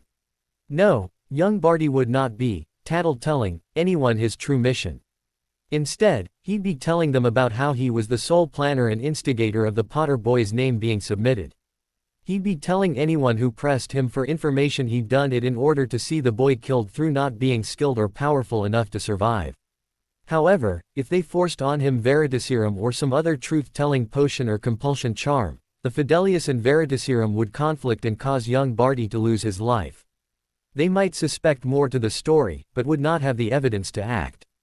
Instead, how he managed to get free of the prison in the first place would be promoted. In that way, Voldemort hoped the DMLE would be misdirected into investigating only that and not the plan for Potter. Now they had a red herring to follow. At Hogwarts, Minerva McGonagall had spent the time since her return to the castle, including deep into the night, in personal reflection. After taking her breakfast in her rooms the next morning, she finally decided she now needed to speak to someone and used her flow to contact her best friend and fellow professor, Phileas Flitwick. Taking a deep breath to steel her fortitude, she dashed a pinch of flow powder into the fireplace. "Hogwarts, Charm's office," she firmly called. Kneeling as soon the flames turned green and sticking her head within, she tentatively called, "Phileas. Are you there?" Stepping into sight from the side, Flitwick quietly but firmly said, "Step through, Minerva." The way he worded it sounded almost like an order. However, with her mind elsewhere, McGonagall didn't recognize it and simply stepped through. Almost relieved, she stepped in and almost immediately stepped out into her friend's office. "Thank you for seeing me, Phileas," she said. As she was talking, Flitwick was walking around his desk to sit in his elevated office chair. Then gestured to one of the chairs opposite and said, "Take a seat, Minerva."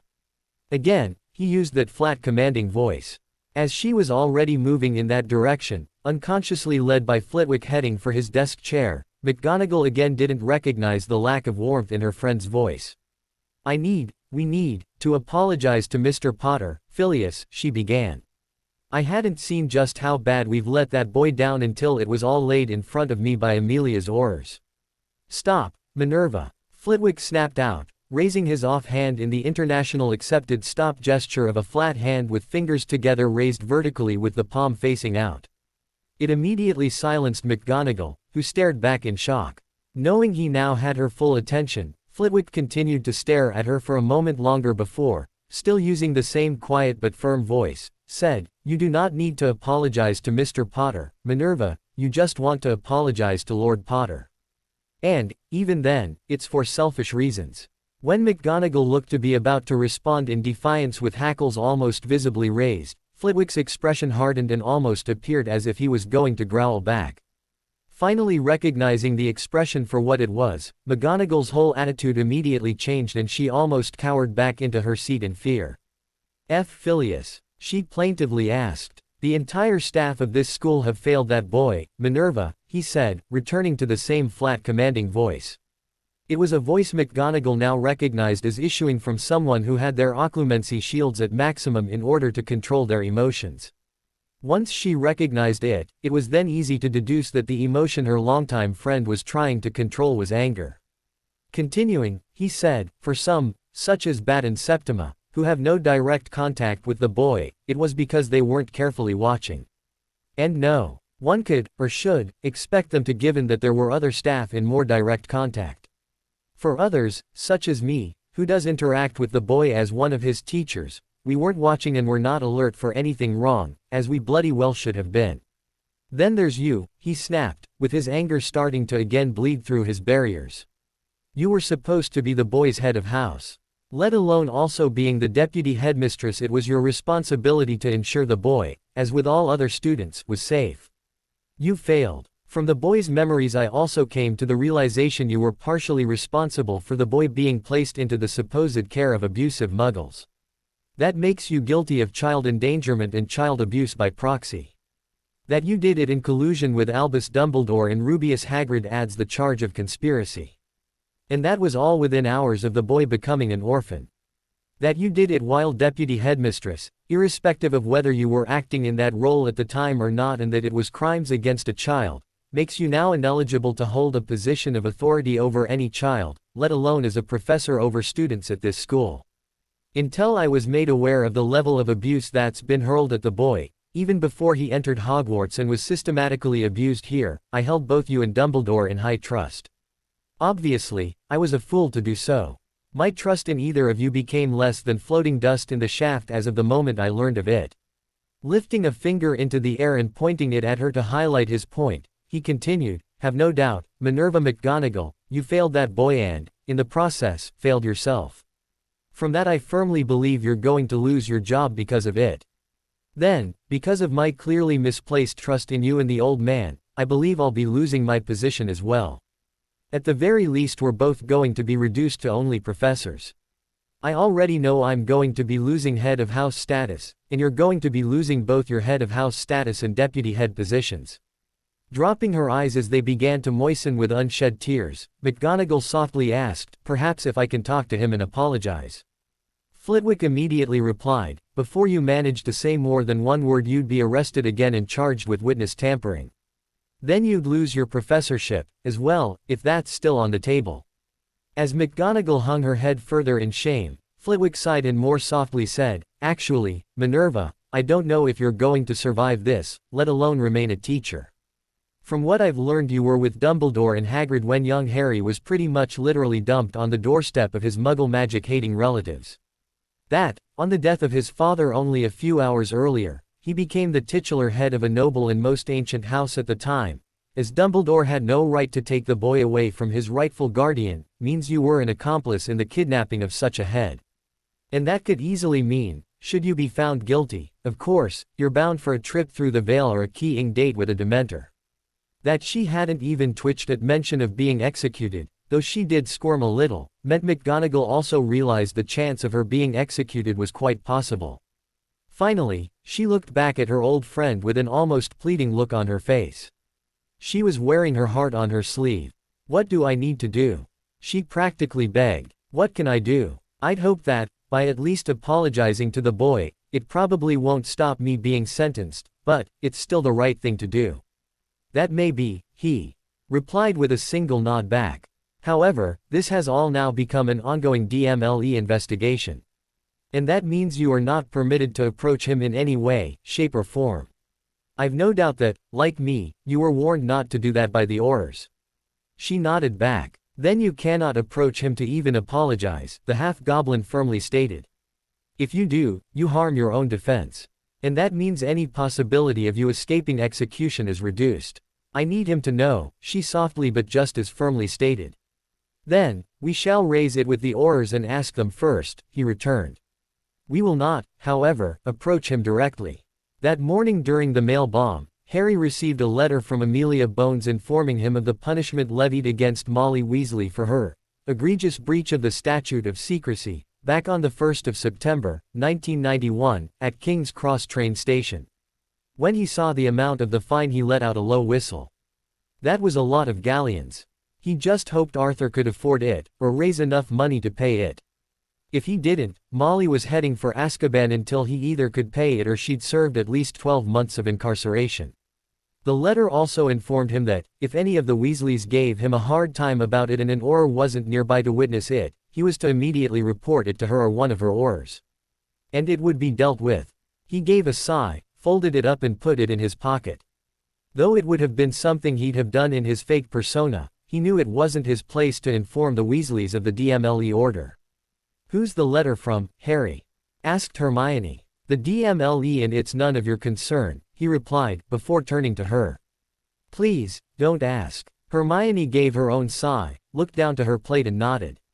After he felt he'd finally gotten through to Hermione about the house elves, he hoped, the previous night, Harry went in search of Neville. He found the boy in the house common room reading a book on, it appeared, plants of the Mediterranean. "Neville," he called, getting the other boy's attention. "Yeah, Harry?" asked the other boy, setting his book aside. "You and I need to talk," he replied. He gestured to the common room door and said, "Mind stepping outside with me and going for a walk?" Giving a firm nod back, the other boy said, "Sure, Harry," and set his book onto the alongside side table and stood, heading over. Leading the way outside and down the corridor a bit, Neville followed and remained silent until Harry began to speak quite a few dozen feet away from the common room entrance. "Neville, I need you to answer some questions I have, honestly and without quibble. I do not need nor want excuses, just explanations. Can you do that for me?" The only thing that made Neville pause before giving an automatic response was the intensity of his friend's questions and the look of seriousness on the other boy's face. He was a moment before he firmly stated back, "Yes, Harry." Harry only gave a firm nod before he turned to look more directly at his dorm mate's face. "Both of us have been at this school, as dorm mates, for a little over 3 years now. In that time you could not help but notice I have been dressed in little more than hand-me-down rags. I've been clearly undernourished and I have scars on my body a normal child, wizard or muggle, should never have. The houses of Longbottom and Potter are supposed to be allied. So, my question is, why have you never said anything about that? Why have you not at least raised it with me?" Neville, heir Longbottom, knew to his very bones this was a very important question and required a very well-considered response. He knew this question would come one day and knew the alliance would hinge on his answer. Therefore, above any other questions that might one day be asked of him, he had thought long and hard about how he would answer this one. With conviction, he looked his mate directly in the eye and firmly but quietly replied, "The day I first saw you once you'd returned to Wizarding World, the 1st of September 1991, I knew something was wrong concerning you. Yes, I noticed you were scrawny and appeared underfed. I also noticed your clothing appeared oversized and, as you put it, hand-me-downs. That, alone, worried me. That night I wrote to my gran about you and what I noticed. I sought her advice. However, before she replied back in that very night, I then saw you for the first time in only your briefs and noticed the scarring, so I sent a second letter the very next morning about that, too. Less than an hour later I received a letter from Gran at breakfast, answering the first letter, where she told me I was not to do or say anything unless you directly asked. She told me it was not my place to do so." Neville turned to look away, clearly ashamed at that, and sighed. "I was angry when I read that." Turning to look back with an expression of both remembered anger and frustration he continued, "But I was hoping her response to my second letter would change her instruction. It didn't. Her response to my second letter arrived the next morning during the normal owl delivery time. I'd eagerly opened it, expecting just such a change. However, she again instructed me to do and say nothing." Neville had stopped walking at that point. His eyes had lost focus, staring at the floor a dozen feet ahead of him. His whole body stood tense with fists clenched as his magic began to manifest in a slight aura about himself. Harry stood a few feet away to the side and carefully watched his friend. He now knew it was not his friend's fault he'd never spoken up when he knew he should have. But he also knew the other boy had to work his way through it on his own. "I couldn't believe, she told me that," Neville almost spat. "I tried, again and again, to convince her I had to step in and talk to you about it, or at least coming and talking to you about it herself, but she kept telling me to stay out of it. Eventually, after about our 10th time of me writing her and begging her to let me step in, she wrote and told me, no, and that I was to immediately drop the subject. I was furious, but she's regent and I couldn't go against her. However, I definitely gave her a serve about it at Yule that first year.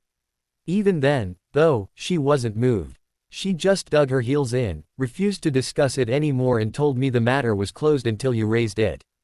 Harry thought about that for quite a while before he gave a nod to himself and said, "Then, please inform your grandmother, Regent Augusta Longbottom of Longbottom, that I, Lord Harrison James Potter of Potter and rightful head of the House of Potter, hereby inform her that as long as she remains Regent of the House of Longbottom the long-standing alliance between our houses is hereby suspended for cause. And that said cause is a direct result of her failure to act when informed of obvious problems relating to then heir Potter by heir Longbottom and when repeatedly encouraged to do so by heir Longbottom. Lord Potter considers her lack of action as a direct betrayal of the principles of the alliance, if not the actual wording. And, therefore, sees her lack of action as a betrayal of the House of Potter." Neville froze in place and stared at Harry in shock. You. Yes, me, Neville," said Harry. He hadn't raised his voice. He'd just spoken in a quiet voice without much inflection and without even anger or vindictiveness. His voice was just, firm. "Grand's going to kill me," Neville near beeped. "The fault does not lie with you, heir Longbottom," Harry disagreed. "The fault lies entirely with her. She did not act as she should have done, as you tried to get her to allow you to do. What you tried to do was the right thing, what she did was not. She should be thankful that, due to your response to my question, I did not dissolve the alliance completely, only suspended it." "She's not going to see it that way," Neville shook his head and sighed. "Then send her to me and I'll deal with her," said Harry. "You honored the alliance by letting me know as soon as you could. At the earliest you were restricted to by your regent. That is, you told me as soon as I asked you about it. And you were straightforward and honest with me. Your regent, your gran, is the one entirely at fault. As of now explained, if I had thought you had somehow or for some reason decided to keep me ignorant, I would have immediately terminated the alliance in its entirety. She should be thankful that, by your words and actions, I have only suspended it. And then, I've only suspended it until such time as she is no longer your regent. If she wants me to remove the suspension she'll need to step down as your regent and allow you to take up the headship of your house. I will not remove it until then." "Oh, Merlin," the other boy beeped. Suddenly he squared his shoulders and looked more fully into Harry's eyes. "I shall contact Regent Longbottom at my earliest opportunity and ensure she is informed of your decision." Harry smiled back and said, "Good man. And, if you need my help in writing down exactly what words you should use, find me and I'll help. After all, we definitely do not want her to have the wrong impression, do we?" "No, we do not," replied Neville, a lot more serious about it than Harry was about asking it. Heading for lunch, as soon as Harry walked into the great hall he noticed there were a couple of new faces sitting at the head table. They seemed to be waiting and watching for something. As soon as it appeared pretty much all students were sitting at the house tables, quietly eating and or discussing who was sitting at the head table among themselves. One of the two, an older gentleman, rose from his chair and made his way to the lectern Dumbledore often used for his announcements. By the time he arrived behind it and looked about the hall, most students had quietened right down, with only a low murmuring coming from those still softly talking between themselves while keeping an eye on him. "Students," he quietly but firmly began, before pausing as the remaining noise dimmed down to almost silence. "Students, for those who do not know me, I am Bartwinkle Creston. And I am the chair wizard of the school board of governors." He gave that a few moments to sink in before he continued. "Like the vast majority of you, I'm sure, I was shocked at the information Lord Potter brought to light during his attempt at the first task of the Triwizard tournament yesterday. There was so much information, in fact, that many of us, including myself, have not had time to reconcile what we learned with what we thought we knew. However, of what we've now come to know as true, it is sufficient for the board to determine that we will be allowing, without dissent, the DMLE to complete their full and ongoing investigations before we reach a final determination as to what changes need to be brought in here, at Hogwarts. However, that does not mean we are not going to act on what we already know. First, Madame Bones's assuming acting headmistress of Hogwarts for the duration of the investigation is supported by the board, irrespective of her assuming control of the school and its grounds as part of her remit as senior investigator of the DMLE investigation of crime on the grounds. Albus Dumbledore and Minerva McGonagall are suspended as headmaster and deputy headmistress, respectively. Second, all head of house positions are suspended for the duration. And, until such time as we, the school board, are satisfied, such positions will not exist. Even then, changes are very likely to occur. Third, all staff charged or otherwise under investigation by the DMLE have their positions as professors of Hogwarts suspended until such time as they are cleared by the DMLE to resume their positions. Even then, as with the head of house positions, changes are likely to occur.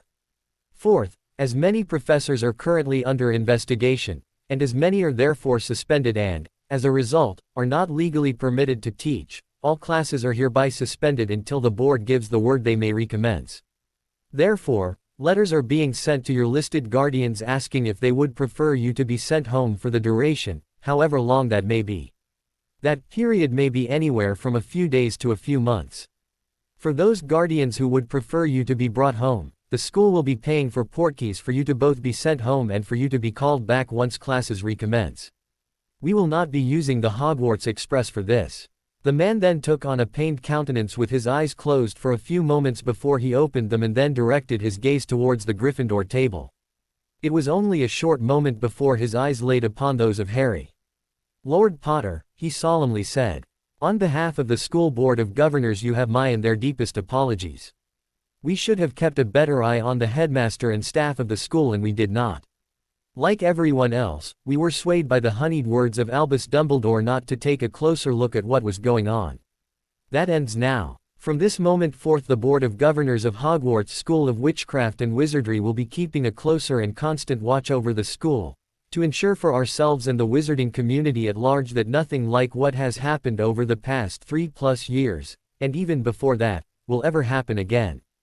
No longer will the headmaster or headmistress, whoever they may be, have carte blanche to act without all such actions being subject to board overview or review. You have our word." Harry thought about that for a few moments before he gave the slightest of shrugs and a simple nod back.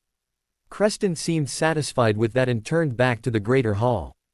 "And, finally, on behalf of the Board of Governors of Hogwarts School of Witchcraft and Wizardry I apologize to our visiting guests from Durmstrang Institute and Beauxbaton's Academy of Magic. You came for what should have been a friendly competition between our three schools. And, instead, have quickly found yourselves embroiled in what I believe would have to be the greatest scandal our school has seen in its entire 1,000-year history.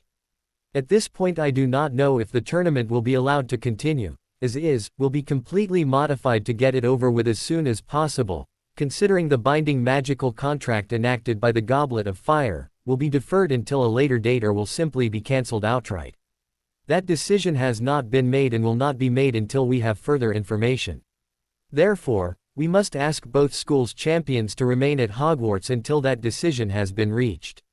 Accordingly, both schools' other guests are also welcome to remain." With what appeared to be a firm nod to himself, together with a clear relaxation of his shoulders of the stress he must have been under, Creston finally said, "That is all. Thank you," and stepped away from the podium. He returned to sit with the other adults at the head table. Of course, that now became the topic of discussion among the students. Hermione wanted to speak about it with Harry, but he wasn't interested. "But, Harry," she begged. "This is important." "I agree," he replied.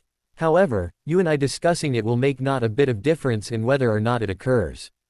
As such, I see it as a waste of time when I have other, more important, matters I need to deal with." "Like what?" she asked. Again, Harry could see she wasn't being nosy, just usually curious. So he didn't shut her down. "I have house business to discuss with Neville and quite a few other students who are heirs of other similar houses," he replied. "And, no, it's not business I'll be discussing with you. This is business of the houses of Potter and Black with their allies, and not for discussion by others not of those houses or allied houses." "Sorry." Again, Hermione seemed surprised by the answer and not a little disappointed. "This is yet another facet of the real Harry Potter, isn't it?" she asked. "Yes," he replied with a firm nod. "I am Harrison James Potter, Lord of the noble and most ancient House of Potter and named heir presumptive of the noble and most ancient House of Black. As such there are certain alliances and business dealings of both houses that are privy only to me, other heads, heirs or members of those houses and our allies. I simply cannot discuss much of any of it with you without each of their approvals." With another sigh of acceptance, she gave a nod and looked away. More and more it was becoming apparent her best friend, Harry, would be moving in wizarding social circles she, as a simple Muggleborn, would not be able to join. That then had her thinking how Lily Potter, another famous Muggleborn and the mother of her best friend, actually did move in those circles. And that was because she had married the head of one of those ancient families. Which then led her to a subject she had spent only a little time upon before. Was her future to be the next, as she'd once thought, Mrs. Potter, and now knew to be Lady Potter? Looking around the various tables and mentally going over plans on who he needed to speak to and in what order, Harry never noticed his best friend's face suddenly turn in embarrassment and look away, thinking about her future. After Harry assisted Neville in writing his letter to his Gran, the regent of the House of Longbottom, Harry then discussed with the other boy who else he needed to approach about not providing assistance to him when it was obvious he needed it right from the first day of first year. "I know you've spoken with Regent Bones, Harry," said the other boy, "but have you spoken with Susan, Heiress Bones, about her own lack of action? I mean, she's one of those who've been wearing one of those badges." Harry gave a bit of grunt and replied, "Not yet. She's also one of the ones who bad-mouthed me during that whole Heir of Slytherin thing in second year." "When she was 12, Harry," argued Neville. "Do you really want to hold her to blame for that? But, you're suggesting I hold her to blame for this year when she's 14. He argued right back. "Yes," Neville firmly and immediately replied. "At 12 we're still pre-teens and it's between 4 and 5 years before we take up our headships if our fathers are dead or, otherwise indisposed. At 14 it's half that. In a little over 2 years Susan will be the head of the House of Bones. I cannot see her aunt not educating her, as I was, in what would be required of her." Harry thought about that for a long moment before he asked, "Do I have a right to talk to her about it?" Confused, Neville asked back, "What do you mean?" "Well, I know the houses of Potter and Longbottom are in alliance, but I don't know about the rest." Neville looked in dawning shock and asked, "You really don't know, do you?" Harry frowned back and snapped, "I wouldn't have bloody asked if I didn't." A little sheepish Neville replied, "No, you wouldn't have." "Sorry," and sighed. "Then I shall explain." "Please," said Harry. "The Potter-Longbottom alliance is called that, but that's because our two families formed it and led it. It's also called that because our two families are the most powerful, as both houses are noble and most ancient. However, there are a number of lesser powerful houses who have joined in. Those are the noble and ancient houses of Pones, Greengrass, Macmillan, Marchbanks and Ogden, and the ancient houses of Abbott and Davis. There's more, but they're even further down than the ancient houses. The only ones who do not currently have a representative on the Wizengamot is Abbott and Davis. And I haven't included some even lesser families who have asked for membership, because they really don't bring much to the table. In Hogwarts, especially in our year, are the heirs and heiresses of most of those houses. They are Daphne Greengrass, Ernie Macmillan, Hannah Abbott, Sue Bones and Tracy Davis, not including you and me. The heirs for Marchbanks and Ogden are grown and already graduated. Does that help?" Harry thought about that for a few minutes before he asked, "And have you approached those other heirs and heiresses and asked why, for the past month, they've been hanging shit on me?" "They haven't, Harry," replied Neville. Sue and Hannah both did not know those disgusting badges would change to saying, "Potter stinks," when you came close to them, or on command from Malfoy. They both thought they were just supporting Cedric. As soon as both found out what those badges said in full, they immediately removed them. Neither Daphne nor Tracy wore them right from the start, because both thought them gauche. But it did take me a while to get Ernie to remove his.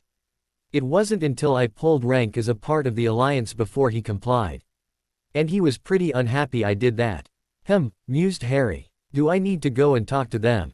"To Repri." Cutting him off, the other boy quite firmly replied, "Now that you've officially recognized the alliance, you definitely should, if for no other reason than to let them know you're now aware of it, at least. I also think you need to lay down the law with them all. That way, we're both now doing that. I still get treated like the supposed squib most thought I was. However, together, they'll have no choice but to knuckle under. The only reason you keep being referred to as a bloody squib is because you're using your father's wand." Harry snapped. "If you had a wand that was properly attuned to you, you wouldn't be having so many bloody problems." As Neville gaped back at him, Harry gave a nod and said, "Now that we've ridden your regent, we'll do just that, talk to the other heirs, I mean. Oh, and the issue with your wand is yet another thing that's annoying me about your grandmother. I take it she's the one who pretty much ordered you to use it." Neville, still a little stunned at Harry's remarks, simply nodded back wide-eyed. "Then, that will be fixed with all due haste," Harry growled. Harry was just going to approach each of the other heirs in the Potter-Longbottom alliance and demand their presence in a vacant classroom. However, Neville said it needed to be done the right way, and that was to send them each and all with a formal notice demanding their attendance at a specific time and place. So, now that the letter to Regent Longbottom had been sent using Hedwig, the two wrote the demand letters for Daphne Greengrass, Ernest Macmillan, Susan Bones, Hannah Abbott and Tracy Davis under their titles of heiress of. Each heir was required to meet the two of them in the antechamber off the entrance hall, where they'd all first congregated the night of their sorting. Because the mail was internal and he didn't want it delivered in the Great Hall by the owls anyway, nor wanted it to wait the full day, the others all received their summonses by House Elf Express. The meeting was set for that very afternoon, immediately prior to the evening meal. Harry also called on Dobby to provide a table with 7 chairs to be set up in the room just before the time of the meeting. And the 2 boys, plus Harry's Auror detail, were in the room and waiting as the first of the others arrived. Harry and Neville both remained in their seats with Harry's Auror detail standing up against the back wall and sufficiently well apart they could not be taken out by one curse or hex. The first in through the door was Ernie Macmillan, accompanied by both Sue Bones and Hannah Abbott. As soon as he stepped within, not even holding the door for the 2 ladies first, Macmillan snarled, "What the bloody hell do you think you're doing, Potter?" Ignoring the question, even the rudeness of it, Harry firmly ordered, "Take a seat, Macmillan." "But, before you do that," said Neville, "perhaps you should think about holding a chair for the ladies, first." Macmillan ignored the verbal jab and order and snapped back, "I don't have to do anything either of you tell me to." "Very well," said Harry, still with a calm voice but with his eyes reflecting his anger. "I shall be writing your lord immediately on the conclusion of this meeting and informing him that the House of Macmillan is hereby excommunicated from the Potter-Longbottom alliance due to his heir, you, being a rude and obnoxious self-grandising little prick to both Potter and Longbottom." Harry gave that a moment to sink in, before he then snapped, "Now, get out. This is a meeting of the heirs of the Potter-Longbottom alliance, who currently attend this school. And you no longer meet that condition." Macmillan stood there gaping back in horrified shock. You can't do that." Both Bones and Abbott, who were standing right behind Macmillan, were also staring back at Harry in shock. "I might only be 14 years old, Macmillan," growled Harry. "But, that does not mean I am not the head of the noble and most ancient House of Potter, and, as such, one of the 2 people who head this alliance. The other, Frank Longbottom, is currently indisposed, and as such cannot rule against me. Therefore, whatever decision I make regarding membership of the alliance is absolute. So, for the final time, get out. And don't let the door hit you on the ass on the way out. You are no longer welcome here." "You can't," Macmillan pleaded. "My grandfather will likely kill me if you do that. At the very least he'll disown me. Not my problem. You were given opportunity to rectify your behavior by Heir Longbottom, and failed to do so," Harry snapped before he barked, "Now, get out." Macmillan paused for all of 5 seconds while he and Harry stared at one another, before his face morphed from shock to an expression of combined anger and fear. Then he spun on his heel and stormed out the door just as Greengrass and Davis entered. He was even rude enough to knock Davis slightly aside as he exited. "What was that about?" asked Davis. "Because of the very recent rude behavior of Heir Macmillan towards Lord Potter and Heir Longbottom," explained a slightly odd Neville. "Harry, sorry, Lord Potter, head of the noble and most ancient House of Potter, just excommunicated House Macmillan from the alliance." Both Davis and Greengrass also gave expressions of surprise. However, Greengrass's expression, due to her clear use of occlumency, was little more than a cocked eyebrow. "On the conclusion of this meeting I'll be writing to Lord Macmillan, explaining precisely that," explained Harry.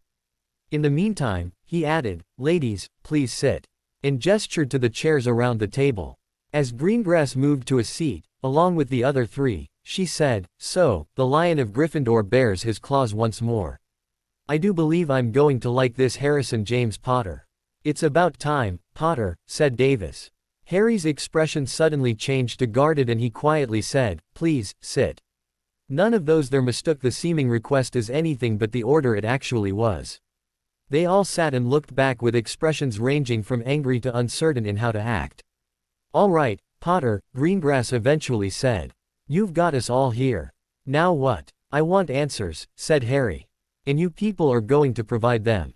Plus, be aware, if I believe you're quibbling, being untruthful or I simply do not like the answer I receive, getting your own houses kicked from the Alliance is the least of your worries. That had them all, except Neville, sit up straighter and focus. Neville knew he'd already passed this test. After speaking with the other heirs and getting the answers he wanted, though he was unhappy with many of them, Harry didn't declare any other house excommunicated or similar. Instead, he demanded of them all to recognize they had done him wrong. Then, once they'd formally recognized they had done him said wrong, demanded of them they inform their heads of how they provide unconditional support in his endeavors from that moment forward. However, he did declare that the House of Bones was going a long way towards providing that support through the actions of Regent Bones, Amelia, in her role as director of the DMLE. They each now had a far better understanding of just how badly they'd let down the House of Potter. And it was drummed into them they were not to allow it to happen ever again. It was just as they were about to break up when a house elf popped in, took one look at them all and popped out again. Fluxy. Neville quietly asked the space where the elf had stood for only a few seconds. Next thing they knew the door was flung open and in strode a quite irate Madame Augusta Longbottom, Neville's regent. Neville beeped, "Oh, Merlin. Mr. Potter," she practically snarled. "I want a word with you." She then looked to everyone else in the room and barked, "The rest of you can get out. Now. Freeze." Harry instantly barked right back, louder. That brought the other heirs, except Neville, to an immediately halt when they were practically jumping up ready to run out the door. Swiveling his gaze back on the Longbottom matriarch, he snarled, "How dare you? We are just finishing up with an important meeting that has taken me quite some time to organize.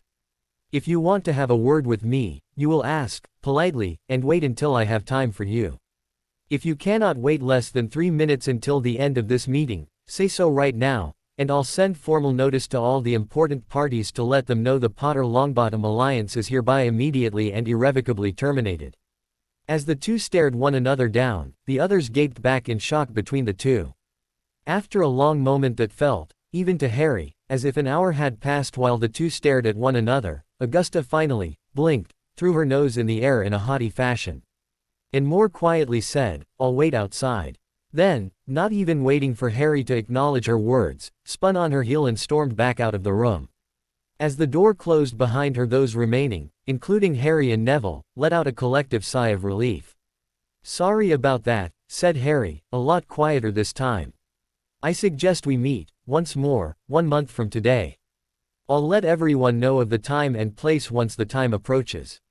As the others continued to pack away what few things they had out and began to leave in pairs, Neville was also about to leave when Harry motioned for him to stay. "You're going to need to remain, I think," said Harry. "I know your grandmother will probably not want you to, but I'm asking you to remain." Neville gave a slight shudder, but firmed up and nodded. To be continued. I hope you enjoyed this story. Also remember to subscribe and like this video. See you in the next video.